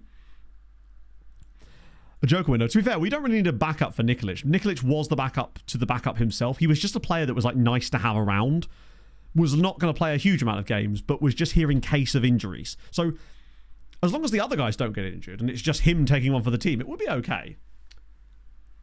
Yes, we use downloaded training. I use our Aaron RDF's ones. I used to have a link to his website in chat, but he's not renewed the domain. So what I have done, though, is I've updated it. So now it just links to the MediaFire folder instead, so you can still download them. I believe it's !training or !schedules will get you what you're looking for. Oh, actually, we probably can play a relatively strong squad. But yeah, I updated it so that you can just go straight to the file itself. Obviously, this doesn't get Aaron the traffic, but if the website doesn't exist, I can't really do much with that. Who's missing? Oh, Nikolic, of course. Yeah, and obviously we can pick a bigger bench now. But there's quite a few options in there, so you should be able to find something that will work for you. Just get him on there anyway, and might as well have a goal on the bench just in case. I forgot he'd asked to leave. I mean, he has like 6 years left on his deal, so good luck, but you'd have a better time escaping Alcatraz, frankly. Not going to start Greco. Going to start Ruggieri. He's nearly back. Nagalo has at least scored a goal and got an assist. Barneccio is probably going to need a little rest after. I think his form is dropping off again. We do need to be careful with Barneccio this season. Like, when the game says he's tired and needs a rest or jaded, I'm going to rest him this year. Because I think that's what really caused him issues last year. Until he fixes the domain. Resting for 3 days. That will probably help you stay fresh, but it will... Well, you'll lose a bit of match shots, but not a lot. What you'll probably not get out of that is development. And that's really where training is massive. So, Kieran McKenna's Arsenal. Do we have any former players in this team? I don't think we do. No. They do have a guy called Luca Nutti on the bench, though. And a guy called Jake Carlisle. I mean, we're at the Emirates. We're going to get... Oh, good. We're going to be behind inside a minute. An ice cream van. The tune sounds like it's putting up.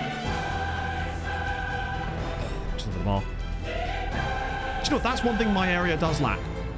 There is a lack of sporadic ice cream van appearances. And I dislike that. Now, there is an ice cream van down by the river, and they're really cheap compared to, like, ice cream van prices are very shit most of the time. But this local one that's down by the river here is actually... It's like a vintage, old-style vehicle that they've turned into an ice cream van. The ice cream's really good, and it's, like, super cheap. I haven't been there for ages. I have to do that on Saturday, when Pog and I have our nice day out. And by that, I mean we're going to go get a fry-up, and then I've got to go buy a suit. Which I'm weirdly looking forward to. Feeling nice and dapper. Well, that's just an immediate goal. Jure Shorsha. Yeah, we're in trouble. But it's likely to not come down to goal difference anyway. Getting that win over Red Bull Salzburg is huge. Because if we can now beat the other two teams that we need to beat, we've got a likely good chance of getting through. Teal... Nah, it's going to have to be like a grey with like the teal accent on the tie. On the plus side, we've managed to sort out some logistics today where my mate is going to pick us up from the airport and then take us so we can drop our bags at his house before we can check into our Airbnb at 4 o'clock. And then he's going to take us for lunch. So that's going to be nice. Yeah, the fact they're a pot 3 team, they have done a few like Europa League sojourns, so I'm assuming that's part of the or they've just been really mid in the Champions League and as a result haven't got a lot of coefficient points. That might actually be what they've been doing instead. Because if they were in the Europa League, they'd still be earning loads of coefficient points, wouldn't they? We are midding the place up. But yeah, a few players are still putting in okay performances. Is he really? Damn. Never buy from one. I don't know. I mean, it's been a long time since I have bought from one, in fairness. But, well, I say it, April. But it was a stationary. Not in the sense that you'd normally buy from one when they're moving, but this is one that's like always in the same spot. It's not like one of those ones that goes around, you know? Sitting around the city. I don't really know. Like, we're there for a wedding, but we're getting there on the Monday and the wedding isn't until the Wednesday. So, we're going to be there for like a couple of days, obviously. And we get there at 9 a.m. on the Monday as well, because our flight out of Luton is super early. But it's anyone we could get that wasn't like crazy expensive. Not big story on the other wing, actually. We're only a goal down here. Like, one tiny bit of good fortune. And this team's ready. Like, a draw at the Emirates would probably be the best result in the entire save, he says, when they're 1-0 down. I'm manifesting it. Laying the groundwork. Arsenal have had one shot on target. Against Sochaux. Like, who are we? Well, Sochaux, I've already stated this, but like, or go on. That is we just don't score goals like that, or rarely concede them. We just don't have players that have kind of got that like ability yet. But I get the feeling like Karapichi might be the type of dude that's got that in his locker. Not the best day for Kilaza, honestly. Like, he's only had to save 2 shots and he's done none of that. Is this not the Emirates? You're right, it's Arsenal Stadium. Which might still be the Emirates, though, because of the city, like, UEFA thing, right, surely? Lamar Korn is a good name. Oh, go on, Alexander. He has scored a goal since he returned here, but it'd be lovely if he could grab one here and keep the... Oh, it's just wide. Do you know what? It puts us back to neutral goal difference, but from travelling here, I would have expected a lot worse. JJ, oh, isn't that the guy that's been absolutely twatting goals in for their youth team or something? God, 40. Is there a rule on like the youngest you're allowed to be to play in the Premier League? I think it's 15, isn't it? Or is there just no rules whatsoever? I thought it was 15. But then again, not actually going to put him in the first team games, is there? Right. Sam's team. Good as he should. 16. No, we've had players that have played in the Premier League at 15. I swear Nwaneri made his debut in the Premier League at 15. Pretty certain Harvey Elliott did as well, right? Liberia, we found out yesterday, absolutely. That was Sweeper, right? I love that Sweeper were tweeting about the Coupe de France and how it'd be cool if we had the overseas tournament. Someone linked them my video about it. Do I have to be able to walk? No, true. Yeah, I don't know if he was the youngest ever. Because I know that Harvey Elliott was pretty bloody young as well. Maybe that was actually them beating the record. Fulham have had a lot of players that beat that. We used to have a guy called Matthew Briggs, who held the record for a very long time. Mongo, was that the Leicester City guy? You can't even play one of them. Oh, I see. So if you could be like, so you could be like 14 years old if you're in the under 21 squad. It still counts. Is he still the youngest? Nice. Velasquez is getting better. I'm a bit worried about that, but I mean, he's got 5 years to think about it. Fulham just have a habit of throwing that sort of stuff at people. Vetta's back there for Austria, Bonacci and Garnier. Okay. Champion in the France under 21s is good signs. I still don't know if he's ever going to have the physicals, but my God, is he going to make a great sale. Did Mungo score for Leicester the other day? Yeah, no one would ever put them in that squad, I guess, unless they were... I just don't think in the modern game that would ever realistic. I mean, I suppose you could say that about Nwaneri as well, couldn't you? But like, it's such a huge like development in terms of just like body like composition to between 14 and 15 if you're playing professional or like in a professional like training environment, that the likelihood of that happening and for someone to actually be that good at that age is almost like non-existent, right? This is an AFCON year. I think it is. I'm not sure. I don't remember losing any players last year, so I suspect that it probably is. Hopefully it will affect other teams too. Nice have won every game. Not Nice, sorry. They've done the opposite of that. Lille have won every game. I know they're the reigning champions, but come on, man. So is Dalman the kind of guy that might actually test that theory? Nice lose again? They did score a goal this time, but they have now lost 7 out of 8. Already, to be fair, they're only 4 points off. 26 goals scored conceded against is pretty bad. That's they've actually managed to concede even more than PSG and Lille have scored.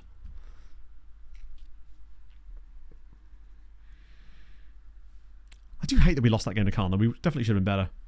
15 years and 181 days. That's going to take a while to beat unless they do that with Dalman. Wow, we've actually got quite a lot of non... Oh, Anderson's back in. It's kind of crazy that he wasn't in to begin with. What has he possibly done to fall out of favour there? So he definitely could, but I suppose if he's... Then again, if it's 181 days, he's got 6 months to beat the record. I feel like this stuff seems to happen more towards the end of the season, I guess, because they like teams sort of know where they're at and are more willing to blood youngsters. I mean, Fulham have been quite bad at that under Marco Silva, to be fair. He doesn't really trust young players very much. So the fact that he is showing that faith in Josh King is probably a massive deal, because he's actually placing his faith in a young player like that, which is so rare. We can't really afford to rotate too much. Although we are missing someone else. I'm assuming it's Velasquez. Let me do that. And then I'll preemptively get El Hassan back on the bench. James does it. Oh, wow. Yeah, I thought it was James Vaughan. I guess that's Premier League, isn't it? Just after the Queen died. Oh, right, okay. Was that just because they thought, fuck it, he's ready? If he's good enough, he's old enough type of situation.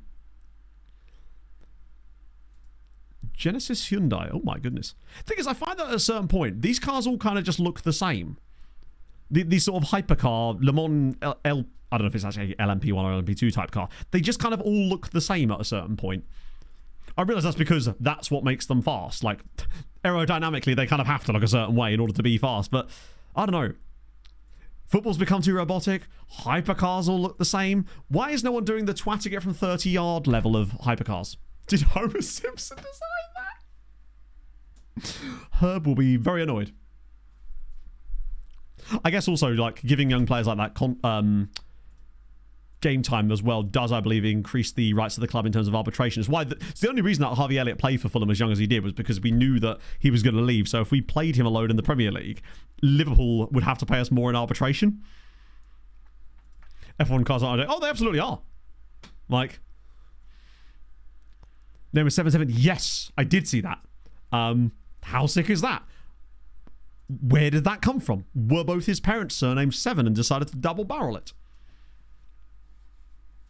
Outside regulations, I suppose. But I'm not particularly interested in like the hyper supercar stuff for the most part. I'd much rather see a shitbox that goes a lot faster than you'd expect, I suppose, as Barnecce hits the post. I find they don't excite me. Like, I'd be much more excited if I just saw like a random old Subaru or something. Oh, it's a punch. Go on, twist another shot. Oh my god, he actually did. They don't normally shoot from there. 790, let alone 77. I know. The wonders of people's names. Go on, keep it in.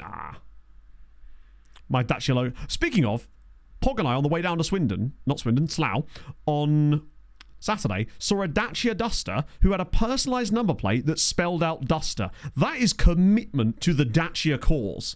To get a personalised plate. It was DU 21. No, wait. No, what was it? It was DU... Yeah, it was DU 21. TER.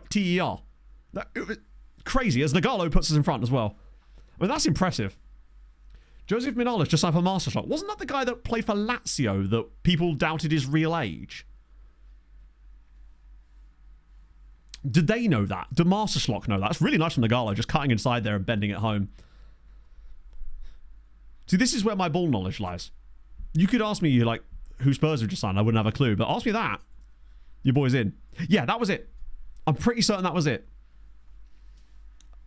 No, DU50. I think it was DU51. I think it was either DU51 or DU21.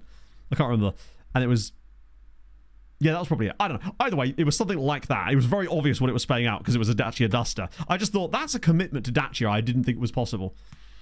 Looks about 46 now. So that means he must be in like his early 60s, presumably, right? Go on, spread it into the channel. Here we go. Go on, drop it across for 2. Oh, we have. And it's Binder's 5th already. He's having a season. 28. No, he's not. If he's 28, so am I. Look up the player's age. Cyreeds have been busy signing a lot of people. Naturally. I see their Instagram post. 2 assists for El Shazli today as well. We've just come straight back into the league and have resumed normal service. This is really good news. I know Paris FC aren't great, and we haven't really played any of the really good sides just yet, but getting the points on the board. Was he actually at Slimming? Oh, he's experienced the shopping centre. What's not to like? Oh, shit. Bruce Thigh. Right. 2-0 up. There's no point in risking it on Tristan. So we'll get Morel on for a little bit. Anderson struggled, so it's time for Nicky Tucci. Time for Big Stan.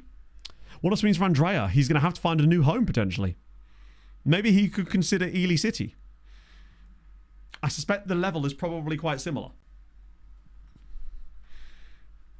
Nicky Tooch. What a lad. We've got 71% possession. It does... Generally speaking, we're quite good in games like this. I know we're decent in like the transition phases too, but like when we've got really high possession statistics, we tend to just completely overwhelm teams. We're just passing around their box forever until somebody can put a good ball in. There's no real point in not making 2 more subs here. it's a risk, but we just need to make sure these guys don't get hurt. If someone else gets hurt, then so be it. But 6 wins out of your first 8 league games. It's still only 2 points clear in the top 4 is actually surprising. Like, we're literally operating on like 2 points a game right now. Actually, over 2 points a game. So this sort of form is the exact sort of... Oh, shit. Oh, that was a weird one. I wonder if the game is cooking up some crazy. Also, I think this is the debut of Bongani Fortune, too. He's not the tallest. Actually, he's not too bad. Right, Ruggieri. He's got Nicky ahead of him. I don't think Tucci's... I think he's got an assist for us so far, but he hasn't got a goal, I don't think. Nicky Tucci, down the left. Can he get another assist? Drops it across. It's a relatively weak cross, but I like the idea. Particularly if he can keep the intensity here and maybe grab the ball off them again. Somebody get a touch in. Ooh. Don't let him run behind you. If they were to score here, there is still a chance that they could get a goal back. That might be offside, actually. Wow. Ruggiero did not reject the transfer, no, but turns out things are even better than that. It was outside the window, but it means that now St. Gallen have agreed to pay us £16.5 million in January for a player that they'd have been able to sign for free in January, and he won't leave until January 12th. So we get to play, he gets to stay with us for the next 3 months. We get the benefits of him whilst also receiving £16.5 million in January from St. Gallen. It's lovely. A lovely old job, some might say. They've just tackled each other. The 2 Paris FC players have just tackled each other. Is it the 15th? It's Serkan. Tucci made a little run inside there. It's bounced back across and it's cleared again. Go on, Tucci. Binder again. Surely not a 6th goal for the season. Oh, look at the build-up here. Stoyan. Loads of bodies in the box. That is a penalty. The game's glitched out to hell there, but the ball definitely wasn't... What? Wasn't got. What, Brennan Johnson now? I know. He's like the opposite of a Billy Gilmore. Right, who takes the penalties? Oh, it's Stoyan, isn't it? I don't think Stoyan has actually scored a goal yet this season. Oh, it's Binder. Wait, what? Okay. Is he on a hat-trick or something? It is Binder, his 6th goal of the season. I thought Stoyan was our penalty taker. Maybe Binder's penalties have improved sufficiently that he's now the designated penalty taker. Fair enough. 6 goals this season for the Binder. Morel's really struggled off the bench. We're just casually swiping teams aside now. Really, really good business yet again. I guess he is developing across the board, so makes sense that he would get his penalties up as well. Binder left-footed, I think so, yeah. I think he's got really good both feet.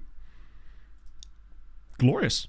I mean, like, obviously PSG and Lille are way above us, but if we can establish ourselves again as the 3rd best team this season, that would be a real achievement, given that we've basically signed nobody. And in some ways have lost depth. So that is actually really encouraging signs. Nagala's watched by Man City, but they can watch him all they want. The window's shut, lads. Like, what are you going to do? Financially, we're looking good. Wait, where did... Oh, that's the transfer budget. Wow, our transfer budget is £30 million now. It means if we do find anyone in Jan, we're in good shape. Really, really good shape. Obviously, we've got the Chad man joining us too in January, which I'm really excited about. I think he could be a really good player in this team that's able to make an impact for us now, while still being young enough that there's a load of development available for him if we get in football early doors. He just seems to have all the minerals, and he's from Chad. It's the best news. I really wish he would declare for them. He isn't going to, considering he's getting Belgian under-21 caps at 17. Heck, he might have been getting them at 16 for all we know. Why is that stalled out? Oh, I thought it was going to do me one there.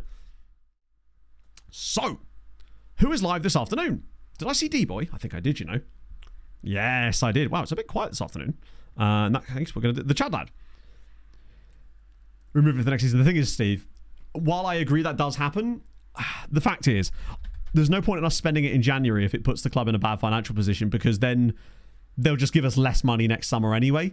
Like, I don't want to spend it unnecessarily on players that we don't actually need. Although, I get the feeling that if we can do a decent amount of scouting over the next couple of months, we should be able to line up a list of guys that we do kind of want. Like Grietabus. We need like 6-7 million for him. We need a bit more for Carestes, those types of guys. So there definitely will be a lot of money to spend. And we're going to need at least £11 million of that to spend on our hopefully new Belgian friend. Sorry, Chadian friend. Oh, that was a really fun one, friends. My back is hurting so fucking much now. I think it's the run earlier. Chaining those two things together never really works. I'm going to have a nice sit down for a little while. Enjoy the rest of your day. I will see you all on Sundat. Hold your gun. Capybara. Bye-bye.